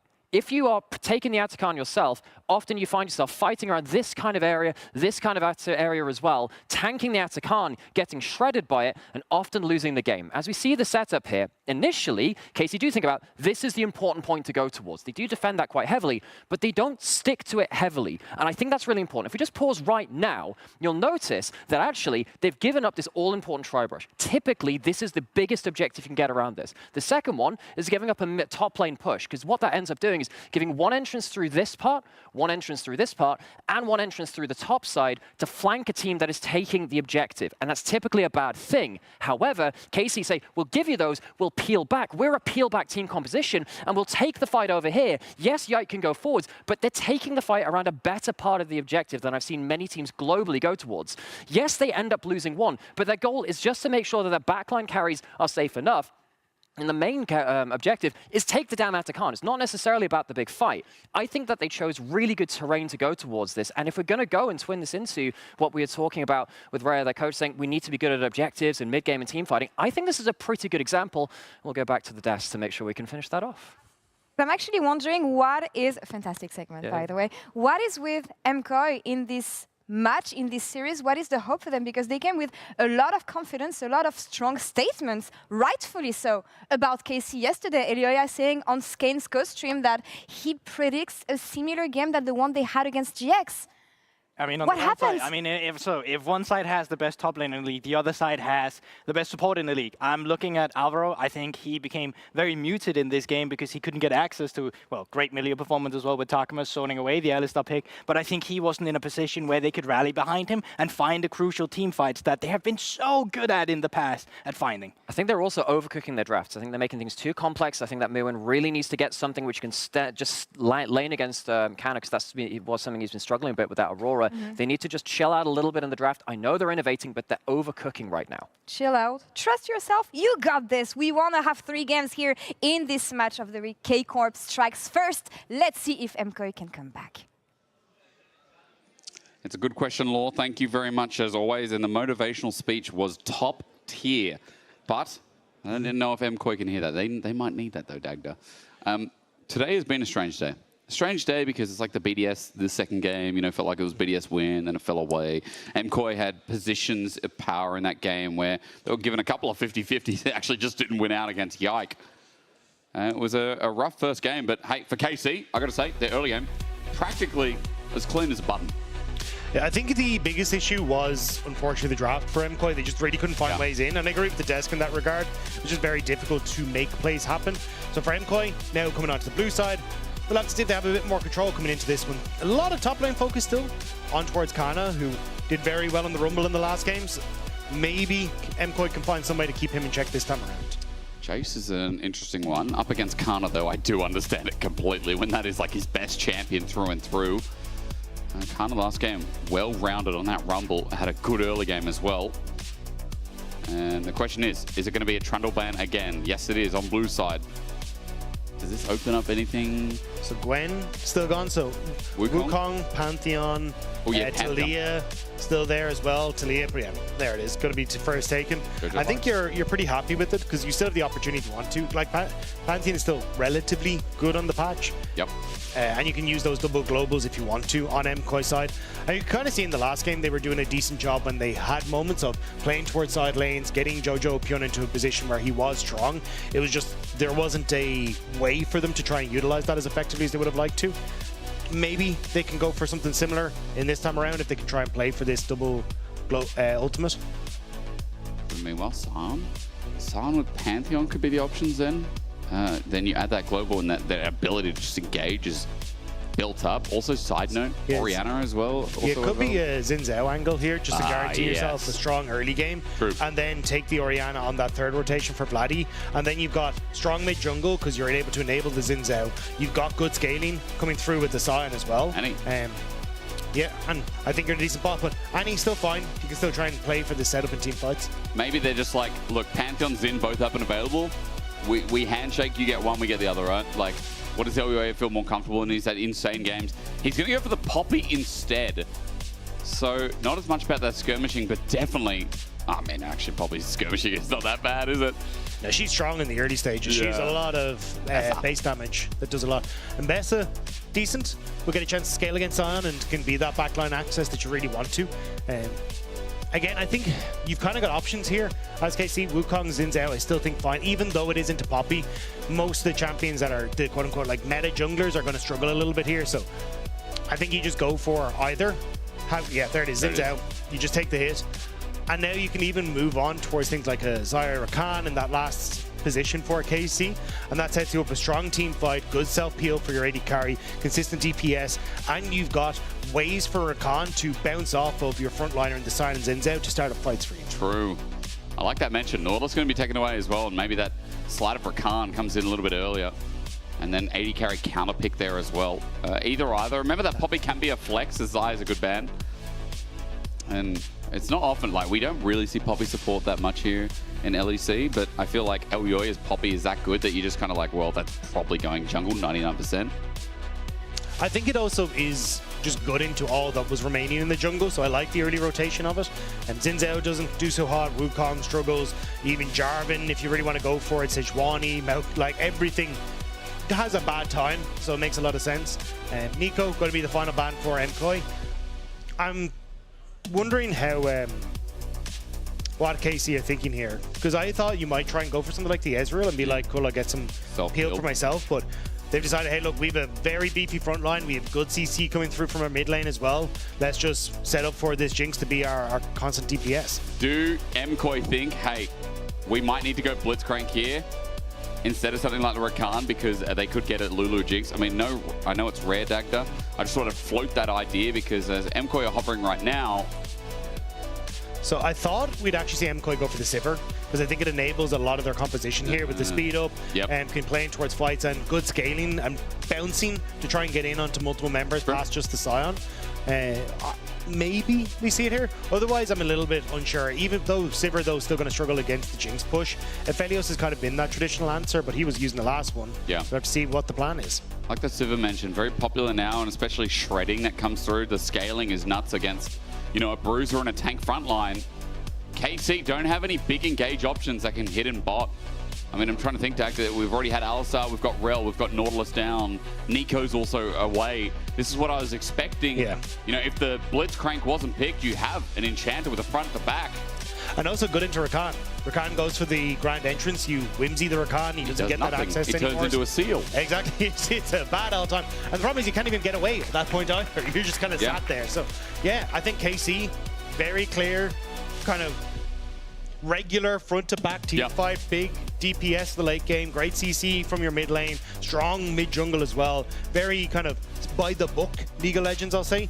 Whereas on MKOI's side, you've got a lot of still good team fighting, but really good side lane as well, with the Embess and the Talia being able to control a lot of that space, and good opportunities to just dive on towards potential plays in the mid game, especially if this the Jinx ends up isolated at any point in time. You can very quickly ruin her day underneath the tower. I'm excited because MKOI got to get the ball rolling a little bit then if they play towards those side lanes. As a quick reminder, MKOI, your first seed coming out of spring. If you didn't watch yesterday versus Giant X, you'd see a 2-1, but you'd see a series in the depth of it where Giant X should have had it out. And MKOI got away with murder a bit yesterday.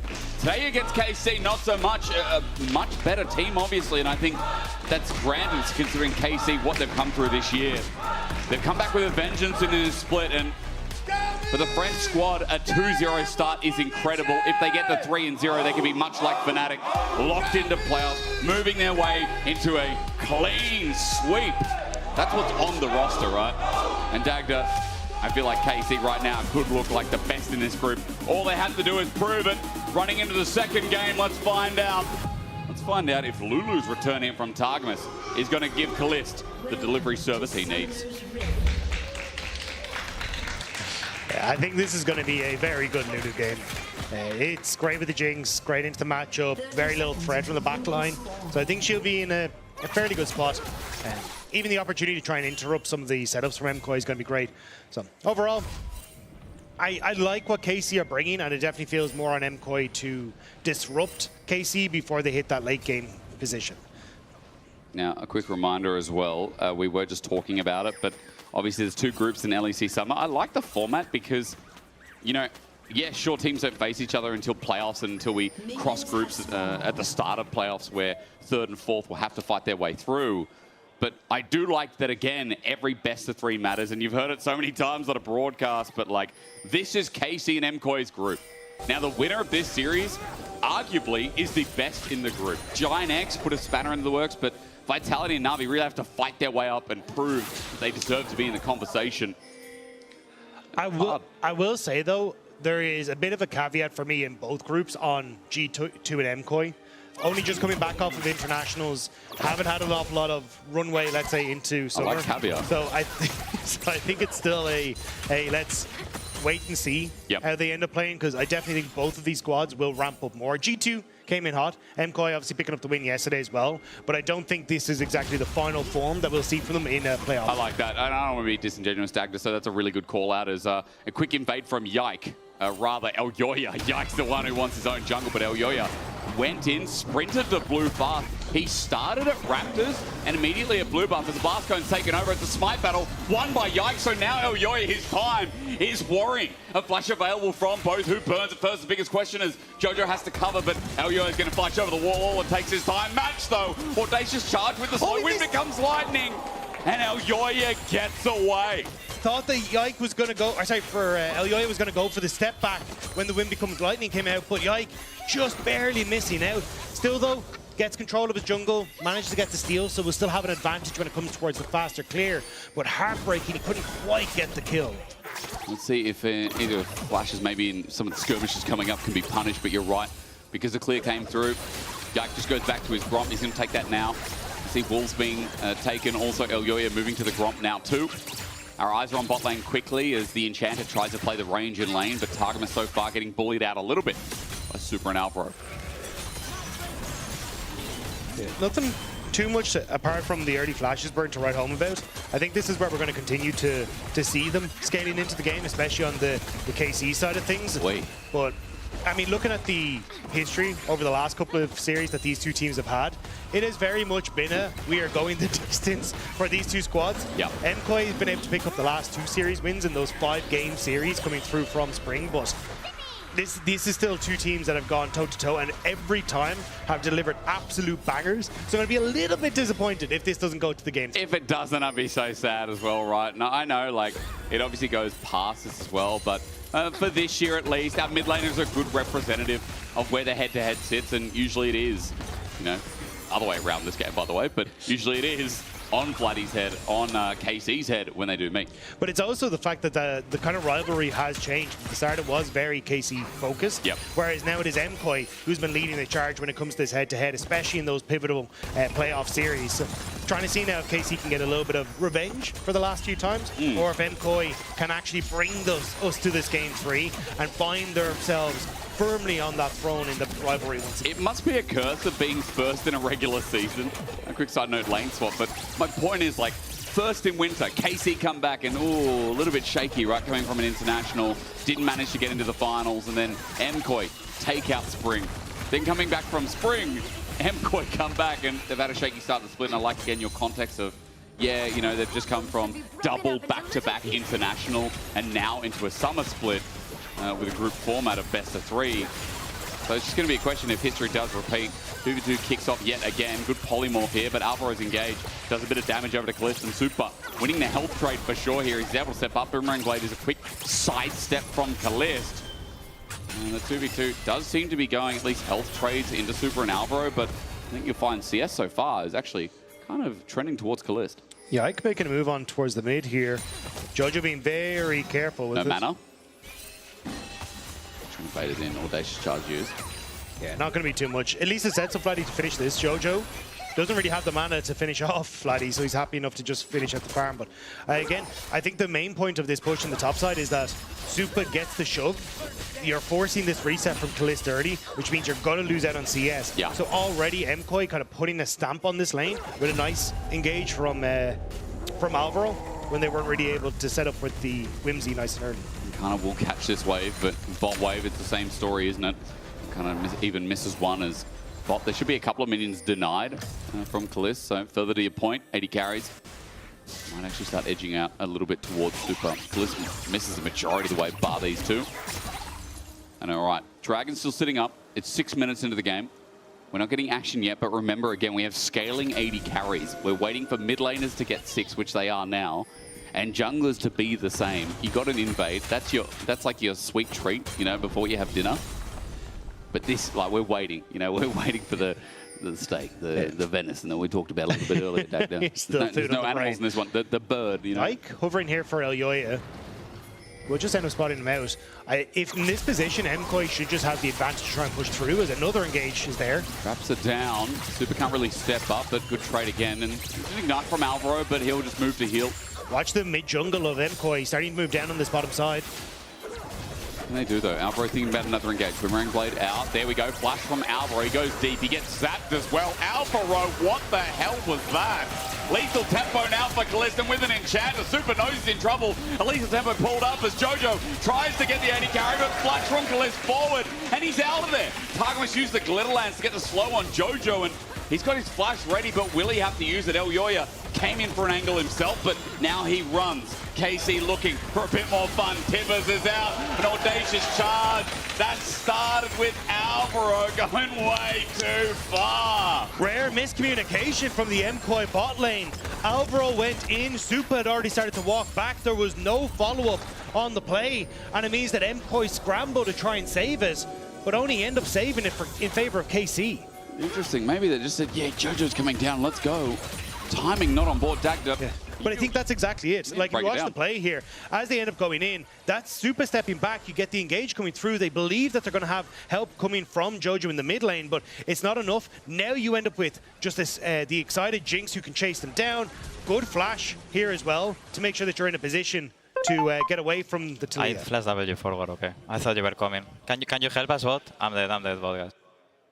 Yeah, so that's the comms, right? And it's always good for context. So I guess, you know, not putting fully the blame on Alvaro there, because Yike was the one who took half his health to stop Jojo from getting the ult in immediately. And that play looking good as League of Legends for you. One moment it looks great, but unfortunately if it doesn't all time up, it looks bad. And it is a bad play in the end, because for KC, a kill onto the Jinx now. 1.2k gold up with Herald starting, or rather the grubs that of as Yike running in. Maybe MKOI can get some gold back, but a Scion to charge in. Zone off Alvaro on Supa. Bopped away though. Nice from Elyoya. There's one, but Kalist has to walk it back into the river. MKOI is still not done. Jojo still pushing on this bottom side. MKOI happy to disengage, give two grubs over, and they will get some nice damage onto the bottom side turret instead. KC managing to hold on and get the objective. This MKOI are done with the top play, but you're right. Jojo's going to find himself a little bit in bot. TP burn from Kana to defend, and a bit of individual gold here for the mid laner again in the sides as KC find themselves something nice. Two grubs here, and this comp is still no easy feat. Dragon is still up and available. Alvaro very close to that level 6. Might be able to soak a little bit of the experience off this next wave if they want to, and maybe you can see MKOI try and fish for something, especially as the ultimates from, I suppose Jojo's will be back up, but actually with Elyoya's still off cooldown. Maybe KC actually may be the ones with Yike moving bot side that can look for the Dragon. Let's just stepping up. Alvaro's taking a mighty chunk, and with Rectrix and Rika, though, you can just see with an enchanter by his side, Kalist is having a great time. Just the power of Lulu. It's amazing what you do with an enchanter with a hyper carry that has range. He's KC, quick reminder, there's no first dragon here, but as Elyoya starts it up, there is a KC jungler down bot. Yeah, I thought we'd have KC just hard push mid. You shift over with Yike able to come through and pick this one up, but because Elyoya doesn't have the ultimate, so KC still hovering, but I don't think they're in a position now to really push for this. Yeah, Supa and Alvaro, the ricocheting blades, getting a lot of work done in that mid lane to push the wave. It's a nice objective to take. Mega Death Rocket will not be spell shielded, but Dragon goes down all the same. So good for MKOI. Decimating Smash is going to come through to clear the way from Kana. He gets threaded, volleyed a little bit. Jojo having a good time against the Scion in this side wave.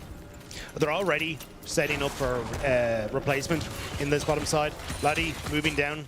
He's going to be able to pick up the next wave. Kana, his ult is almost off cooldown, but he can just walk up into position on towards his top half. So for MKOI, like, nice pickup on the Dragon, using the fact that they had the pushing bot and mid. And now, I think it's just a case of trying to find ways to use this pushing mid to set up for some deeper vision and look for picks. You've got Jojo with this ultimate available. You've got really strong and quick engages thanks to the speed up from Supa to fish for some players that are out of position. He can turn into a snap engage. Remember the combo with Mirwin as well. He does have some kind of setup with Seismic Shove, with Poby finding a wall target as well. So MKOI just need to bring it together. They need to bring this comp together in this game too. Otherwise, it's just a Scion chilling in a side lane with a Jinx who's already nicely ahead at this point in the game. I like the move from Vladdy, just hovering in river. Might have actually snuck around in behind Supa. Should get spot, I think, as he moves in behind here. No stun, but he has that by just pulling a Molten Shield. Always super easy.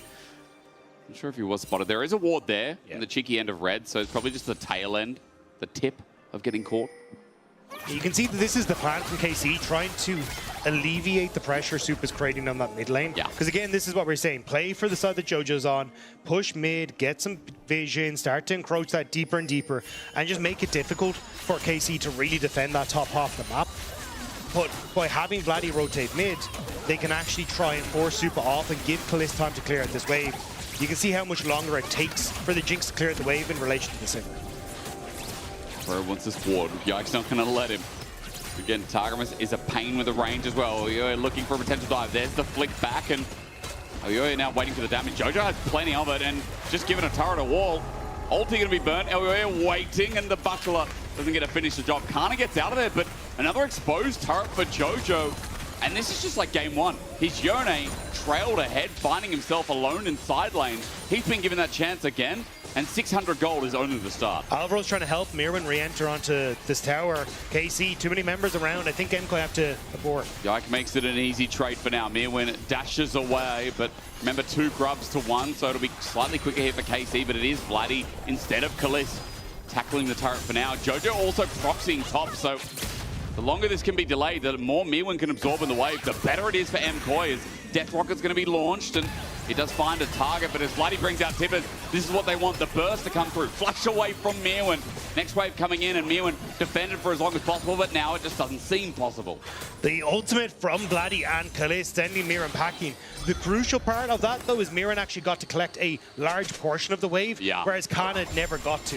Mirwin can also, well, he's just sticking around, but can TP around the map as he needs to as well to start soaking up more of these waves. You're seeing that little bit of an experience lead open up for the MKOI top laner alongside that goal. It's a CS lead as well. 30 is about there. With Eclipse as well, Ambessa really feels like a champion, having the cooldown plus the shield bash. Alvaro's coming up, but Kana's fine as a tank. He doesn't have his ulti available, but he's still got flash if he gets caught out. The biggest thing right now is that, you know, you talk about those leads. JoJo is 30 CS up his lane counterpart and keeps finding himself in this Sion lane. Like, imagine being Sion versus a Talia that already has their first item and that you could never step up to. That's not game. That's not gameplay. You just don't get to play. That's rubbish. Especially because it's the focus from MKOI. Move up here, get top tower, which opens up JoJo to push top and move into mid. Alvaro finds Targamas. Operation Bully Kana turns into finding Targamas. You're right, with the Weaver's Wall down as well. JoJo on the right side of it. His Yike has to flash away. The disengaged Ever with the TP. MKOI are looking to snap, maybe look at the target, but KC are in numbers strong. That was Vladdy, and maybe with the TP in, Mirwin's the one inting. Let's turn it about. The top laner from MKOI gets support here, and Alvaro tries to salvage a play, but into a decimating smash. MKOI ran into a disaster. Kana flashes over the wall as Zap doesn't connect because Alvaro's life might have been forfeit. They get away, but Mirwin's dead, and all they can say is that Supa was taking down mid. I like the idea initially from MKOI, but they go too far now. Elyoya, the trap's behind, the ulti flashed away from. Yike goes over stone, so his ulti saves his life somehow. It's a circle of happiness, the flash! JoJo almost will look bloody behind enemy lines. He's between JoJo's been hurt, Elyoya and Alvaro as well. Meanwhile, Supa's flashing into Targamas, and he'll get a kill. Bloody, he's gonna die as well. We've gone from nothing to everything, and Supa gets a double. What the bloody hell, League of Legends, are we watching here? That started off so well for KC, and then it's so badly for KC. MKOI overextend on the initial play, and then MKOI think, oh, well, we can just bully our way through here, but end up so separated. That KC then end up so separated that MKOI have to find the picks, they get top tower, they get the Rift Herald, and Supa flashing in is able to get a ton of gold off the back of it as well. MKOI up 2,000 gold. Let's watch again from which point, I wonder. So I like this initial play. This is what I was talking about. Play 4 picks off of the fact you have push mid and push top.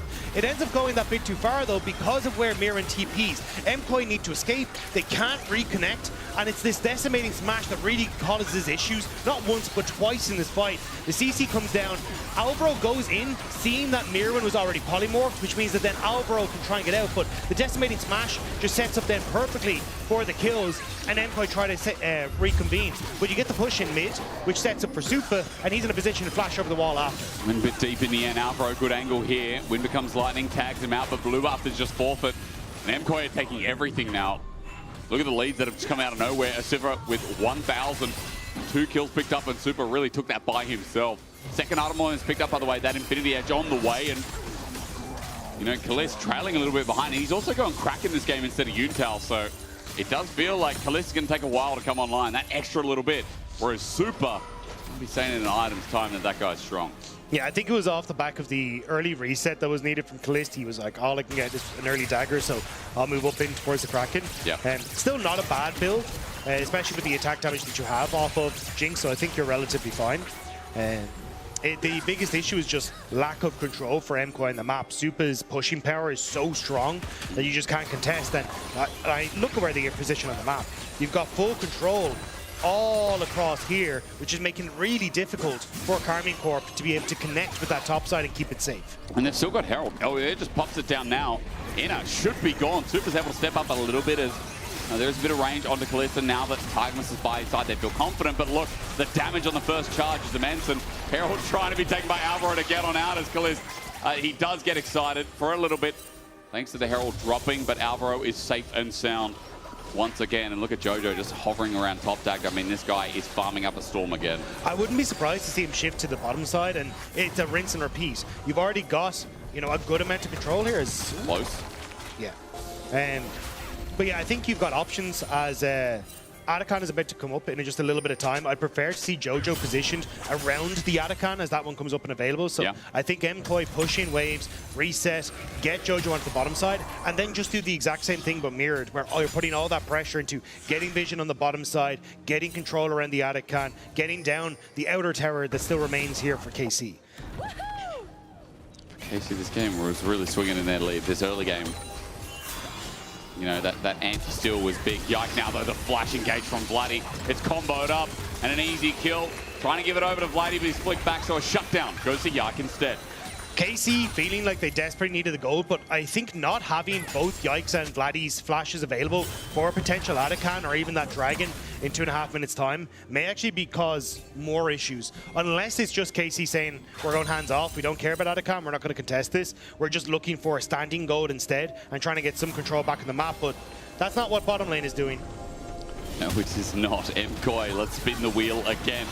Yike and Alvaro meet. Grand entrance outwards as turret's going to go down for MKOI. I mean, they're just playing the map right now so much better, and like kind of yesterday, like the game one we saw from MKOI was eerily a little bit similar to what we saw from Giant X yesterday. And then game two, MKOI just managed to switch it on. And some of their team fighting has just kind of been a rendition of, again, what we saw yesterday when in games 2 and 3, they really started coordinating a lot better. Let's see, Dagda, I see a timer for 15 seconds for Atakan. Outside of that, Dragon in 1 minute 30. 1 apiece for MKOI and KC alike. A third Dragon will make 2. Jojo's just flashed.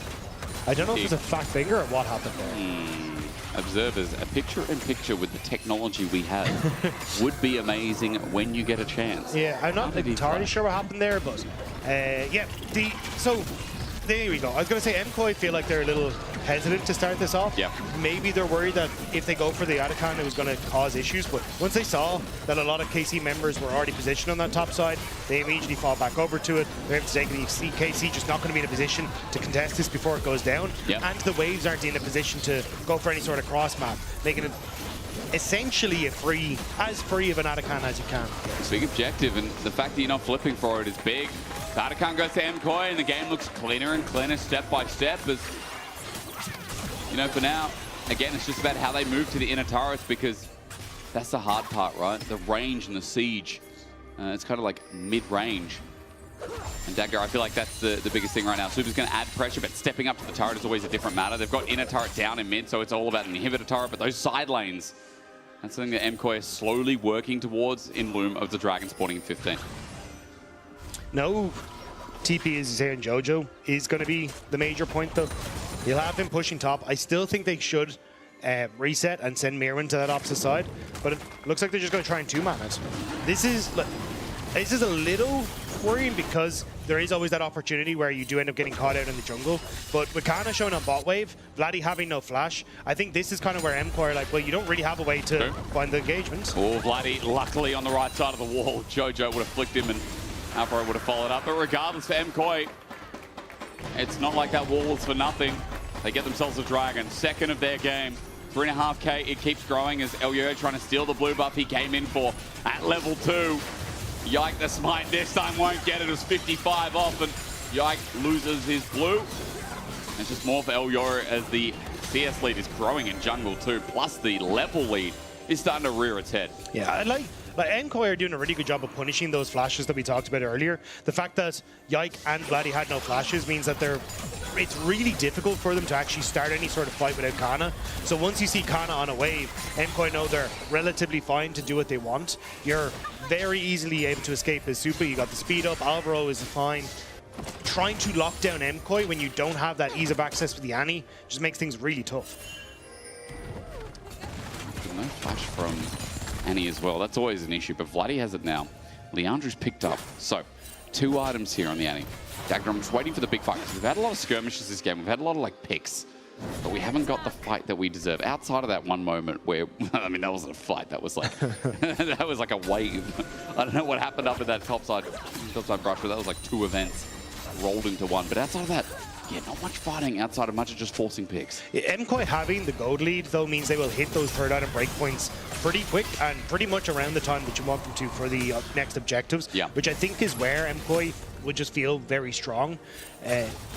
It's hard to contest as KC. You already kind of alluded to the problems with the Jinx. She is very far behind in comparison. Same when you look at the Annie in the mid lane, who still can do her job, essentially, but won't one-shot anyone realistically from this position.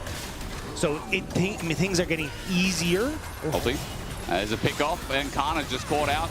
Yes, it's ulti, but where's he going to go? There's a wall in the way. Decimating Smash won't buy time for anything. And MKOI using the tools you wanted to see this game, and how easy was that?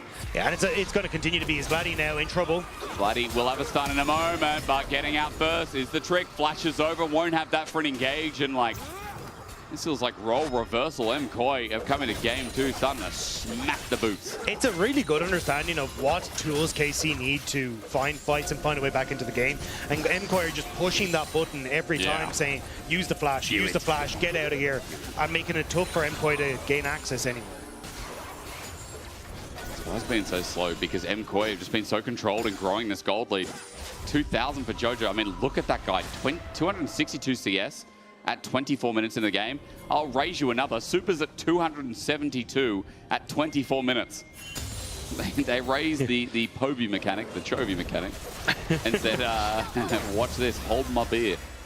I feel like, I mean, for Super and Jojo, there's a reason why Sivir owns the most CS ever in a game. You know? Very easy. Look at that. Oh, enemy camp. I didn't actually see it. It just disappeared too quick. Yeah, that was a couple of autos. LDR on the way too, by the way. Meanwhile, Kalist, who started out this game great, is just trying to ramp up to maybe an Infinity Edge. I mean, I don't think he's definitely not going LDR third. But get a bit more excess damage so that if there is a fight and he gets a reset, at least he'll be able to pump through some of the numbers. Because for now, it definitely feels like it'd be super favored with those expensive items that he had so early on. But Dagda, Baron is now spawned. Dragon in a minute 30. Let's get the party started. I see 2 team fighting 80 carries. And I want to see some blood. At the moment, though, MKOI feel like they're just trying to funnel a ton of gold into Super as Alvaro in an awkward position. He's birds of a feather, though. He'll be fine. He baits it out, sits in a brush. Yike is chasing. Vladdy's there as well. He has no flash, though. Arro's just going to escape. And look, Jojo's like, don't worry, I have a wall. There we go. Turret's going to drop down with 1 grub. And there's the inner turret. I was questioning how it falls down. Just like that, as Baron's now spawning with top wave and not having as much reliability with that turret gone. Makes things a little bit harder to control Baron's side of the map. MKOI try to finish the push-ins of each of the waves, and then they'll be looking for the resets for the 2 objectives. You should have Super's third item coming through. You've already got the third there for Jojo alongside the Zhonya's Hourglass halfway to completion. It's going to be a tough fight for KC. I think they need to have Vladdy in a really strong spot where he can flank, get a multi-man ultimate off, and they immediately burst people out and get Kalist on the resets. Otherwise, I just don't see a way that they can bring this one back. Mortal Reminder just picked up other way, and that makes it even harder to have that conversation about KC finding a fight, because that pickaxe is not an infinity edge for Kalist. Mortal Reminder, the healing cut that's going to come through. Things like Redemption as well, lacking a little bit of value, I guess. But more importantly, depending on what that fourth item is for Kalist, I'm going to ignore for now. Kana is just poked out a little bit. Good seismic shot. The burst hurts. Even into that tank. He has to flash over. KC is a unit. All 5 of them get over with a 4-man blast cone. And Super, meanwhile, is just la la la. He's playing Despacito on Spotify, and he is just chilling. And Jojo's about to do the same in the bottom. Well, actually, not going to do it in the bottom wave. PP. Maybe looking for the wall here. Super. Not a wave. Not my problem. Boomerang blade in. Yike goes in. Flash is burnt. Yike doesn't get anything with the ulti. And Miwan's ulti gets into the backline. He starts shredding out as finally we get our team fight. But for MKOI, it's a complete wipe. Super just walked up. Press W. Change next song. Okay, game 3. I didn't even know. The TP from Mirwin wants to try and look for the end here. Kana gonna have to desperately try and clear out these minions, but I don't know how much work he can do. What can he do with a flick back his Super to shred through? Next wave will help end the game. 20-second death timers, and the health bars are a little bit too low, but Koi have this one in the bag. MKOI gonna move over towards the Baron. Make sure they can pick that one up. TP to secure it from Alvaro as well. Dragon is still there, but Baron always going to be the name of the game in this position. Super easy, and this will be taken mega quick. And, you know, Kalist does have his ulti, so wait, hold, wait, Kalist ulti. Wait, Kalist, what's the value here? If he waits a little bit, Mirwin might die, but with an IE, no, there's no but. Mirwin, low as he may be, he'll be fine for now. That rocket never comes. And we look at the replay as to how this fight was just super. Yeah, he tries to go for the engage, but Alvaro flash in immediately onto Kalist. They absolutely destroy him. The exhaust as well, thanks to the unsealed spellbook, and there's just nothing that you can do. They didn't even order that much. I just saw him W and then the flash, I think, from Yike was to get back in the fight. And the ricochet blades hit a couple of times, boomerang blade hit once, and that wasn't even the pick of the fight. I just expected Siva to do a lot, and I guess Super did enough for me. KC still fighting in front of this dragon that was not taken. Weaver's wall is out as well, and on the wrong side of it, Kalist and Targmas with Tippers out. They try something. Kalist does get a reset. Kana is the trade-off, though. Both AD carries now free-firing as Kalist with an IE feeling a little bit more confident. But top laner for support, what do you prefer? I'll take the support down. I'll take the support down for 500. Yeah. Now, next question, Dagda. At 10,000 gold lead and Soul Point, to what can KC find to bring back in this game? I don't think there's much. At this stage, you're about to lose your base. You've got Baron and 3. Oh, yeah. Ulti, bloody. Just going to get walked into. That was easy. Yikes now here. Mirwin thinks, hang on a minute. I've got energy. Let's find out what he can do with the sledgehammer down. He's going to be engaged on, but even with the passive, there's 3 people to commit. Mirwin's taking a while to die. Re-engage from Yike. He flashes. Now thinks about going back in. Mirwin takes one, takes another, and you know what? Let's go again. With Super there, there's nothing we can't achieve. And even that's too bloody hard for KC this game. They can't get anything. Mirwin dodging everywhere, getting the shield, and Super shows up in the nick of time as well. MKOI, they have options, but there's only one left for KC, and it's to watch as your base goes down. It's a flash engage to end this one. We're going to a game 3 in our match of the week. Both teams have put on a masterclass, but it's MKOI in game 2 that have once again arisen. It's becoming a trend so far in summer that the Spaniards like to play it slow but steady.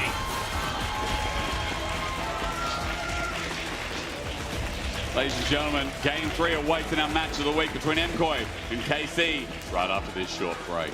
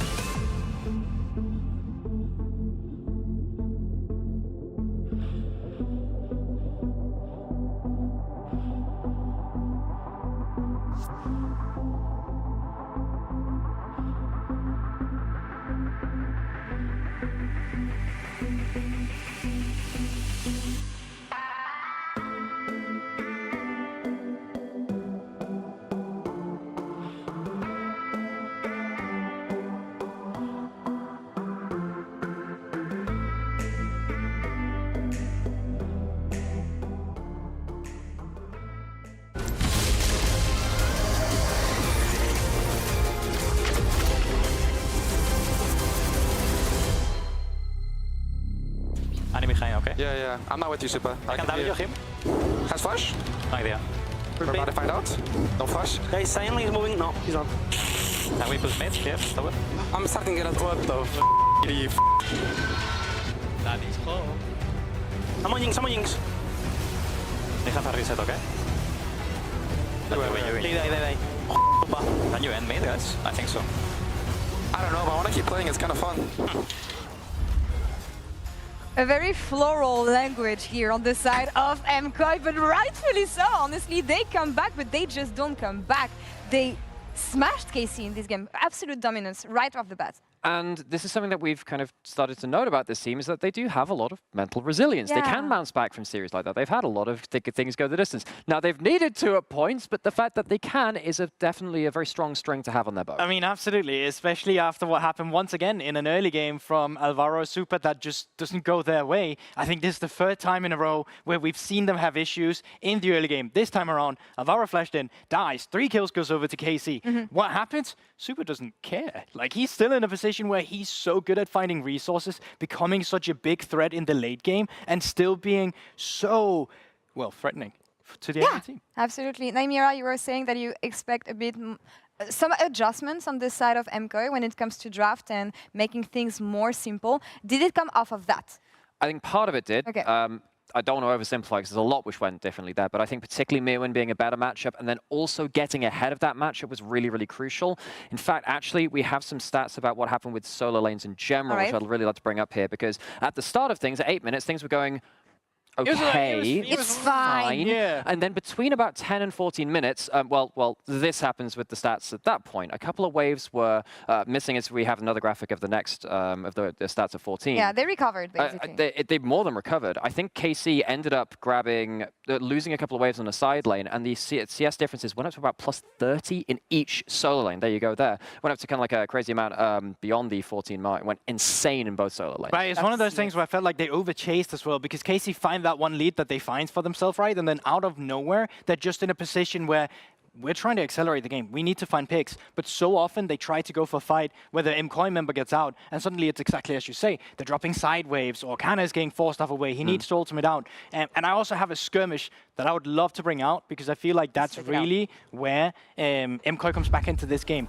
KC is in a position where they're once again going for these things where we can find a fight in our own jungle. But really what's been happening here while you're seeing this rollout is that top wave is pushing in, mid wave has been pushed in by Super as well. So MKOI is still in a position while a team fight is happening, they're still actually getting things for themselves. And as the clip roll out and as KC again gets over Celis, this is still once again where it gets super spicy, right? We find a pick on Elyoya, but it's actually a 3 versus 4. Super has pushed in again. The fight becomes way too frustrating to watch because Vladdy is coming in to flank, and at this point in time, everyone's out. But it's not just a fight. It's everything they get off this, right? They get the kills. Look at your screen right now. Mid lane is being pushed right now. Look at top lane right now. They're getting Herald. The wave is coming in for top side as well. Now they get a turret. So it's like, it's not just the fight. It's everything that they get on the map after as well. And that is what KC couldn't find for themselves in this matchup. Frustrating to watch. Imagine frustrating to play this I mean, as well. a bit Because possibly. I felt like after that, Naimira, you said it. No vision at all on the side of KC. They try to make things happen on the map, but it's just not possible anymore to catch up with that comp. Yeah, there was a point, I don't know, a couple of minutes after that, where I was thinking, well, they don't have a single ward even into their own jungle. They have a couple just over the walls, just into the very, very shallow into their own jungle. If the game has got to that point when you're against an Ambassador which can ult you out of Fog of War, Talia that can ult into any kind of lane as well. We even saw the Sivir Rakan engaging from 2 full screens away onto the poor Annie in mid lane. Became an unplayable game. Really impressed by MKOI's ability to shut out the game once they got a hold of that lead. What's next now? Because I wanted to see a game 3. I'm just curious to see what it's going to be about, because game 1, domination on the side of KC. I'm going to call in the domination in game 2 as well for MKOI, even if it didn't begin the way they wanted to. They stopped KC completely, stopped their way of coming back in the game. What do we want to see here in game 3, and what have we learned so far from both of these teams in this specific matchup? I mean, I think those solo lane stats from the 8 minutes to 14 minutes where the gold lead went from, well, whatever, to massive lead in both cannot happen again. I need to see better side laning and better side laning matchups for the side of KC. We know that Kana's fantastic at playing through them. I think he's more than enough to put down Mirwin if he's ahead like that. And on the other side, we saw what MKOI get when they get ahead of that. You cannot allow side lanes to get ahead on either side, really. I mean, for me as well, so much is actually about Super in general. When you look back at spring playoffs, this was the guy that was making sure that his team got over the finish line in some of the dire team fights against KC. I think if you can shut down Super, then the game is so much easier. But that's such a hard task to accomplish because this is an AD carry who does so well with limited resources, even when playing from behind. And I think if you're looking for a star member on MKOI right now to get them over this hurdle that's KC, he's the guy you're looking at. I want to ask about mid lane though, because we entered this week talking about the super mid lane clash. We've talked about this before this series as well, seeing where these two mid laners rank in the top of the LEC. Are they on top of their form in this series, at least? I mean, I think Jojo's playing pretty well. Absolutely. I think Vladdy is struggling a little bit in some of these matchups right now. I need to see a little more from him. We know he has an incredible ceiling. I don't think he's showing us that right now.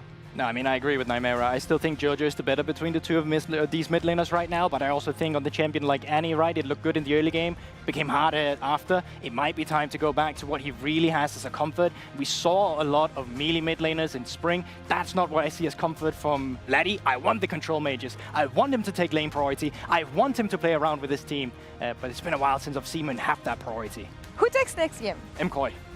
Wow, no hesitation. No, Please MKOI. elaborate on that. Why? Well, I generally just think that this is a team that's now coming in with momentum. I think that KC really struggled to find their main win conditions in the mid game, and early game can often go either way. But at the end of the day, I think the best team that wins is often the one that plays the best mid to late game, and I think MKOI can be that team. I'm sold, Nymera.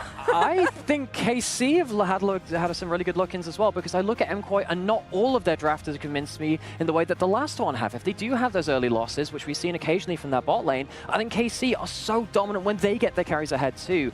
I think MKOI, their drafts are not quite dialed in enough for me just yet, and I think KC can use that small advantage and take the win. We'll see who's right at the end of this, but before that, before we head into this game 3 in our match of the week, we have Shox standing by with Skane, MKOI supporter here. So let's see what he thinks about this series so far. Yeah, the flying reporter is flying for sure. What? I can hear you already. ¿Cómo estás? ¿Qué tal? Oh, ¿qué tal?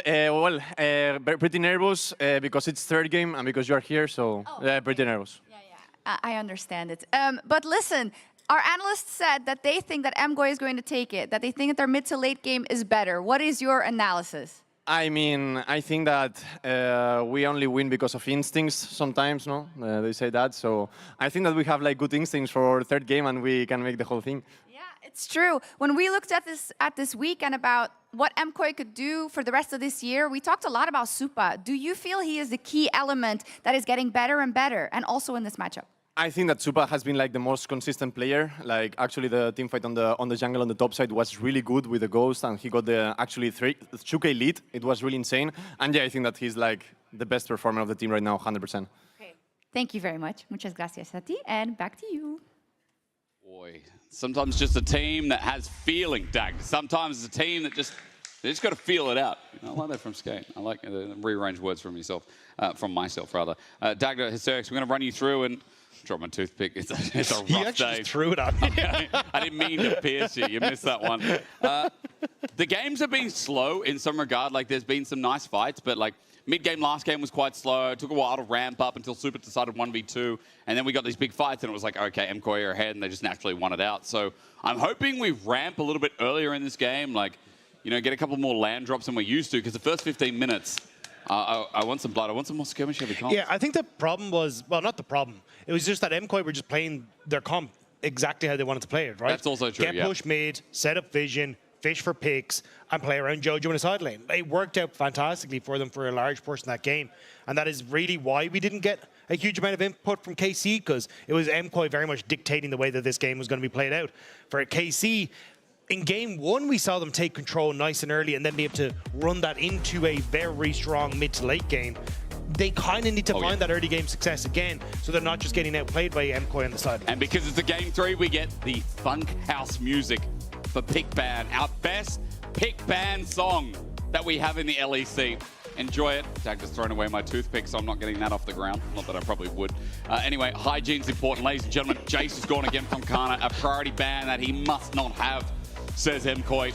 Trundle as well has been permanent ban on blue side this series, and for good reason. does mean things like Sejuani could be thought about, as we've already had a couple of tank junglers in the midst. Yeah, I think moving back towards Maokai and Sejuani is going to be the call. Look at the EU tree.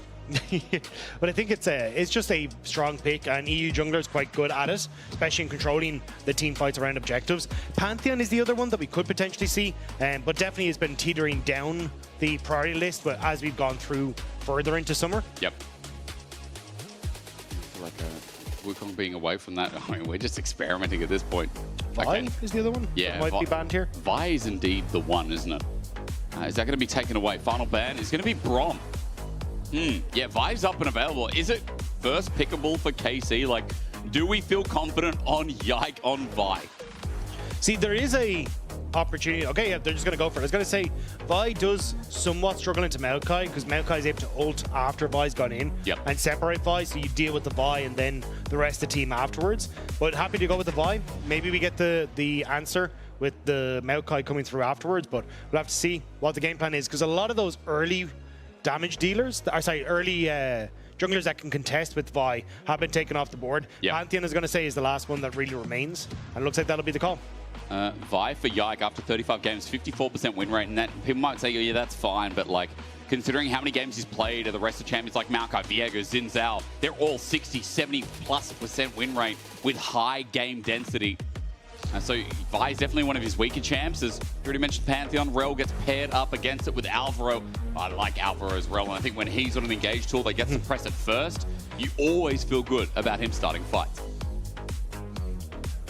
On the upside, I'm not really sure what you want to try and go for as an answer. Maybe it's just the Renata here for Targamas to try and buy space for the backline. Also, Senna does start to rise up in priority in these sort of situations because you've got an AD damage dealer. I was going to say you could take something that's a bit more of a carry in the top lane for Kana, but of course Nico still available. Yeah, I mean, that's a big one to bypass as well. I'm surprised we get it in game 3, but it has been banned away a few times. Precisely 2, I believe, because that's what counts to 3.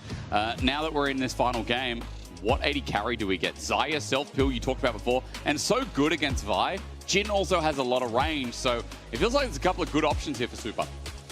Yeah, I think Corki also up there if you want to try and go for something that we've seen a lot of more aggressive carries go for, and not to say the Super isn't aggressive, I just mean like Noah, who wants to really dominate lane, has been tending more towards the Corki. I mean, Super is an aggressive AD carry. Exactly, you can say that he's aggressive, don't worry about that. But yeah, I think you're on both sides. You're pretty happy what you got. Targamas had a fantastic engage on the Nico last weekend, which ended up winning that series, or helping them to win that series against Giant X and turn around that. I think it was game number 1. I think it was. Either way, it's now just a case of focusing on getting rid of, I was going to say, the options into Cassante in the top lane, but it looks like, at least with the champions that have already been taken off the board, there's very few that remain as an option into Cassante. Maybe you just want to get rid of the Ornn or something along those lines as well to act as another engage tool, and good follow-up with the Pantheon if he ever goes for that big ult engage. Ryze has gone instead. That Ornn mention is nice, Dagda, because I agree with the percentage health damage he has, thanks to things like Brittle and Bellows Breath. That could be something that, again, layers really well with MKOI. Let's find out if they go top lane here and get counterpick for mid lane, which would be the obvious call. Jax also may be an option. I think Mirren in the past has gone, yeah, okay, it is just going to be. And yesterday, remember game 3 against Giant X? This is what helped seal it. It's not going to be picked now. It's a blind mid instead of matching top. Which is kind of interesting. So strong, though. Yeah, I guess they're like, hey, we just can't give away Orianna. They can't do it.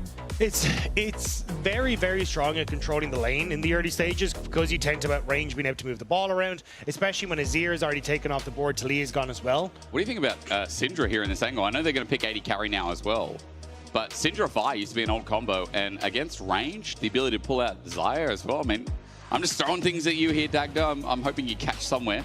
Okay, I didn't throw that at you. That's a victor. Yeah, I think it's more playing for strong AoE in team fights and good zone control in team fights is what they're looking for, because you've already got that Nico. If you can pair it alongside a Victor stun afterwards as well, it can really wreak havoc.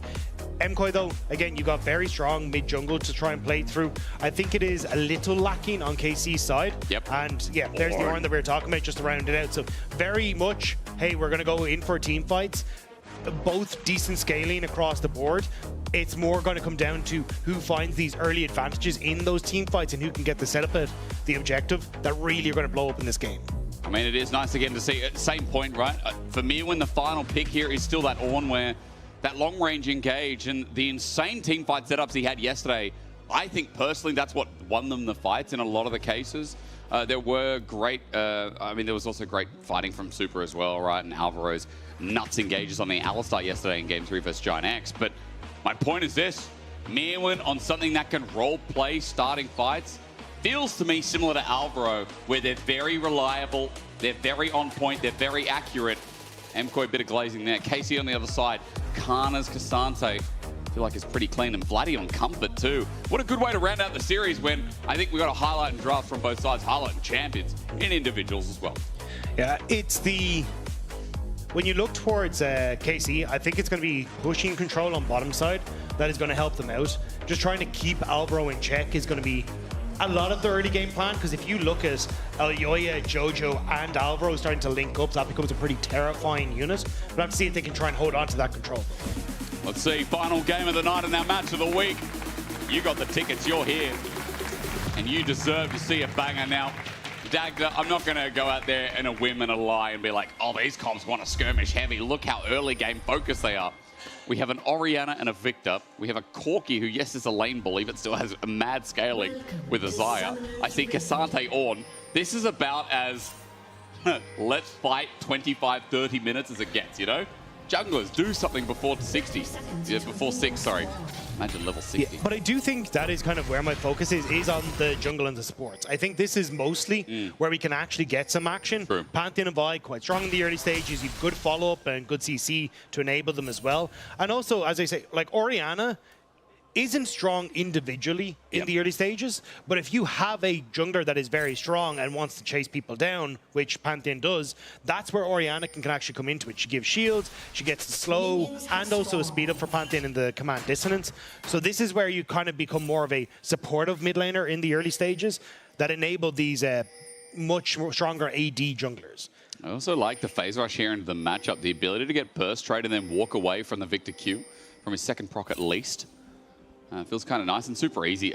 Back when phase rush was a little bit stronger, Orianna always take this and you just auto QW, boom, trade done. Or if you don't get an auto down, you press E and then you get it done anyway. So phase rush feels like the easiest rune to proc on her.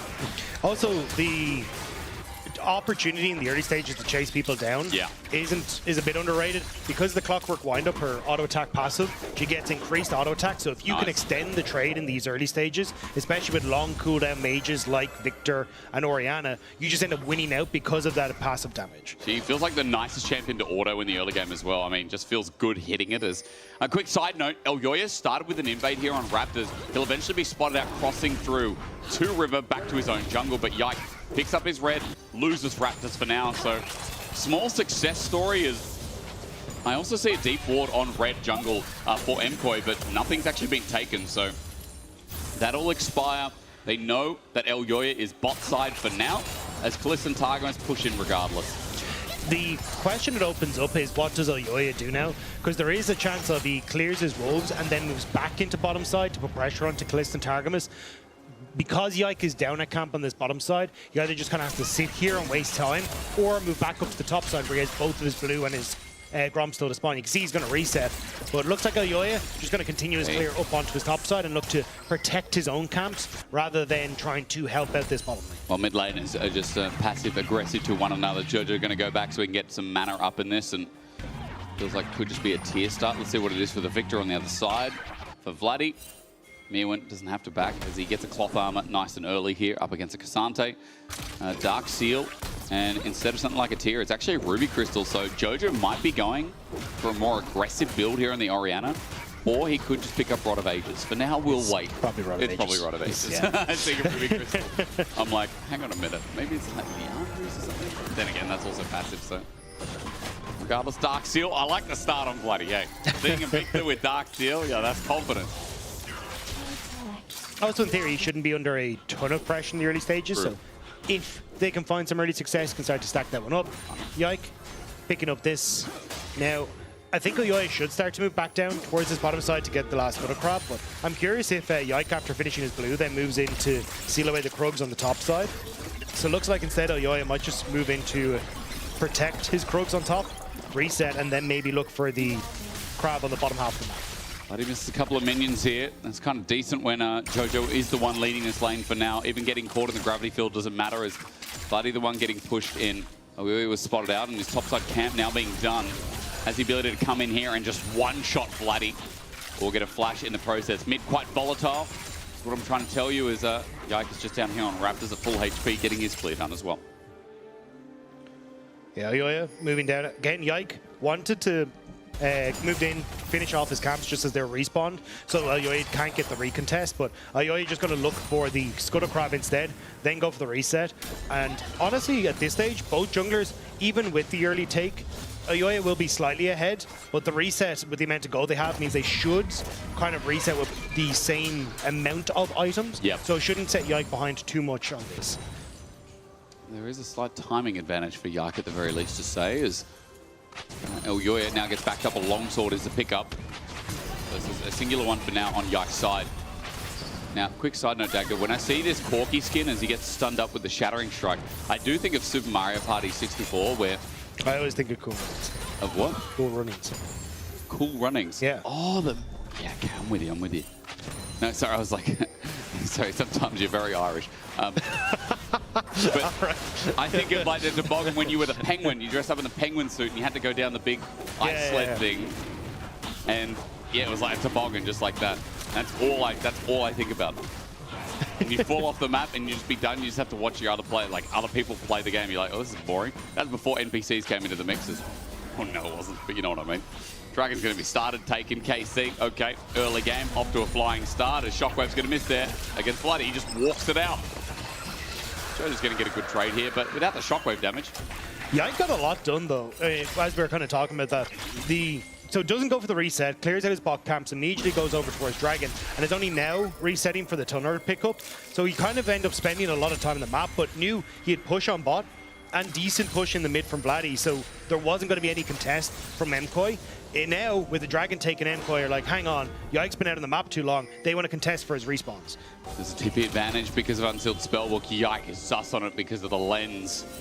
Well spotted with the timing there. Tucker's now moving up as well, but Jojo has Bloody under turret. Phase Rush gets him out of turret range with the poke, and again, even though Shockwave was used, Jojo just doing a good job. Chaos Storm now going to come out, or rather Arcane Storm, and that's going to help clear the wave, but Jojo should be able to match this. He takes next to no damage, and it'll be neutral in mid yet again with no TP to speak of. Jojo is doing a great job of getting the trades that he needs, though. Yep. Already a nice CS lead for himself, and the fact that his ultimate's going to be up a little bit quicker means there's a timing window for MKOI to try and make plays off of that ult being up and providing that CC. But nice. Kana's just going to proxy a little bit here because not much that Mirwin could do. I mean, he's just going to accept the wave, but Kana's in a nice spot in this game as well. Quick side note, I feel like most LEC Cassantes have either had a lead or have just found success Dagda. I'm moments away from looking up the win rate with my fancy computer. It is a difficult matchup for the Ornn because a lot of the damage you want to get is through Brittle, but if you are about to hit the auto attack, you can pop the W as Cassante and ignore a lot of that damage. It's 2 out of 5. It's not a good win rate. But in lane, it's a little... In lane, it feels good. And I think we've seen some good Cassantes, like a lot. I think that was a loss yesterday, the game you played Cassante. I can't recall correctly, but we've had a lot of good Cassante games that have been like, oh, no, the team is too fed and we can't do much. So I don't know the best win rate, but still, it's a good game for Kana so far. 300 gold lead, as you can see on the screen. And I think more importantly as well, that mid lane is once again, 3 games in a row, Jojo's lead. He's had a lead each game. He's played side lanes better. He's gotten a lot more time to spare. He has been PvEing a lot. But to his credit, I mean, he's been doing it very well. In this game, the PvP's been going well as well. Here we go. Let the skies erupt with the Pantheon in. That's Yoya. Paying a visit in, but he's ulted by Yike straight away, who flashes out after his cease and desist. Yoya pokes out that Comet of Legends, getting Kaliss, but Kaliss will Valkyrie instead. So, now that he's level 60, he can start poking out in return. But regardless, MKOI try to send a play. Nice shadow from Yike, though. His camps hadn't really spawned on the bottom side and knew that his bottom lane was the most vulnerable part of the map. Cassante is already going in behind the turret, so you don't have to worry. Oh, hang on, Jojo. The Shockwave, but where's the damage going to be? I mean, at this point, Chaos Storm's going to do as much. But Yike able to cover. Now it's going to be onto the Void Grubs. Yike coming in, remember that ulti, he did a little assault, but he's not going to find any target. And now just starts up the grubs for himself. MKOI have leashed a little bit here, and One should be granted, but MKOI are backing away. Two going to be granted over to KC, and that is a nice interrupt to get quite a bit. Once more, Kana had moved from that bottom side into mid, so MKOI a little nervous about trying to overextend for the Void Grubs. Will give Miran a little bit of time to get the tower, this wave underneath the tower, but in the tank v tank matchup, it's not going to mean a huge amount, whereas those early Void Grubs can do some nice things for KC. The goal for Mirwin in the meantime, hitting up that plate. We come back to mid because it's always just on the edge of 400 HP. Jojo and Bloody keep fighting it off, and with Catalyst, Jojo has a little bit more sustain here, but I'm more concerned about how supports get involved. Alvarez goes into Fog of War, Targamas as well, Pop Blossom, no Magnet Storm available. Just counting ultis here of what the supports can add, and both mid laners are very cautious, making sure they don't step up to get caught. It's more just protect your own vision line at the moment and try and extend it a little bit further. There's no objectives until a minute for the next dragon, so nobody really wants to overextend or get caught out ahead of that. Battle for the Scuttle though. Damage is going to come through from Elioya first. As Elioya building up passive stacks, but Scuttle's going to be granted over to him. And that's also going to give a bit of power to Super in this top lane who moved for the swap. Going to get a quick recall in as well. As we kind of go back to normal. 10 minutes in, no kill yet, but again, early we know there's not going to be too much blood. We've seen the comp like third time in a row. We're just going to chill, lull about a little bit and do whatever people do in the early game. Well, the thing is though, the move from Kana, not as egregious as he already, well, egregious is a bit of a strong word, but not as bad as he was able to pick up a lot of CS, and it has a bit of an experience lead. But when you look towards Kalist, the rotation hurt him there. He lost about a wave worth of experience, setting him behind Supa. And Supa should hick over then off of this wave to level 8. You can see just there for the fight. And that could actually be pretty important if KC try to look for a fight immediately. But looks like they're just going to be happy to bounce the wave. Maybe actually look for a play into Kalist here. Kalist is the one hiding in brush. But it's a Corki, it's not going to matter too much. And they don't get the ward in the end. So Elioya just stacks up to 5. And Kalist is going to take on Super. Bombs down, and Feathers do not get a root. Super felt very confident with that one with the BF sword, and he should have. He gets a root there, maybe he has the kill. So no real positioning for MKOI on the objective. They're trying to fight for this control where Kana is. But again, Kana just walking down to the objective. Happy to give Miran a little bit of time on the tower to finish out the waves. KC more focused on the objectives with the top lane. It starts off, teleport coming in, and Kalist, remember, he took a chunk before. Will it matter too much here for Koi? They're thinking about their angle. Alvaro needs an impossible engage, but made possible. Call the forward god. Flashed in. Mirwin does it again. Zoned off 3 from KC, and Yike is down. Meanwhile, Kana got into the backside. Gets Super's flash out, but now he's isolated. Alone. Left to dry. While KC getting front to back by MKOI. In the blink of an eye. It's MKOI with 2. Dragon down as well. And orchestrated so damn nicely for that fight. The Ornn ultimate tears through KC, and MKOI have Elioya just deliver himself into the backline and tear apart KC. MKOI's team fighting has just been better across this series. Kana trying to set up for the front line, but Mirwin, KC essentially just set themselves up perfectly for it. And even with the interrupt coming through into the backline, Supa is completely fine. Elioya able to separate out the fight. A good shockwave from Jojo hits onto 3 members as well. And you called it. Kana went so deep to try and finish off Supa, he just ends up isolated in that backline. First 2 kills over to MKOI, and it goes to Mirwin. The CC chain, the layering with double brittle coming off his Call the Forge God, then his Bellows Breath. After setting out the pillar, it was just nothing that Yike could do. He couldn't move, rather. And so for MKOI, a decent-sized gold lead here in what has been otherwise a slow early game. The Dragon makes the game slower for KC as well, and Dagger with all the scaling. MKOI are not going to be forced to a fight any sooner than they'd rather. The problem, though, is what we already kind of alluded to. MKOI and KC both scale relatively well into the game. So the early resources being given to MKOI means they will hit those item breakpoints faster and continue to be stronger. And every time you try and contest them, that's where you're going to get more and more issues as this game goes on. So now a lot of this is going to be, again, coming back to Targamas and Yike. How can they find moments to attack side lanes and prevent MKOI from being able to utilize this lead to continue snowballing the game? An early lead advantage is especially going to go to Jojo, who, again, 30 CS up just about. He's got a Rod of Ages. He's stacking it nice and early, and Vladdy has been bullied in this lane. I'm even seeing half a level advantage between Vladdy and Jojo this game, too. I'm looking elsewhere. I'm seeing the leads all red, all good, and it's good from Elgoya. 30 CS up. These numbers, these mean so much, again, when we talk about scaling, but even more so when you have something like a Herald spawning in 50 seconds, another Dragon in 3, and MKOI have the ability to start popping heads. They want to just pop anyone who walks into a side lane, and this is going to be because of that Pantheon ultimate. It's so difficult for Vladdy to push up. You can see how defensive has to be. Now, obviously, he spotted MKOI on that top side, but he doesn't really get to play the game from this position, to be honest. And Miran's just happy because, well, he is God of the Forge God. He is a ton of health. If you try and dive him, it's not going to go well for you. No, it's not. Simply said. Efficient. I started to cough at the end of that. I know. You had the hiccups before. You started to cough. Look, we got rid of the hiccups. You don't need to worry about them, okay? The question is just leading towards this fight. 5 seconds. You know, as a caster, you just get away with saying easy things like a scoreboard timer that you can all see, but I point you towards it and you think, oh, thank you very much, Asterix. That's very nice of you. That's no problem, really. Where was I, Dagda? Okay, yes, Herald. Elgoya is going to start it off. And the zone that's coming from Alvaro, it's so easy for MKOI to just hold this position. Teleport going to be burned, but even though Vladdy's coming in with the Blackfire Torch, he's going to come in just for the wave. Nothing else going to be granted. And MKOI objectives in this early game are looking real nice.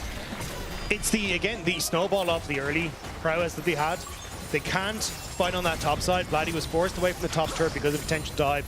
Guy could walk to the bot lane, but was like, I can't really go for any play on Miran. So you just end up isolating Vladdy. You isolate that turret, which means you get the wave pushed in, you fall back to the objective. MKOI are just playing this very slow and very smart. And this is kind of what we were talking about in the last game, where it was, hey, it may not be the flashiest League of Legends, but it's this slow chokehold MKOI are putting onto the game. And a lot of that, again, is coming from Elgoya and Alvaro. These guys have consistently been working so well for this team, getting control on the map, denying access to KC, like gating them off from parts of the map. And now Jojo is moving in. Don't know if he wants to go for anything too crazy, though. Yike's going to be here to cover. Alvaro's going to find him first, but look behind is Elgoya with an ult in his pocket. He's looking for a target. Callista's here, but so is Targamas. The clone found out that they know it's real, and he's burnt down. A spear easily done. And in the heart of Targamas, he drops down. That timing ain't good. 35 seconds until the dragon spawns. Super able to keep in check on mid and forcing Targamas to try and move across, as Alvaro and Elgoya, they just scoot him directly into the hands of everyone that's waiting. Again, MKOI, they're just controlling where KC can walk. Well, it's jumping forward, the blade pulled in. Alvaro is going to disengage with the crash down. KC on the charge, but Elgoya is still here. An assault in, that doesn't come through, as Jojo's going to be collapsed on after the fact, because he stepped up to the wave thinking that, yeah, my team is in river, but no longer. He flashes away with teleport to cover as well. The Vi entry is not an assist. Instead, Shockwave disengaged by Kana. A great W as the Pathmaker's now down. Meowin flashes in again, doesn't give time to engage, even though the Searing Charge doesn't work. Pop Blossom on the back end. KC looking for the fight. Targamas found everyone, but they need damage. Jojo in the storm now hits them all. Kana is just running forward, unable to die, and Elgoya comes in late. KC just sent it under turret. Callist close, but he wins it out in the end. And Meowin caught in the middle. We go from nothing to everything for KC. KC were just playing the waiting game. They had Callist moving from the mid lane, making his way down to that bottom side, and all they were doing was biding for that moment where Kana could help turn it around, and MKOI took the bait. A slither of HP. There's a crush down, by the way. Alvaro's looking for Targamas and getting in the way of Dragon. His super now comes on in at full HP. Alvaro's trying to sacrifice his life as Yike has to walk away from the Dragon. There's a teleport. We devolve as Jojo doesn't have a shockwave, but he's 20 seconds off. Yike has to disengage. There's no smite in the pit right now, but Yike can't get nearby. It turns into a leash, and Super's entrance brings the Dragon back for MKOI. Kana TP to the top lane. Oh my God. Keep down Bloody. And even though there's a stun coming up, Shockwave, oh, it does not connect. Bloody's running to the safety of his turret. He will survive, and man, I think both teams just got bored and just said, where's Bloody going in? So we get the initial play on towards the bottom side, on towards Jojo, who overextended trying to get the tower when we saw that KC play in towards MKOI's jungle. But watch as this goes on.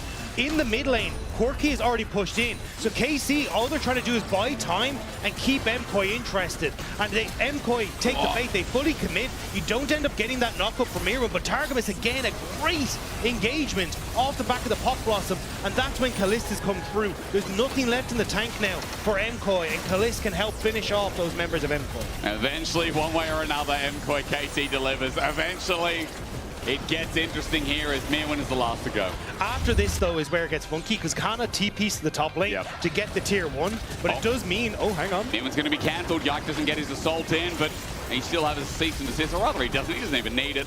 Even after a searing charge, Callista is now on a rampage. 4 kills on the Corki.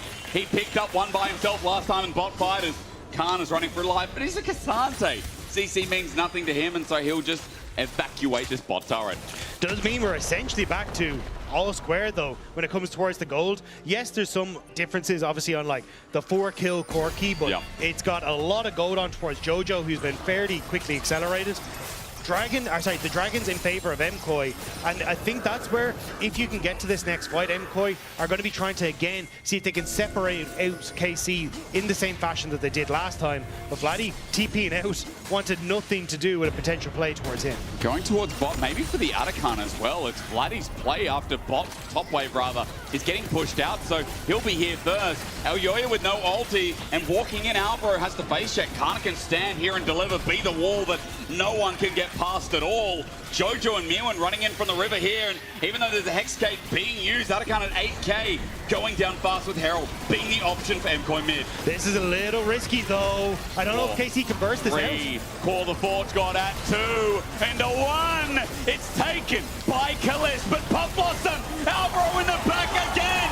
A cease, a desist, an all out from Kana. Knocks about. Super's flipped up, but Vladdy is frying him alive. A 4th in the electric socket, and MKOI can't move. It looked like Alvaro might have been able to set up for that huge engage, but it's Targamas again with the Pop Blossom that is finding the angle to keep MKOI out and set up for KC to take the fight. Herald was placed down. That's still going to get a charge regardless, but Callista will be able to clear this out, save his inner turret. It's yet another fight where he gets a lot. Kana on this Cassante is doing a lot as well. Well, the thing was, Kana actually got CC'd at the start of this. I think he was looking for Elyoya to try and ult him out of the fight so you could try and avoid the steal. But here, gets CC, doesn't really get the setup. But Targamas coming in off the side, gets a huge Pop Blossom, which then just immediately sets up for KC to go. And Supa gets a great pullback here, but doesn't really have any more of the follow-up. Targamas is doing a ton of work alongside Callista and Vladdy to just keep these tank members of MKOI out of position so Supa can fall. Nice, guys. Nice mate, Kapatsungus. It's okay, yes. I feel like with Leandra's Blackfire Torch, Mirwin, who's had a couple of good setups in fights, is now getting shredded really, really quick. Look at the damage. Most done by Vladdy, then shortly after Callista. Supa's doing a lot, so both AD carries definitely worth watching here as gold is still pretty much even. KC, yes, have a 1,500 gold lead, but remember, we're talking about scaling. We're talking about 3 items being picked up here, or at least well on the way to, for these AD carries. As they sit for 2 and a bit right now, we wait, we look. Dragon's up in a minute. That'll be 3rd for MKOI, and worth a discussion. We've also got to start looking at the shockwaves from Jojo, because 2 items now means that he's in a decent spot to start hurting. Not exactly the Ludens build that you like to go for, but still can be game making, especially if you compare that alongside a big ultimate from Supa, or sorry, big feather pullback from Supa. But fight in 35 seconds in theory, Jojo just going to take tower and look for the reset. And his side lane play continues no matter what champion he's on. He's still up in CS, by the way. He's still massively up on Vladdy, and you know, we need a big shockwave. We need a combo from Movistar Koi. KC keep winning out these fights. Feels easy to execute so far, at least, as Vault Breaker in onto Mirwin, just out of range. Trying to get some brittle there with the Bellows Breath. MKOI trying to call the bluff of KC, say you can go for Dragon, we're going to take your tier 2 in the top lane. So KC now trying to fight for mid control while also moving Vladdy into position to protect the top tower. On the side though, with the shockwave available, trying to poke out Vladdy. Make sure he doesn't join the fight. It will be a 4v4 as Vault Breaker starts it off into Mirwin again. The shredding is unreal, even from Callista. He's got a big one in the hole with double buffs, and Dragon's up again. KC need this And they make sure that MKOI don't have a condition to play 4 and 5. I'm pretty sure KC saw Mir and TP to mid, so they know that the Ornn is out of the fight. Happy to go for this. Vladdy backing away, thinking the only option that MKOI have now is to try and go for that play on towards the tier 2. But even then, they're shy. They're just going to take the camps instead. Yak takes this with ease. Okay, 2 apiece. Game gets interesting. Gold even more even than before. Baron's up in 45 seconds. This final game to decide. Holding us by an inch. Quick reminder, KC 2-0. Movistar Koi, yes, they got their first win yesterday. If they win this, they move alongside KC. Well, actually, they'd be above because KC would be 2-1. But they would be the top of the group. It'd be such a statement. After coming back a little bit shaky yesterday, after game 1 was such a wipe, Koi, we just have to call them resilient after that point because it'd be 2 days in a row where they somehow just knuckled down and trudged through the mud. Yeah, I still think, I mean, even looking at the goal, this game is relatively close. Yeah. Like, KC definitely have a lead off of tempo and being able to set up. Like, even gold that isn't being displayed, like the Atakan or 9 Dark Seal stack for Vladdy, is going to make a difference. It's just that the scaling on both sides is incredibly good, so one team fight could make the difference. Like we saw Targamas make the difference with that Pop Blossom in the last fight. If Albro can get something similar, you could change the outcome of this game. It's just that MKOI for the moment are on the back burner because KC are out on the map and pushing waves faster. Yeah, that conversation about Movistar Koi moving to first if they can win this is right now maybe more of a dream than KC remaining undefeated, because that feels like it could be reality with the feeling of this game at the very least, right? Baron's still up as well, by the way, as we move to 3rd item for 80 carats. But look at where the Ornn is on the minimap. Hang on. Cease and desist. We're going to pause. Yeah, Jojo's going to flash away. That flash not being up and available for a major fight. Maybe a game changer here as Elyoya's just ultied in. He's now on the right side of the map for Dragon, but that's 3 minutes away. They thought it was going to be a much heavier engage from KC, because what I was about to point out was you had the Ornn who's been sitting around mid looking for an engagement on towards mid lane, but you had the full push down into this bottom side. So as our MKOI were seeing that, they were like, oh crap, we've misread where the play is going to come from KC. We have missed our timing window. So it's just trying to defend Jojo, because the Orianna is your most vulnerable point on the map, especially when she's in the side lane. She just doesn't escape well from a lot of what KC have. And now that she has Snow Flash, it only doubles that as well. And you know she needs time. She needs that 3rd item. I mean, now just picked up Crypto Bloom, so massive stomps. Yeah, Crypto Bloom. It's an ETF, actually. Well, 3 items regardless. So the investment is there. And Jojo simply finds the Shockwave and finds them all. It's just about if he can get Bloody, if he can get Callist, keep track of Targamas in the same vein. There's a lot of what-ifs. I feel like that's for both teams, though, as well. Who hits those big multi-ultis? That's what we want to see as Dragon. Rather, Baron is sitting there waiting with limited vision from both. It's the control of River that KC are able to utilize, though. Getting that push in mid, you can see Targamas as Corki is on this top side alongside Vladdy, supporting him and getting that push. Now Jojo's only going to move to match that, which is allowing KC to group up. I was not going to say start Baron, I thought it was going to be get deeper vision, but maybe looking to get Mirren's TP up in the bottom lane. There it is. They get mid lane TP immediately, you're right. So Mirren's going to join in, but this ain't just a start. This is looking to be a finish, and KC have got it down to 5. It's gone down mega quick, and MKOI have to get in. Elyoya needs to steal at 4 and 3. They hold off. They look for the turn. Pop Blossom, a one-man as Jojo gets caught out and stormed to death.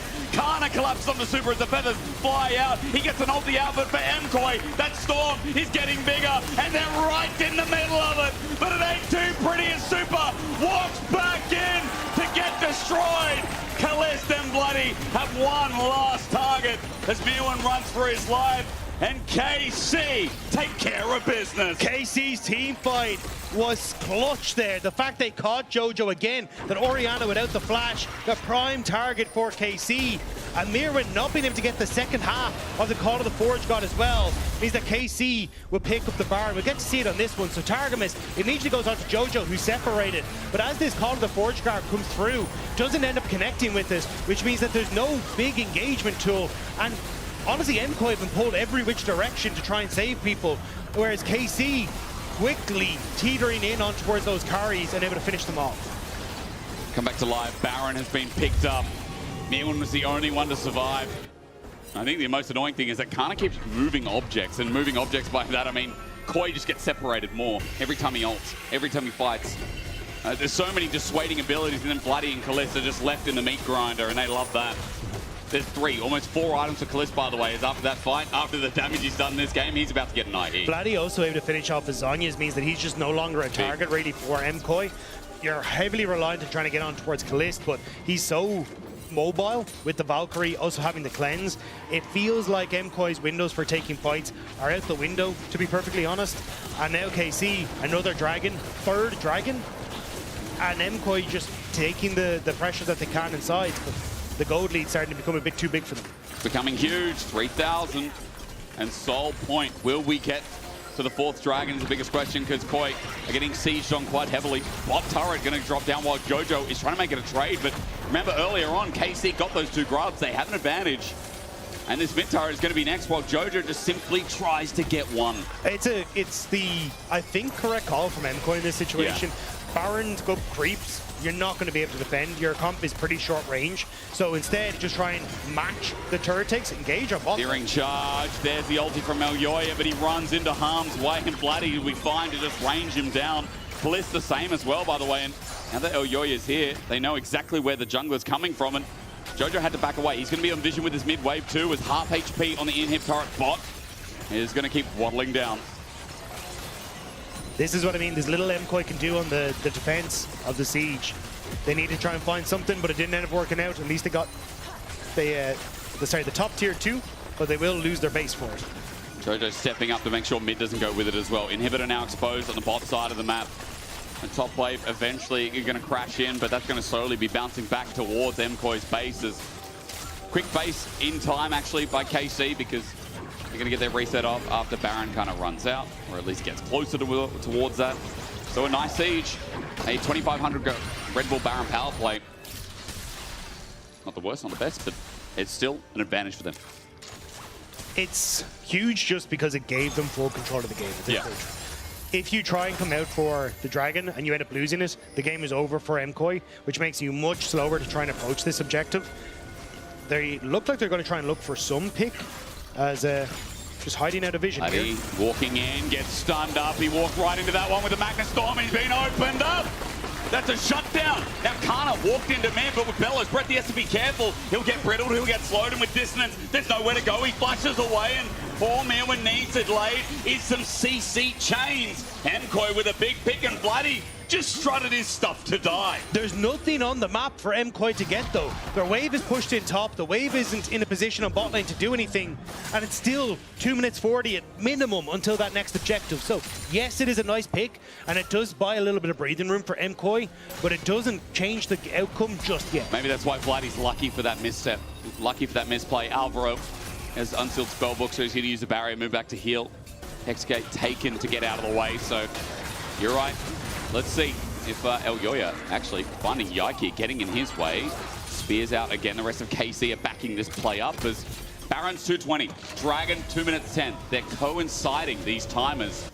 And that's big for KC when they're on Soul Point. Yeah, getting the option to play with your food and see what way you want to go. The pick on Bloody does mean that the waves are now in a decent spot for MKOI. The fact that they are able to push insides, get the reset, push them out once more, just as the Dragon and Baron are about to spawn, gives them a little more control on the map. But it's still KC being able to, as you say, kind of play both sides. That's going to make it difficult for MKOI if they really want to commit. Tension rises. That big play is going to come off the back of 4 or 5 item carries. Let's see which way. Enhance Infinity Edge, so the gold difference between AD carries probably more like 1,000, not 2. But waiting for that last whisper to come through from Super. Waiting for a last whisper from Kalista as well. That'll help the shredding on Cassante, on Ornn alike. That'll make the fight a little bit quicker on their end too. I'm looking at Azonya's maybe being completed for Jojo before that fight comes through, but he's only got a Seekers. A lot of gold to go. Might not have that for the fight, so that's a 1 tick. But to be fair, at this point in the game, kind of all you need. I feel like it might be all you need, you're right. Might not matter. Kana with a Randuin's just picked up 4th item for the Cassante. And Mirwin's a little bit ways to go with a Negatron cloak and cloth armor. Yep. Full build for Jojo on the reset. Okay, so he does get the Zhonyas for what it's worth. And again, like at this stage, gold is kind of a null factor. It is very much going to come down to execution. And at the moment, MKOI getting that shove out and getting vision control gives them more information to play with. Even just some nice poke onto Kalist right now. Mirwin with that poke as well wants to find an engage. Kana gets out of there. Stands a little bit behind Kalist. Alvaro's marking both Yike and Targamas on the side, and Mirwin happy to step forward and be that meat shield in the front to continuously let MKOI buy the space that they need on the map. Also, he's taking the Scuttle Crab, got to be very nice for movement speed just in front of the pit, which is why Oyoya dipped over there to get it. Jojo, really good zoning while he does that as well, using his range advantage and his unlimited mana supply to just make sure that KC can't walk directly at them. Kalist, remember, is still low, and he might have a red buff, but the poke is starting to matter more and more. Alvaro looking for an angle, and Dragon's going to start, but before KC even know what hit him, no! What? Yike comes through, doesn't drive-by, flashes out. Never mind, they knew, and they just took it. Kana runs in now with Hextech Soul, and a pop blossom above all, with a tangled barb, and an ulti from Kana off the back. Mirwin flashes out, because the Moby Stars have just been demoted. They're being casted as extras. A Jike will die for the play. The Blade Caller, Super runs in, wants his job back, trying to get a root, but doesn't. Kana steps forward, Bloody runs in, and indeed, it is the Moby Stars who will fall. It's a series of disastrous events for MKOI. The Dragon is stolen. Jojo whiffs on the ultimate, and KC are able to jump in on top of them before Mirwin can even get his ultimate off himself. KC got everything they needed and are led directly to the Baron. Flipping for the objective, bites him. Yike had about half a second to get that, and he did. But watch afterwards. Jojo moves in, goes for the ultimate, whiffs on everyone. Kana then in a position where he actually gets onto Jojo, which sets up for the slow as Targamas comes through, so you get that early flash out. And again, Mirwin taken out of the fight, he's then focused down, and he's not able to set up in enough time to get some sort of fight back. Plus the Hextech Soul getting that AoE slow and damage as MKOI are all grouped to run away. It's just a complete mess. And Super tried. He tried. Like, he nearly managed to get Kalist off the back of that and maybe could have done something, but it had already gone so wrong before that. He got the flash from Kalist. I mean, that was an ambitious hero play, but it bites him in the end as well with Kana getting the sidestep, and it becomes a game of KC again. It's an elder game that KOI have to play towards now with the second Baron going to KC, and at this 36-minute mark, that Hextech Soul, the chase. If MKOI gets stuck again, if they go into this fight and get separated, this game, this series will end. MKOI grouping because they know Vladdy's on bottom side, looking for a pick on the mid lane, but KC not overextending. And we already saw how difficult it was for MKOI to defend their base against the last Baroned up minions. It becomes even more difficult when you're missing a turret on bot lane. You're trying to defend the tier 2, but KC already setting up to cover this. Kalist has a full item now over Super, who's holding a control ward, who obviously didn't have the gold to build it outright, and it might be the difference maker that comes through in what could be a final fight. Remember, it's getting to late game, so gold doesn't matter as much, but still, it shows you that KC are in the driver's seat just with the gold lead alone. This Baron trying to whittle down the inner turret and top side while minions are moving in through bot. No one handling it right now with Kana running through mid, adding pressure so that MKOI have to pay attention top. KC don't have to overforce. Just let the Kana minion do the work. Let the Hextech Soul get a little bit of poke damage underneath the turret as well. MKOI now trying to see if they can split up and find some angle of attack. It looks like Kana might be that. But no KC member walking close enough to Oyoya in transition. He'll just take so long to die. It has to be some kind of miracle fight that doesn't use all the engages as Kalist walks back in. Minion be damned, there goes the last inner of their game. And moving through multiple lanes yet again, Yike controls this space, and MKOI fear the worst here. They need to pull a rabbit out of the hat and something more than that as Jojo gets poked down, and KC still with Baron for another 40 seconds will continue the siege. Mirwin's on the bottom side, Shockwave gone again. Ooh, what's the timer on that one, I wonder? It's about 40 seconds, right? Yeah, I think for Jojo, just seeing maybe he could get something, but unfortunately that little bit short. And now KC, once more in front of this next turret to fall. The base from MKOI is crumbling. Yike tries to lure them in, or rather pretend like he's going to cease and desist. The AoE, the splash, does wonders on the inhibitor.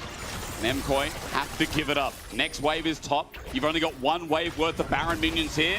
And then for KC, the siege will end. There's so little you can do again. MKOI, they don't have the ranged, they don't really have the big engage. And maybe in a position where you can just, like, I think you just kind of got to fish for a big engage and hope for the best with Mirwin, because otherwise you just get the slow bleed and it's never going to go well. They're just trying to whittle down Kana. I mean, that slow bleed hurts. It's the hardest way to lose games, to lose series. When you just watch it and there's nothing you can do, it sucks, but hey, 1 minute 30, that's something you can do. Elder's coming up, and that's MKOI's chance to flip this game. Yeah, I'm curious if the call is, as you say, well, 1 Elder, but 2, Rabadon Death Cap nearly completed for Jojo Pyun. Yep. That could be their last hope, essentially, that they get to a point where they can find that big one. Yes. Yeah, he's been farming up every camp that he can in the jungle as well. Flame Horizoning Vladdy, and they're losing. Still, KC in control, like waves being pushed in continuously. You got super creeps in the mid lane, which is going to help. If it's an extended play around the Elder Dragon, where KC can just get control on mid, and even TP should be up if they can look for a potential TP end instead of even looking at the Elder Dragon. Those minions provide so many problems. It's a shame that KC don't have that bottom inhibitor down, so it's on the Dragon Wave. That makes things a little bit easier for them. Super's going to walk in here and just take the mini wave while TP's going to be burnt. Dagda, it's all coming down to this 5v5 around mid. You have to be so careful trying to push in these waves, though. You can see those crashes coming through from the Hextech Soul are slowing Super and actually could give a window of opportunity for KC to look for an engage. MKOI now trying to hard force a play on the mid wave, but Super creeps starting to come up. Yak has GA. He can send it in. So can Elyoya. Alvaro's looking for an innovative angle. One that could just change the game as well, but will he be spotted? There's a ward there, though, that will spot him out if he tries to move through. It's a good blue ward by KC, kind of warding all their defensive flanks. As now MKOI, they need to find a way to break this. Even trying to run down mid lane, I don't think is enough. TP going to be burned. This is Mirwin coming in with the ball on top of him. They want an engage, running in blindly. Mirwin needs to help get a shockwave. Super starts off the damage. Alvaro now spotted out by Yak as the Shattering Strike does not connect. Heal out and MKOI are getting burnt down slowly but surely. Kalist, not a big one in the hole as he's getting hit hard by Dragon. Elyoya doing some damage as well. This burn, this Elder is helping out MKOI. Elyoya still has the ultimate to try and reposition. KC having to cede ground. MKOI forcing them back. An Elder Dragon below half. It's a root in. Super does good damage at 7k though. If they flip this again, it might all be over. Mirwin sets up, call the forward, got the Pop Blossom, doesn't do any work. Forward and down right and get hit him finally. Jojo finds them all. The setup's big, but for Koi, they need to keep it going. Vladdy's got a storm in the middle of the ball, and it's getting bigger. It's getting bigger. He dies, but it gets the biggest until Mirwin survives. MKOI have found 4 of KC. The game will go on. The problem is, though, that MKOI can't actually go for the objective. Super creeps are in the base, and Kana could TP in to try and end. They need to hold on to the base, and MKOI need to find a way to do that a second time. All it took was one shockwave. I can't believe finally, in the heat of the moment, Jojo finally got it. And you called it out in the fight hysterics. Targamas not being able to find that Pop Blossom, then that massive shockwave on the 3 members with the follow-up on the Ornn Ultimate. But Super gets ripped out of this fight thanks to Kana, which meant that they actually maybe could have finished off Vladdy quicker and then turned on towards Kana on the Dragon. Kana being able to take Super out of the fight and finish him off meant that they just couldn't quite have enough DPS to deal with Vladdy. There you go. There's the damage in the fight, by the way. I was looking at Vladdy's Storm getting bigger and bigger, but his Zhonya's ran out and he was exposed. Exposed to Mirwin, exposed to Elyoya at the end. And that is why he could not kill them. That is why he could not finish the job. But look at the amount of flashes that were burned. Nothing left on MKOI. 2 flashes on Kalist and Kana in the entire game. And now MKOI stepping up once more. KC trying to see if they can get position to deny MKOI entry. Those Zhonyas are not available for Vladdy, for Jojo Pyun. I see a GA advantage for Elyoya over Yike, who lost his in the fight. No 80 carry with a GA. Also worth mentioning here, those ultis, let's have a quick look, all up and available. This is dangerous from MKOI though. They've committed to the pit. KC could move down mid, but now we're looking at the Dragon. Elder's helping out. Watch out for Super here, who wants to keep waddling about. Targamas in it back. He's got himself a Pop Blossom angle. He's going to find them all! He snuck in to bring KC back on down. Mirwin running aground, but he's dead next as Kalist got to kite it out. Elyoya wants to leave, but Vladdy closes closes the door on this series once and for all. You need eyes in the back of your head if you're going to spot out Targamas. He's so consistently able to find these moments, and once more, he finds it for KC right at the end. We got delivered a banger to end the series in our match of the week, but in the end, the French rise up. There will be no white flag. There will be no surrendering here today. KC undefeated in Group A, 3-0, and so well deserved after that ending. What an absolute banger of a series. MKOI fought valiantly. That was so close to being their fight in the end. But the team fighting, the flanks, the setup around objectives from KC was just cleaner time and time again. It was their game. The fact that Koi came in was admirable, but KC held on. You can vote for your key player of the series, Kana, Callisto, Targamas in this best of 3.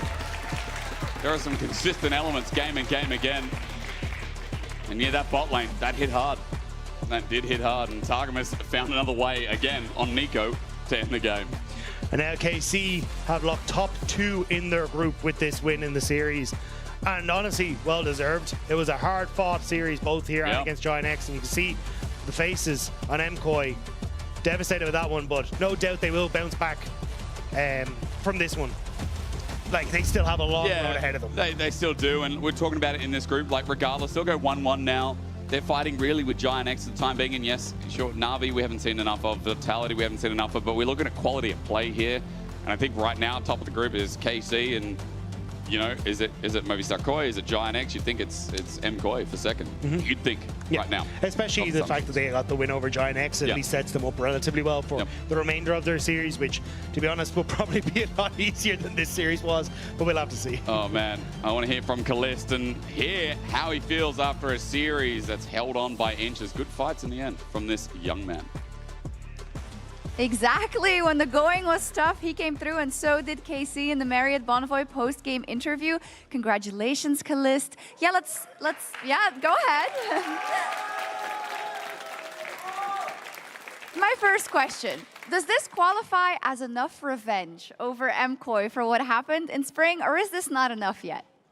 I mean, it cannot be enough. Obviously, we got kicked out of MSI, and it's just a win in the split, I guess. But it's a small revenge, I will say. I think they played very good, and it's always a banger to play against them. And I hope we will meet them in the finals later on in the playoffs, because this is where I actually want to take my revenge. I love it. Subscribe. I'd love to see that.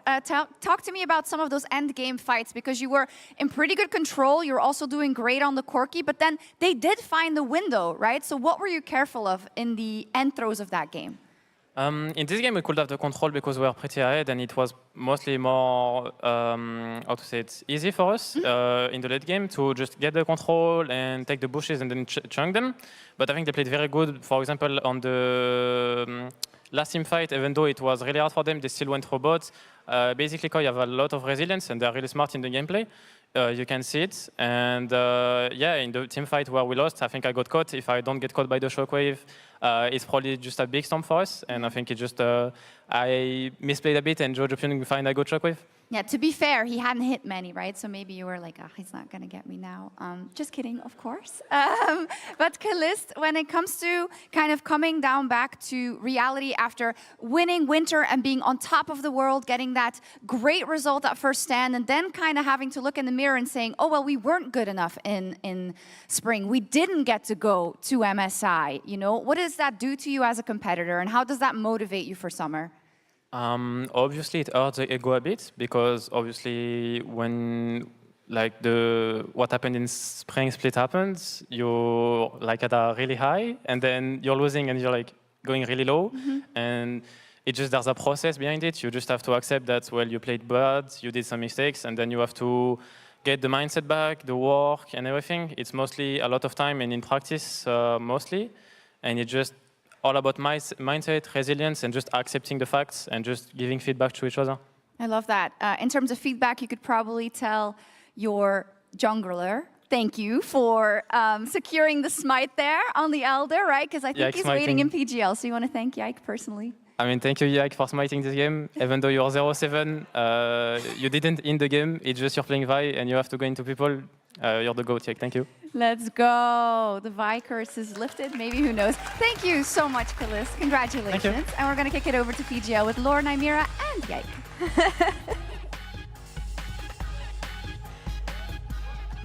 Merci beaucoup, Shox and Kalis. Thank you so much. Welcome to PGL as we see a happy coaching staff backstage.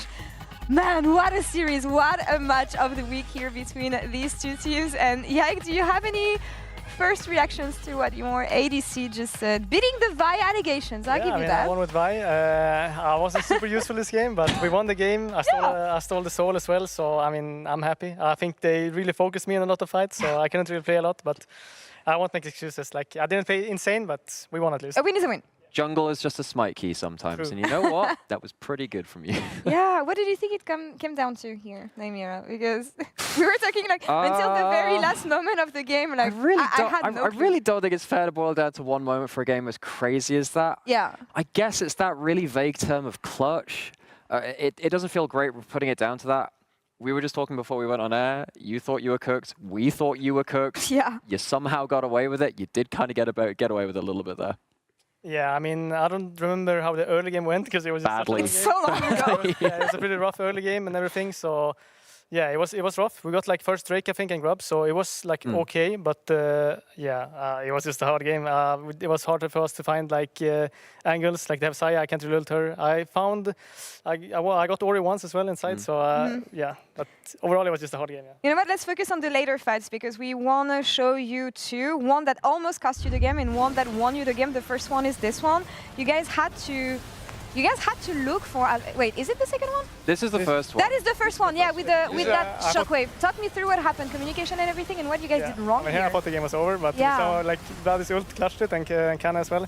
But yeah, the fight was like we knew they wanted to burst it with Saya Panth, and it's higher chance that they outsmite me that way. So we kind of have to fight it. And then I guess this is the second fight. Yeah, that's the second fight. That's the fight. And we had Nico flank. So I just send it on Saya. Nico comes as well. We just got a perfect angle on Saya, and we killed Saya, then we knew the fight was over, right? Anytime you get a late game fight and Saya dies without using ult, you did good. So. Yeah, so I mean, we clutched it in the early fights. I guess the other one we didn't clutch, but somehow. So it was just very close fights. How hard is it to like plan for team fights like this? Because when it comes to clutch moments like this, so late in the game, what I call elder flips, usually, basically, you don't have a lot of time to pre-plan anything, maybe set up some vision, but yeah. It's all about executions, mostly executions and flashes. We talk about flashes, you know, one has flash if he wants to engage, red has flash, these kind of things, and what carries has flash and don't in our team and enemy team. And that's like the main thing, because if you make it overcomplicated, you're probably gonna like... Do you have someone in your team that does that crazy kind of like, control play, it's not all the summoners? It happens sometimes, yeah. The key player of the series was Targamas. We've just talked about his game-winning engage here. Any take on Targu, how he's doing? Yeah, he played very good. He played, I think, 3 games he played range champs. Like usually... That's like, there's unlike usually him. like the melee champs that everyone plays, kind of. But yeah, we played melee game 1 and we played Lula game 2 as well. So we just played like a lot of range with Targa and they played very well. So yeah, like he deserves it. I know you had an amazing question that I want to let you ask here about the match we just saw. For this game, we were talking through there and saying, you know what? I think we care more about KC versus Movistar KOI now than G2 versus Fnatic. You've been in both of those rivalries for years now.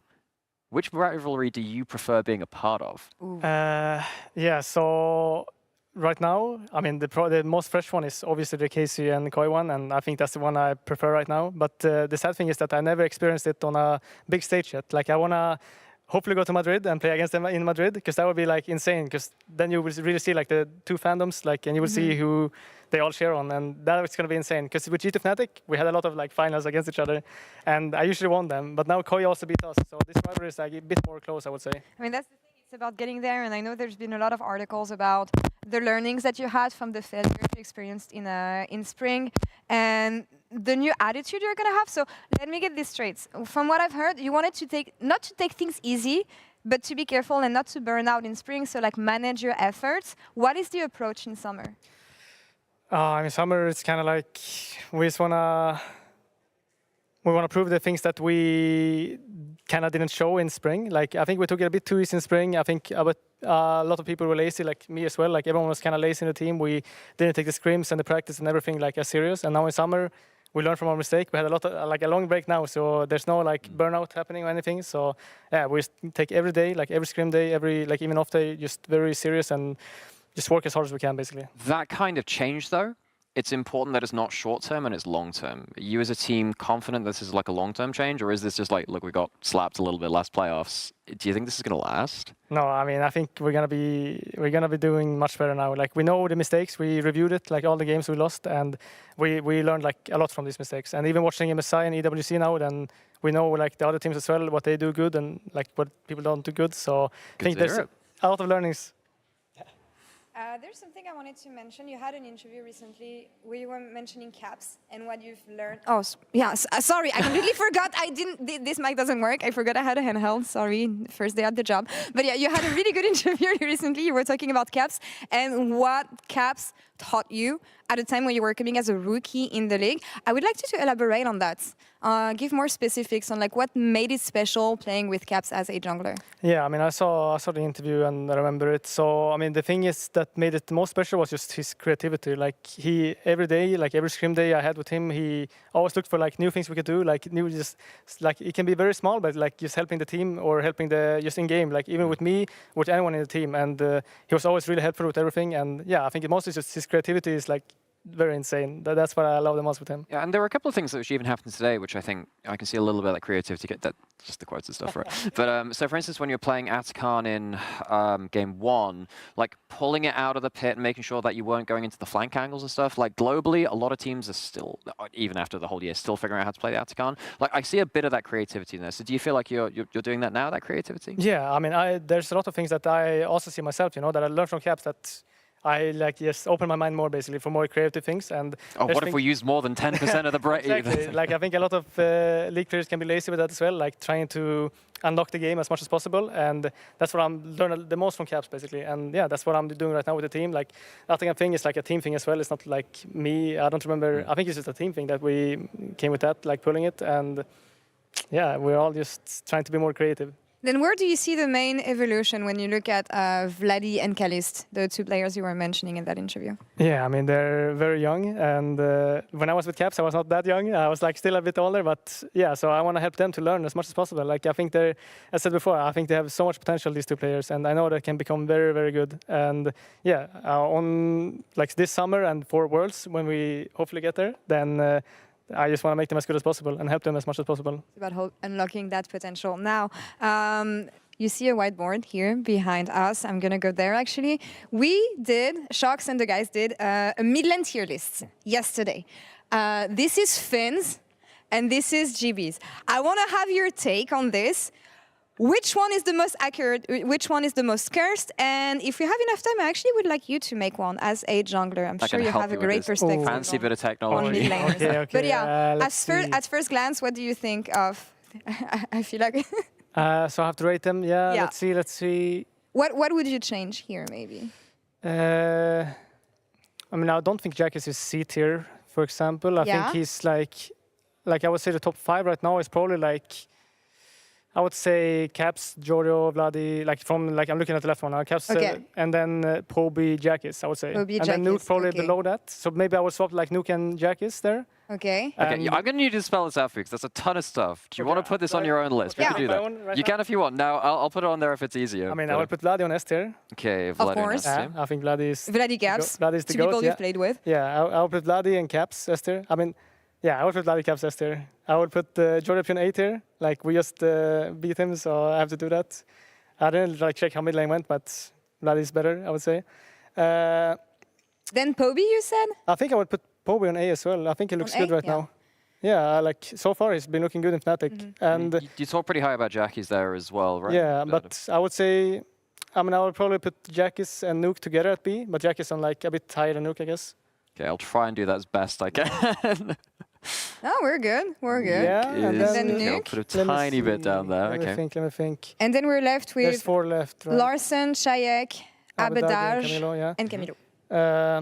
I mean, it looks pretty accurate how it is there. Yeah? I would just probably do the same, yeah. Like Larsen, Shayak, Abadagi, Camilo. All right. How it is. Okay, We got it. Larsen, A jungler's perspective on the Shayak, laners, love it.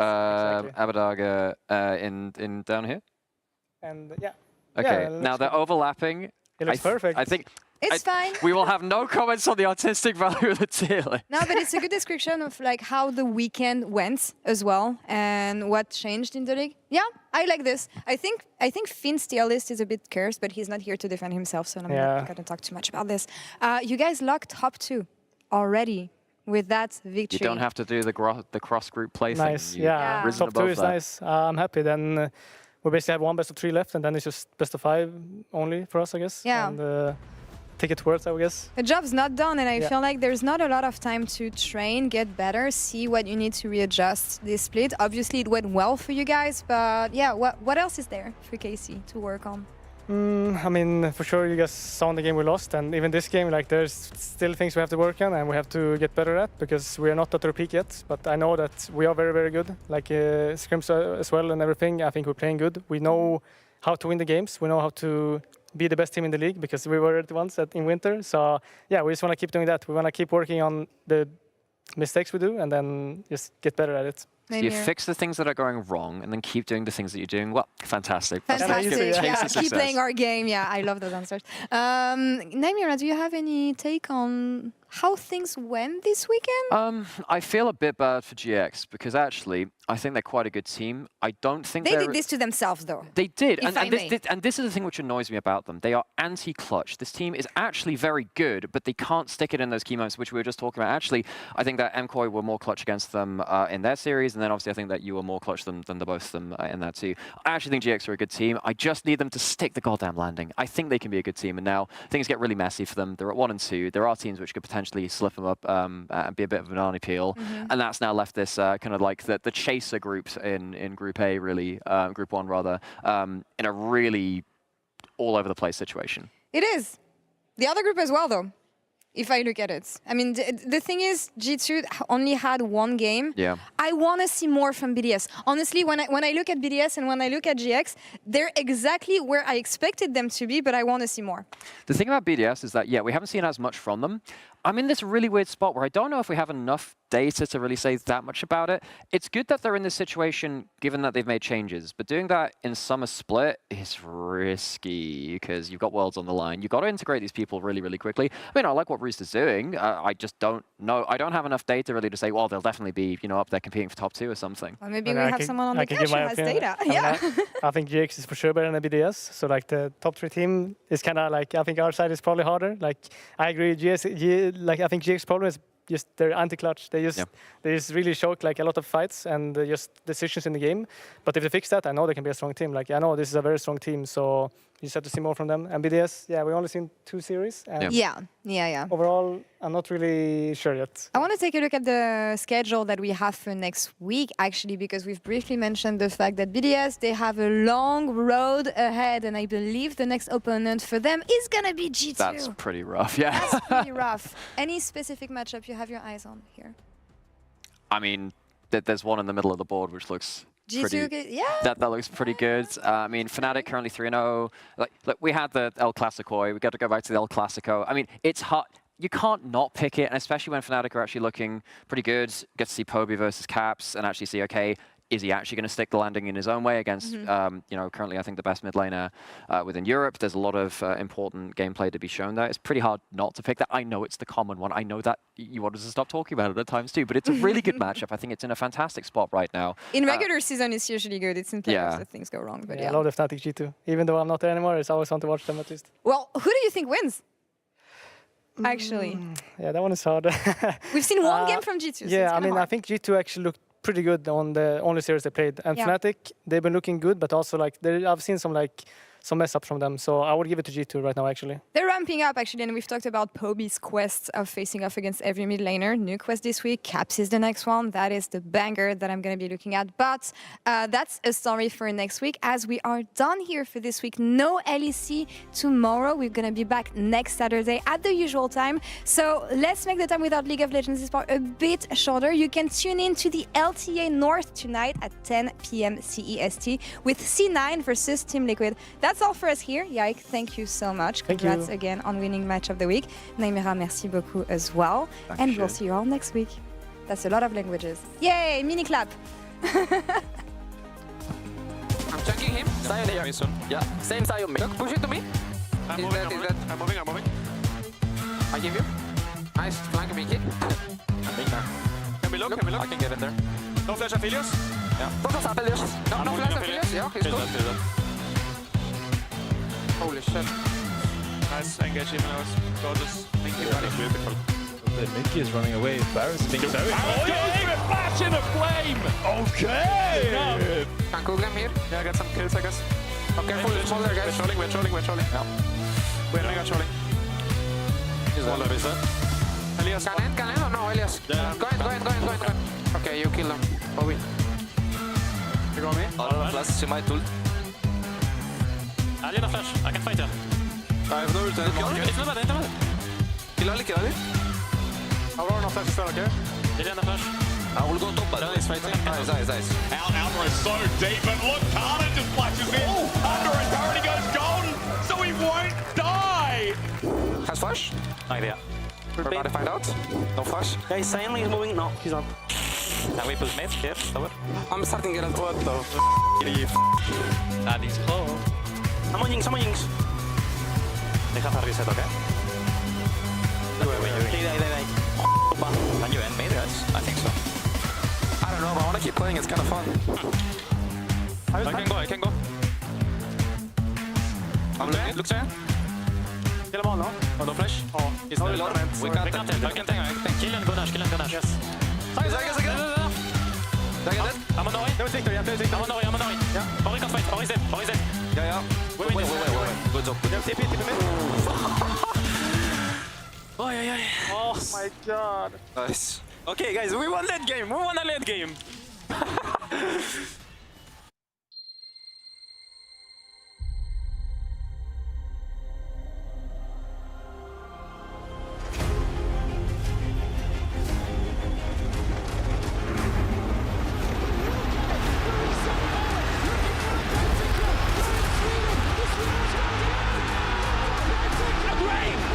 G2, the perfect teammate! They take it all! Here comes the Crows storm!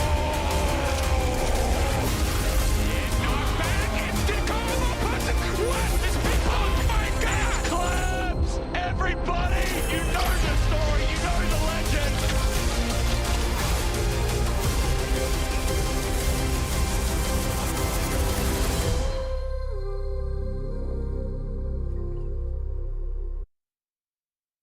Thank